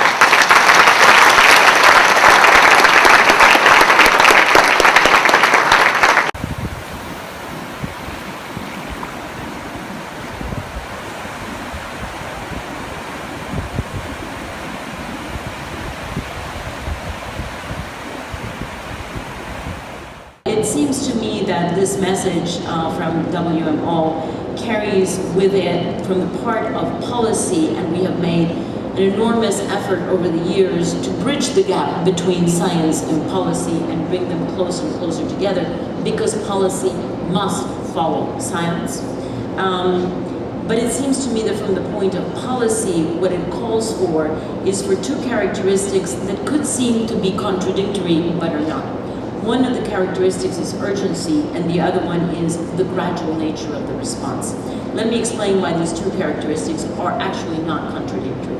The urgency comes from the data that we have just seen, and the urgency is actually to get, as soon as possible, hopefully within this decade, within the next 10 years, to the turning point or the tipping point of where globally, not just in one country, but globally, we would be able to get to global peaking. That means to the maximum level of greenhouse gas emissions per year, and then begin a rapid descent. So the urgency of action, the urgency of getting to the tipping point, I think has been loudly called for by the data that has just been shared. But the other characteristic that must also be understood, and that does not contradict the urgency, is the gradual nature of the decarbonization process. So even when we are able to get to that tipping point, to that inflection point in which we would get to the maximum level of greenhouse gas emissions, then it will also take a certain period of time to be able to decarbonize the development pathways, in particular developing countries, because they are the ones that are going to have most of the growth in population, most of the growth in energy demand. So it will take time.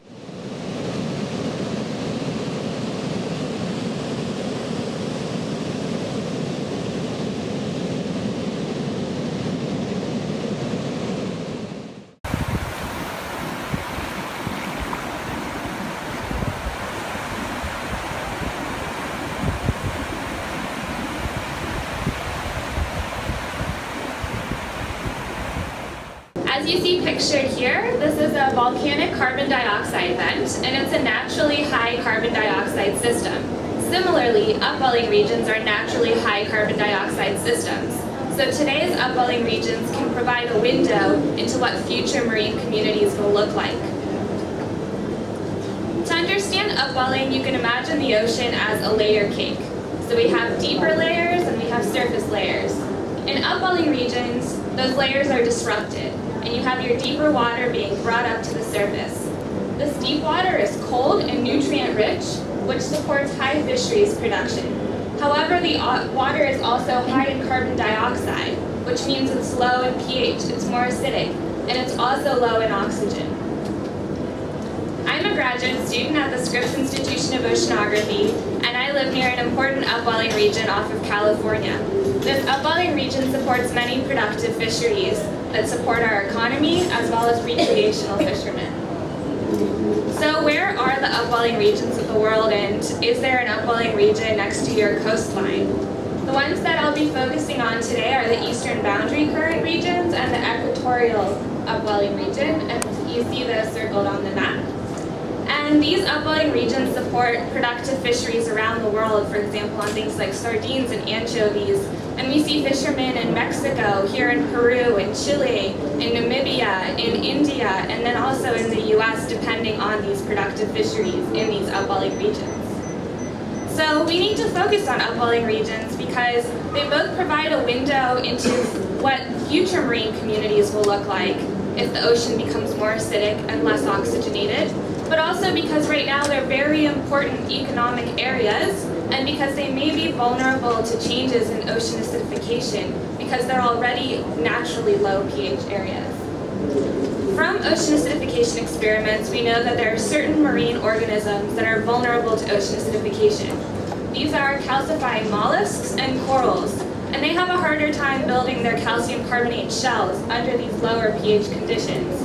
In modern-day upwelling ecosystems, we do see calcifying mollusks such as oysters and mussels. However, reef-building corals are found in very few upwelling systems today.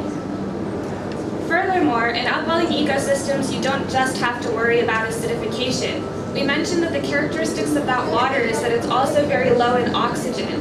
And this is important because some of the groups that we've seen in studies to be more resistant to low pH conditions, so not as vulnerable to ocean acidification, are the same groups that are very vulnerable to low oxygen. And so in these conditions, fish and crustaceans will be impacted by both stressors, the low oxygen and the low pH. For my PhD, I'm interested in these multi-stressor effects on bottom communities. And And particularly I'm interested in how pH change and oxygen change and temperature change affect bottom fish communities off of California. Although we've talked about how upwelling areas are naturally high carbon dioxide, more acidic areas, they're not immune to the effects of ocean acidification. And in fact, ocean acidification has been observed in multiple upwelling areas.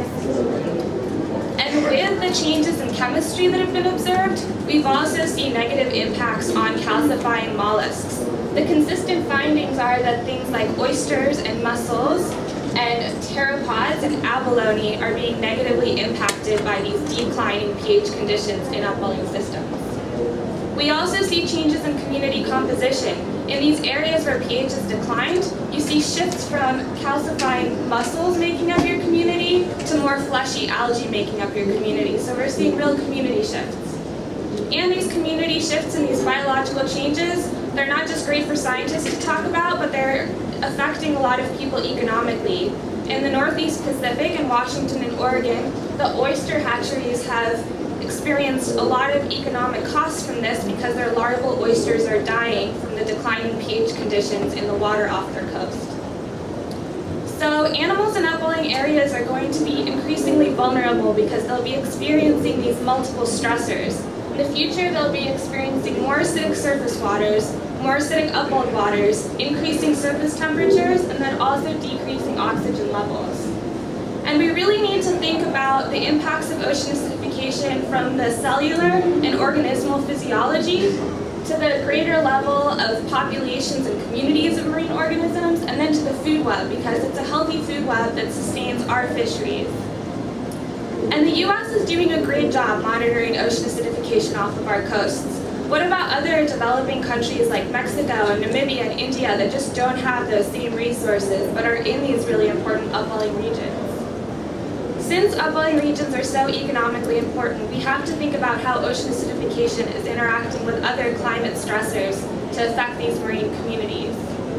And I leave you with this take-home message that some of our most productive fishing areas may be the ones most vulnerable to the impacts of ocean acidification.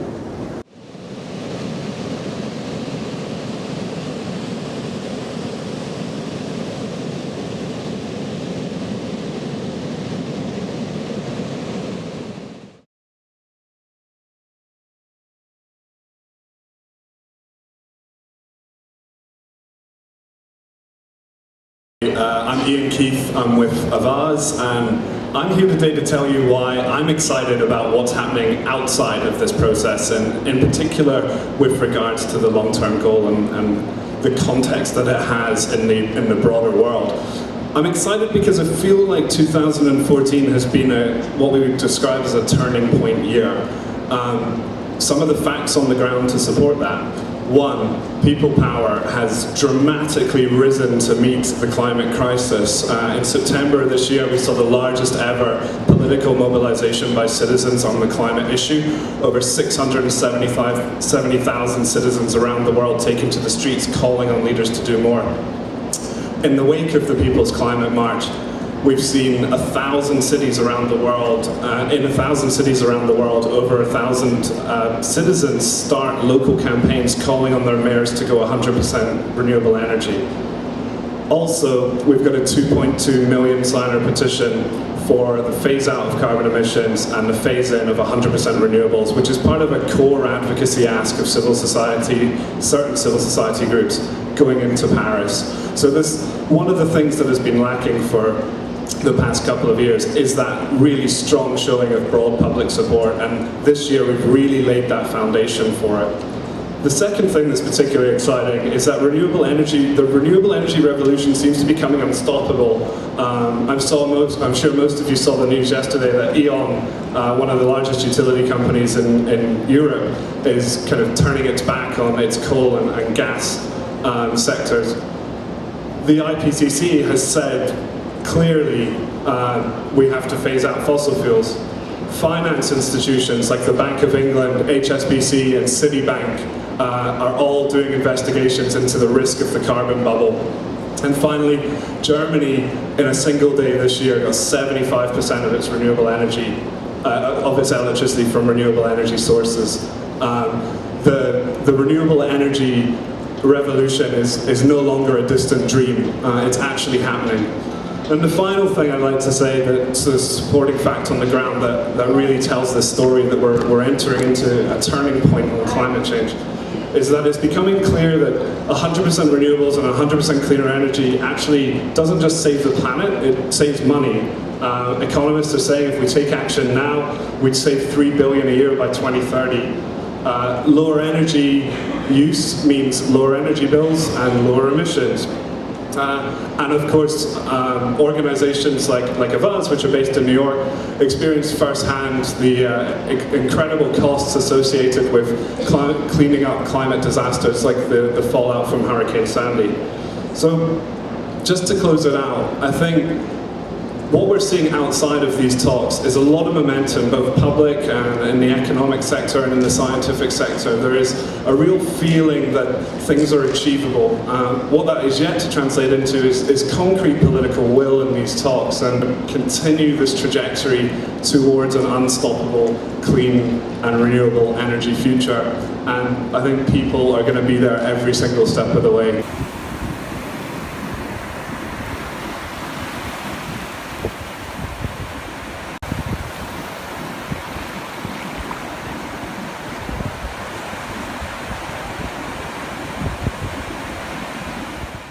So I want to start out reminding ourselves about the orbiting satellite fleet that NASA has to study the Earth, and in particular some of the things that are relevant to studies of atmospheric carbon. This represents NASA's research satellites, so it doesn't include the satellites of our operational partners in the US or our international partners.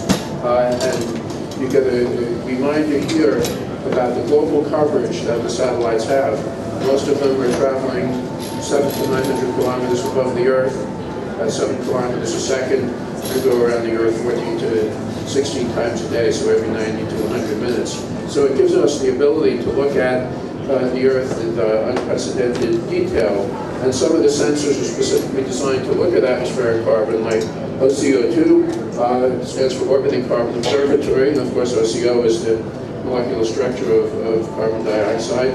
And then you'll get some other satellites that will also provide information. The Aqua satellite has the Earth's instrument that measures carbon monoxide and carbon dioxide. But OCO2 was a new satellite that was just launched this summer, specifically focusing on carbon dioxide. And of course, a lot of the satellites look at the Earth's surface, so we can obtain information about the vegetation, both terrestrial vegetation and the phytoplankton in the ocean that are responsible for the emission and uptake of CO2. And when we look at the land surface properties, one can understand where the sources of methane are. So we have the ability to relate what's going on in the atmosphere to what's taking place on the surface of the Earth. So, and I'll try to say specifically about some of the kinds of things that we're looking at and the sensors that help us do them. The next imagery shows the Earth's biosphere. This uses 7 years of sequence data, and you've got both the terrestrial biosphere, which is the sort of the green to brown, and then you've got the green biosphere, which is the blue to red. So it's very quickly going through a year here, so you can see the seasonal cycle.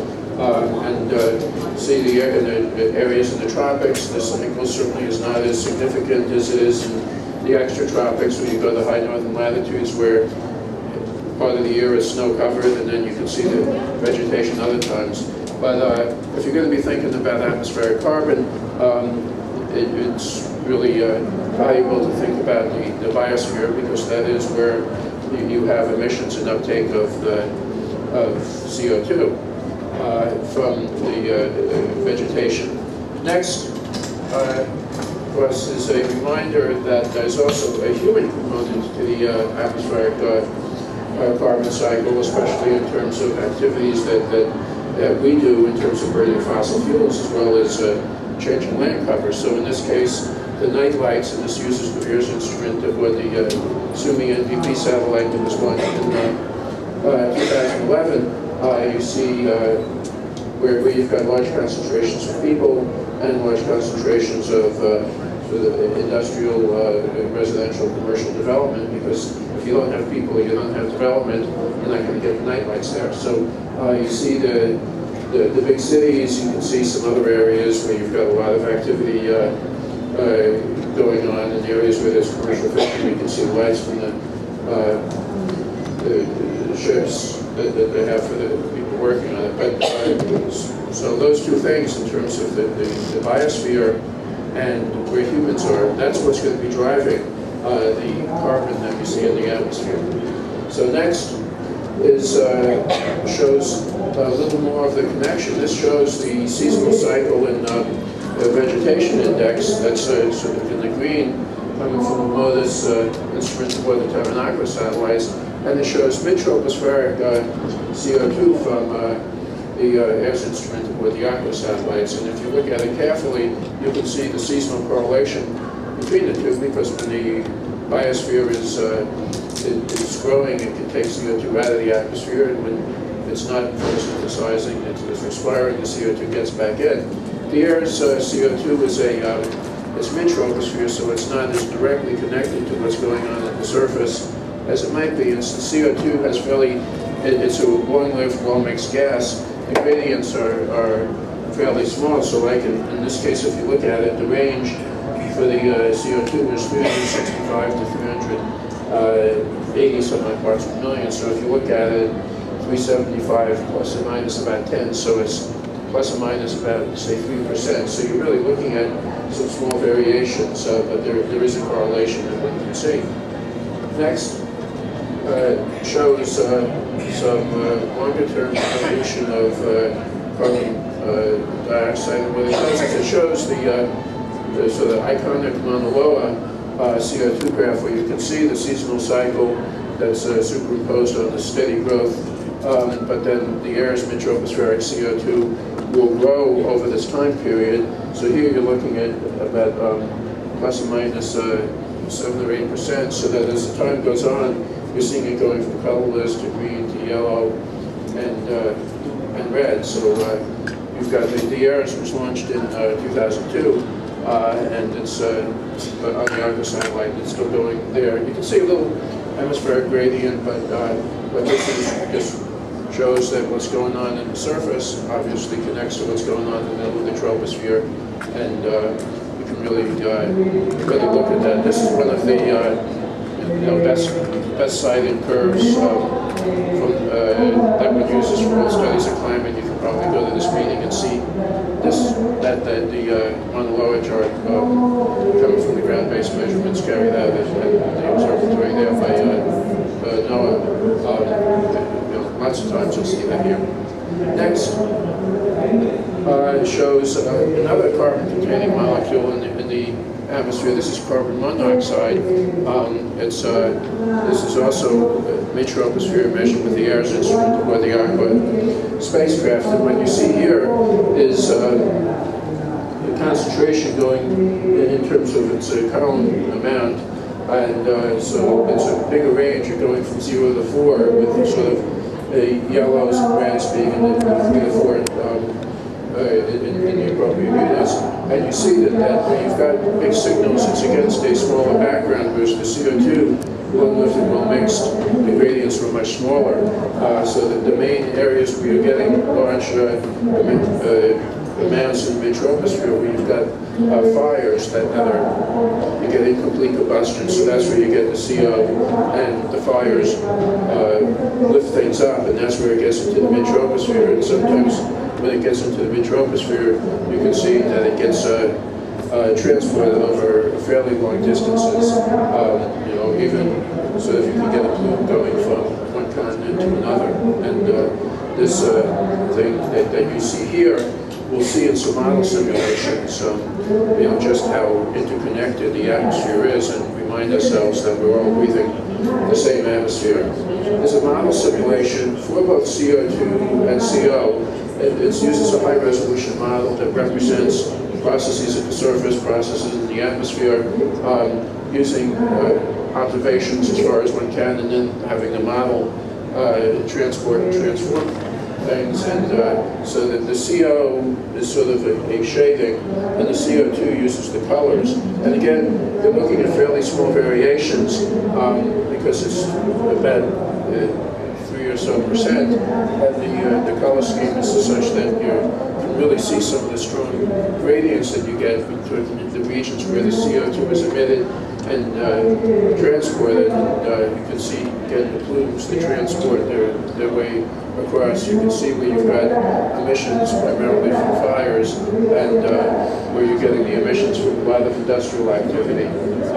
So you do see with this kind of color scheme, the interhemispheric gradient is clearer, and then the CO is a little bit harder to see, but CO especially is a product of the incomplete combustion comes from the fire. So we're now at the stage where we're getting to do the models with a high enough resolution that we can really look at some of the structures that are there in the atmosphere, and we work hard to try to find ways to relate the observations to the models. So at NASA, we can use the observations for initializing models to help represent the processes in the models for quantitative evaluation, where we actually have observations to compare with models. We do that, and in some cases to produce reanalyses of assimilated data sets. Another model, simulation, high-resolution model, and this shows some of the atmospheric aerosols, as well as shows where fires are, because fires are responsible for putting particles into the atmosphere and putting trace gases like the carbon dioxide and carbon monoxide that one said. And then you can also get carbon-containing particulates in the atmosphere, primarily from the areas where you've got a lot of burning. But the aerosols are different kinds. So orange is the minimal desert dust that blows off the large deserts. Blue, that you'll see more in the southern hemisphere, is sea salt. White represents the sulfate aerosols, that especially comes from burning of coal. And then the green represents black carbon, organic carbon that comes from areas of biomass burning or other fires, and then you get the sense of the fires where they are here. So other times when we're thinking about the carbon in the atmosphere, we think about the gas phase carbon, CO2, and carbon monoxide, and also methane, but then you've also got particulate carbon, and that can have climatic effects as well.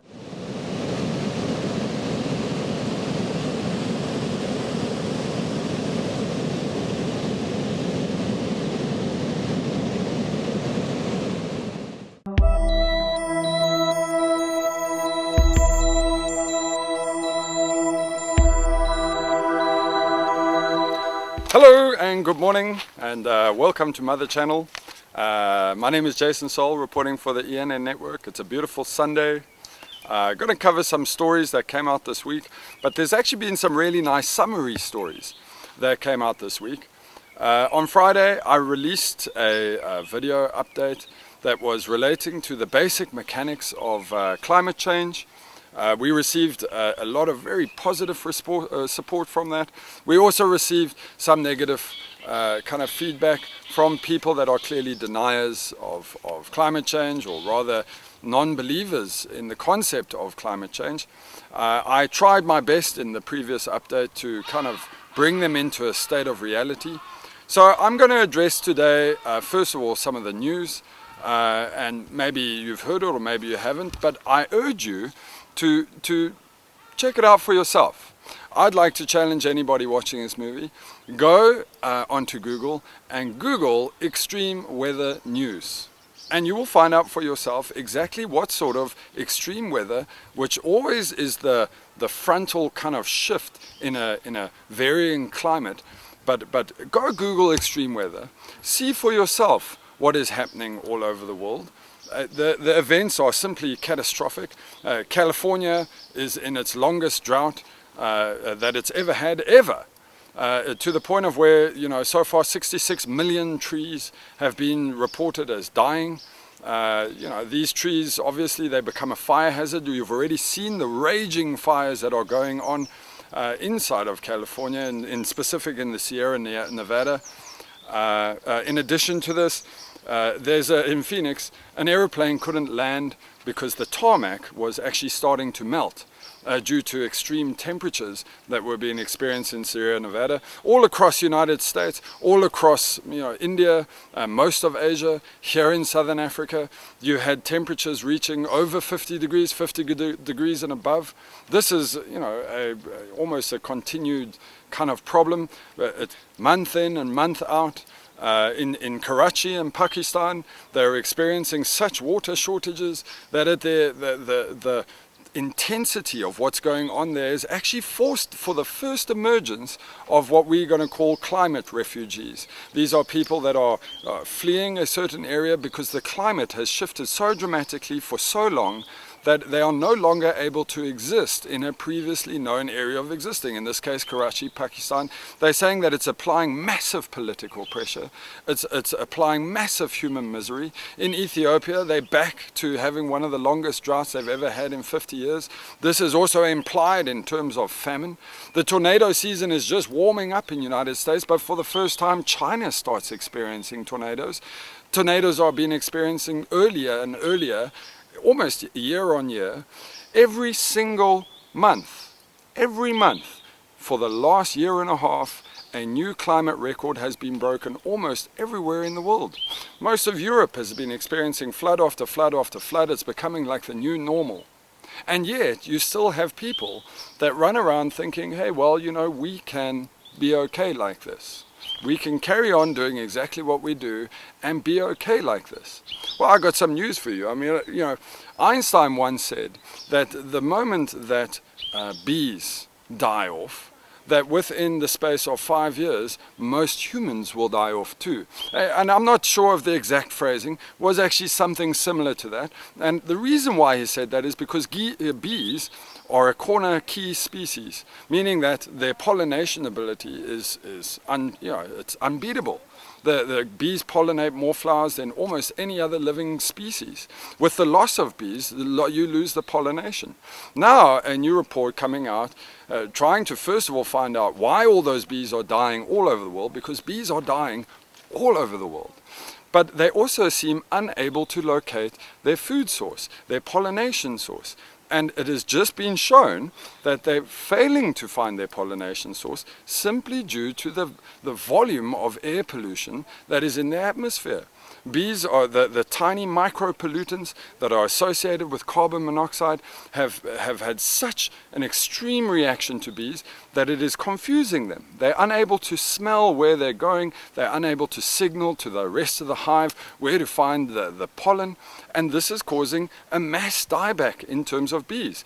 On top of this, then you have the added kind of negative that comes from Monsanto's drive towards nicotine-based kind of fertilizer, nicotine-based pest control, and the impact that it's had on bees. In many countries around the world, it's been made illegal, so you're no longer allowed to use nicotine-based kind of pesticides on crops. But still, the impact that it had on the bees as a species is dramatic and huge. Now, mussels, which is a common kind of food dish that people have from all over the world, it has now just been shown that due to the increasing acidity of the water, due to the increasing temperature of the water, that mussels will likely be off the menu of the world within 85 years. Now, that may seem like a long period of time, but understand, it doesn't, you have mussels every single day up until 85 years, in which case they dramatically fall off. It is a slow deterioration of mussels all around the world until you get to the point that it is no longer commercially viable to actually harvest mussels for the table because it's just too expensive. So I want you to consider something now. If you look at it, you've got all of these extreme kind of events that are happening. But you're not hearing about it on any other channel. I mean, you hear about it on my channel, but you're not hearing about it on any other channel. You hear every now and then, hey, there was a flood there, or hey, there's a raging wildfire there. But the fact is that something is happening. Now, it just happens that it corresponds with an increase in global temperatures. News reports that came out saying that we're no longer able to keep the global temperature between 1.5 to 2 degrees. This is serious news. It's serious. but it was never reported anywhere else. It's basically reported here and to those scientists that actually took the time to go ahead and read it. And so I wondered to myself, why? Like, why is it that it's not covered? What is the problem here? And then I remember a couple of words that my producer doesn't really want me to talk about, but I think I'm going to just use it anyway. And that is that a lot of people seem to think one of three things. First of all, that climate change is somehow a hoax. That climate change was some kind of fraud perpetuated by Al Gore. And third, that climate change is some kind of means of taxing the population. It's a means of further redistributing wealth, your wealth, to the rest of the population. And so, I want to be honest with you, there's only one real fraud or hoax going on here. And that is the fraud that we still believe we can keep polluting. We can keep running around with oil-based and carbon-based kind of fuel sources and keep polluting, and it's going to have zero effect. And if you consider it, when you watch anything, you know, whether it's Al Jazeera or whether it's CNN or anything else for that matter, you're not going to get told that, hey, you know, what you're doing here, this big industry that's worth multi-billions and trillions of dollars, these Saudi princes that drive around merely because they found oil below the ground, do you honestly think they are going to allow national mainstream media to report on the fact that their product, their wealth is derived from the destruction of your environmental future?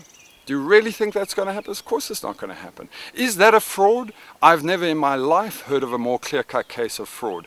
Is it a hoax? It is a hoax for us to believe that we can actually carry on doing this.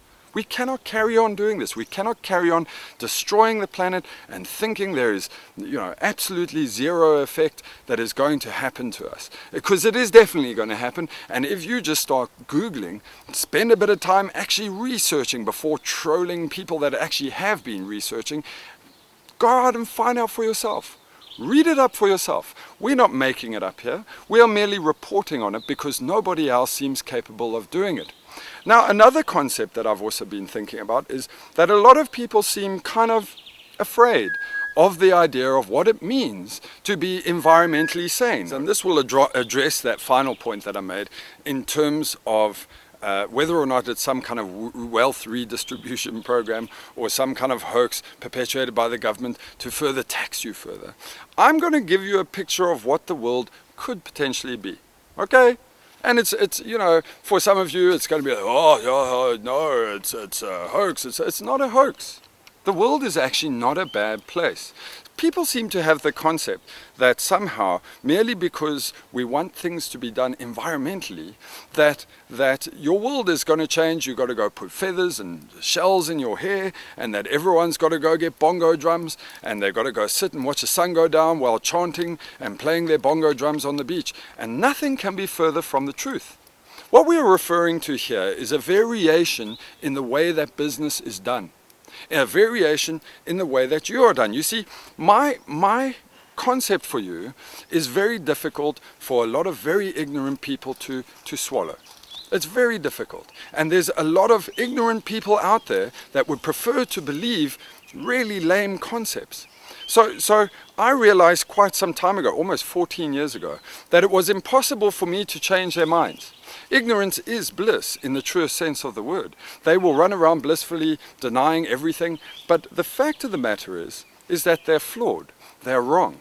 And I don't have to change their mind, and neither do you when you talk to them. The reality of what we're trying to do here is about changing the environment around people and not trying to change the person. And what does that mean? It means this. Let's evaluate business based upon the actual result set of that business.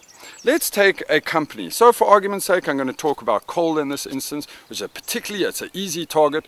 So you've got a guy, he's got a coal mine, or he's gone and found a source where coal maybe can be found, okay?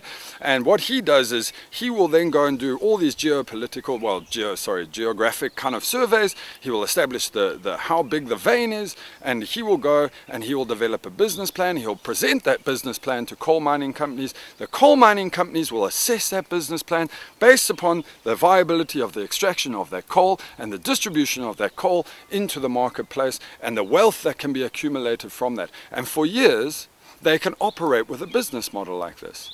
Is it such a bad, crazy shift of idea? Is it so scary that we expect that a company that's primary business is polluting our atmosphere to have some kind of impact for polluting the atmosphere, for correcting the atmosphere? And as I said to somebody this morning, I said, you know what, it's not about another rubbish tax, that the government's just going to tax you and they're going to take money from these companies and nothing ever happens from it. The government will just put that tax money into their coffers and they'll sit back and give each other raises and have a nice day. It cannot be in that model.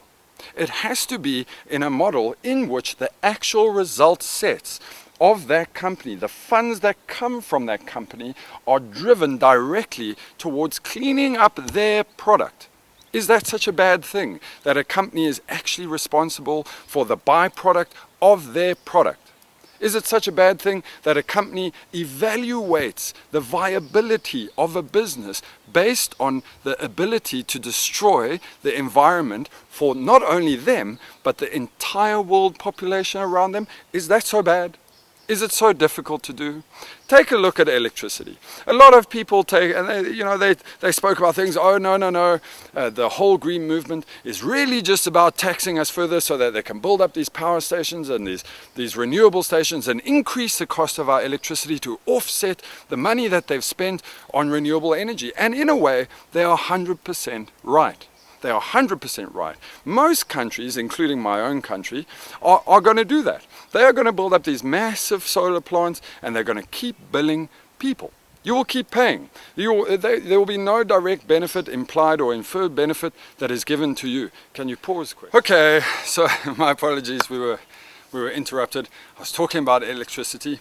A lot of people seem to suspect that what will happen is the government, after making people pay extra for their electricity, for putting up these big, beautiful, either wind farms or concentrated solar farms, or solar, just general photovoltaic solar farms, that the government will keep charging them and increase their taxation merely due to the government's kind of role in wanting to be green and wanting to offset emissions. Now, albeit that the government needs to offset their emissions, and albeit that it is part of their role towards controlling emissions, so moving from a coal-fired power source into a renewable source, this is all really good and well.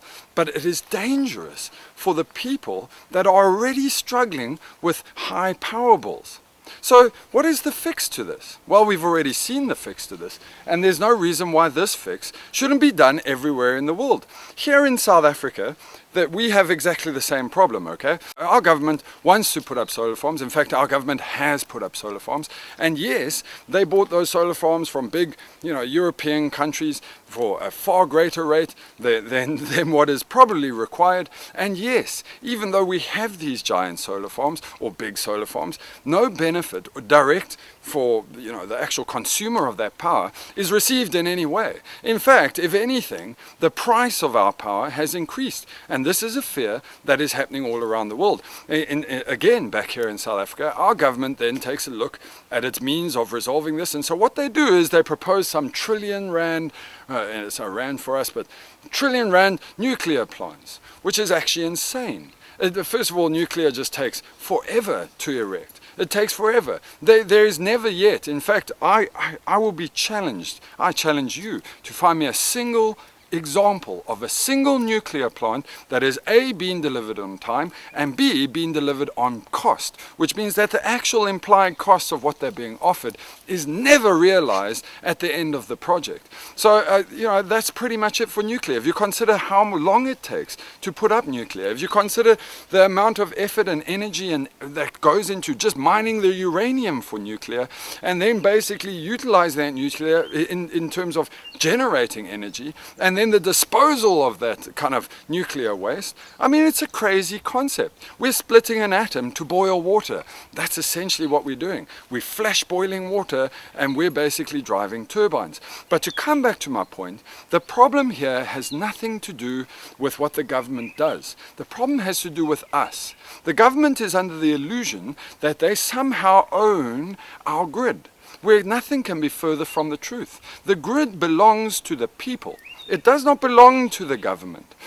All the infrastructure, installations, coal-fired plants, nuclear-fired plants, any means of generating electricity does not belong to the government. They are merely a short-term custodian of that facility.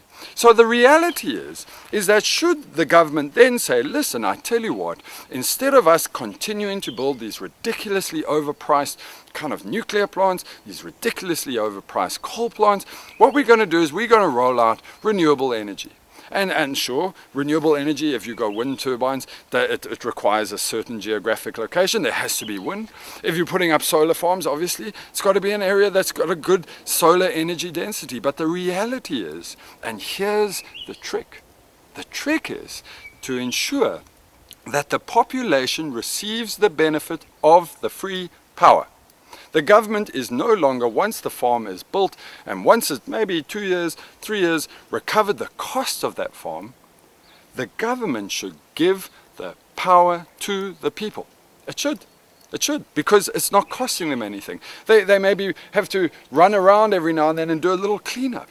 The power, the benefit of free energy needs to be given to the people, and it has been given to the people in some countries. In Chile, in Portugal, in Germany. In fact, in Germany, they make so much power, they actually had to pay people to utilize power.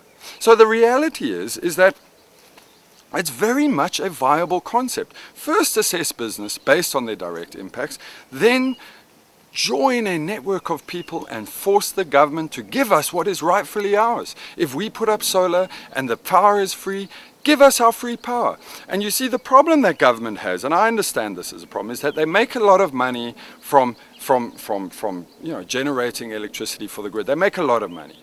And in their minds, they fear the fact that by giving up that money, that they somehow are operating to the detriment of all the people that they've got employed.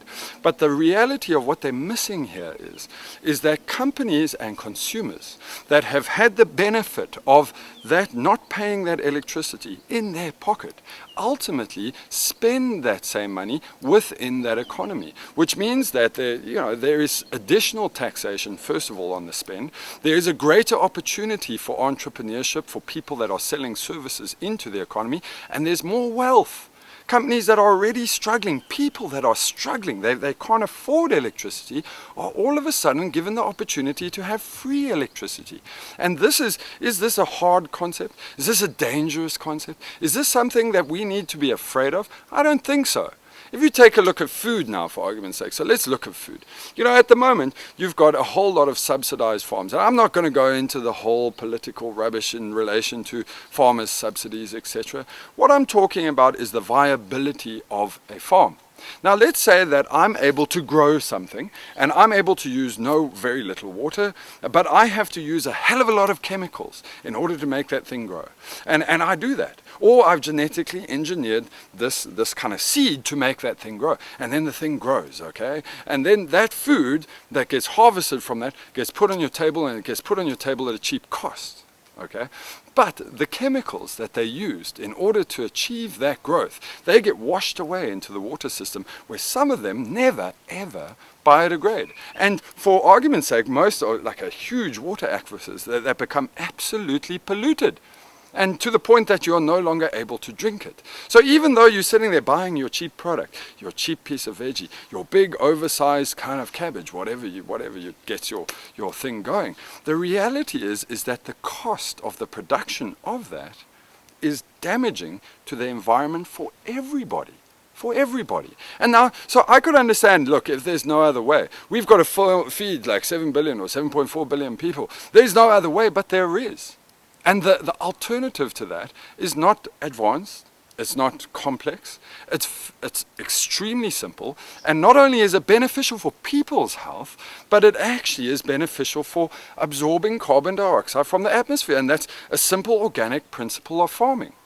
Why is it that it's so easy for somebody that's going to grow with Monsanto, or somebody that's going to, you know, destroy a huge segment of the desert with you know, and putting crops there where crops shouldn't be, and draw water from an aquifer where it shouldn't be drawn, and use chemicals to keep it alive against pests? Why is it that he's easily able to obtain financing, easily able to get his product to market, yet somebody who is actually doing something beneficial, A, for the environment, B, for your health, because there's more nutrients inside of vegetables that are derived from an organic process, there's more benefit in terms of carbon sequestration from the atmosphere by keeping the microbes in the soil, there's more benefit from not having chemicals flushed away into our water system, ultimately ending up in the sea. There is only benefit. Why is it such a hard concept? Do you have to go put a shell in your hair? Do you have to go beat drums on the beach? No. You just merely have to do something that you're doing anyway, but just from a healthy perspective. Healthy not just for you, but healthy for the environment. Why is it that we keep thinking we can't have these things in a green economy? Why? It's madness. Then take a look at meat, for argument's sake. Okay, so we know something about meat. Okay, meat is delicious for those people that love meat. Okay, there's a lot of people that don't like meat. I personally like meat. But the fact is, do I have to stop eating meat now because I want to have a green economy? No. You don't have to stop eating meat. You can keep eating meat. The objective here is just to eat less.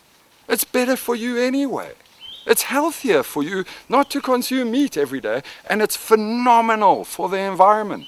It's an incredible thing. And I'm not saying, hey, look, man, you know, you can't have meat every day. You can have meat twice a week. Yeah, well, why do you have to have meat every day? It's just making you fat. It's not good for you, and more importantly, it's not good for the environment. Is such a shift going to be problematic, that a green economy wants you to be healthy? Is that such a crazy idea that all these mechanisms, first of all judging a business, first of all putting in an electrical source that the benefit is given back to the people, first of all changing a farming area to the type rather, or methodology, to something that is good for you and good for the environment. Changing over to eating less meat that is also good for you and good for the environment. Is that so painful? Do we really have to have these ongoing insane debates about whether or not it's all some government fraud trying to take money from you? It isn't. It's just about doing something with your head. It's about conquering ignorance and taking a look at what possibilities there are as an alternative. I'll give you a good example here, and I've done this before. Let's imagine that you're a firm believer in no climate change, okay? Like climate change is all like a big lie and blah, blah, blah. All right. So I can't change your mind because you're just entrenched with the concept. You're just desperate to believe that everything is fine despite all news to the contrary. You're desperate to believe it. So let's say I don't change your mind. Let's say that we just shifted to the first example, okay? Where we're assessing a business based upon its green ability, its ability to clean up its own mess. So let's take a shopping complex for argument's sake. So inside of a shopping complex, person comes to the checkout, doesn't have any bags with him because he doesn't give a flying toss about the environment. So he picks up his package, shoves it in, puts it in the back of his car, and off he goes. Now, if we said to a shopping mall, if we said to shopping chains, we said, now listen, I understand that you have a need to providing plastic bags or plastic carrier bags for people, but we're going to tax you for it. Okay, and that tax is actually going to go towards investing in PET, which is biodegradable plastic, and that biodegradable plastic will be put inside of your store, and that's what you're going to have to do from that moment on. Instead of where you're able to buy these cheap oil-based bags, you're going to have to spend 10 cents more buying a biodegradable bag. Now, to the consumer, that guy that doesn't believe in climate change or anything else, to that consumer, there's no difference to him. It's no difference. He walks into the store, packs his stuff, throws his mess up into the air, does whatever he likes. But at the end of the day, I've changed that consumer merely by changing the environment around him. And all of these structures put in place for almost anything. Take a look at any packaging. What happens if we enforced a packaging shift based on its ability to biodegrade and the impact that would have not only on our oceans, where it's been widely reported about the microplastics that are in the water, retarding fish growth, destroying, vast tracts of ocean. I mean, why is it so bad to consider a concept in which we're actually responsible for our actions? Is that really that hard? Is it really that difficult? Don't think so. So I'd like you to, instead of approaching this movie or this clip or this interview that we did, or approaching last week's interview, instead of try and think about what you can do. Try and think about a new way for you to do something. And that doesn't mean, hey, I'm going to change it here myself and it makes no difference if everyone else changes. In a way, you're right. We need to make a wide change. And the only way we're going to get a wide change is when everybody is talking about it and everybody is deciding that is important. Think about it. In the US politics, as of today, we've only got Hillary and we've got Trump, okay? So Bernie is long gone, he's dead. When was the last time that we heard anything about the environment outside of Trump saying that he's basically going to cancel pretty much anything environmental that Obama has done? But when have we heard about it? Why not? You know why not? It's because nobody's talking about it. And you know why no one's talking about it? Because right now, after watching this, I challenge you. Go switch on CNN, go switch on Al Jazeera, switch to any news channel you like. Tell me if you find anything that is related to the destruction that we are doing to this planet. It is possible that we can bring about a change, but that change comes from us, and it comes from you watching this, and it comes from us sharing it, comes from us talking about it, and it comes from us driving those people, those weirdos that drive around in the BMWs, that make decisions. It comes from them going, hey, these people are worried about the environment, and therefore in my speech that I give up kissing little babies and saying great things about myself, I'm going to start to say things like, I agree. We should make electricity free for people. We should put up PV and the benefits of that PV given back to people. We should make organic farming because it's good. And the moment that you have that synchronicity, that connection between the mass populace that is concerned and worried about what's going to happen to the planet, to the idiots that are basically making the decisions, all of a sudden you have change. And that change comes from you sharing my information, I'm sharing your information, and us talking about it. Talk about it. Talk about it to everybody that you know. You'll get a lot of people that will be ignorant fools, but talk about it. So I want to thank you for your time. It's a beautiful day here in Cape Town, and I hope it's a beautiful day wherever you are. And thank you for watching, and I look forward to hearing from you soon. Thanks.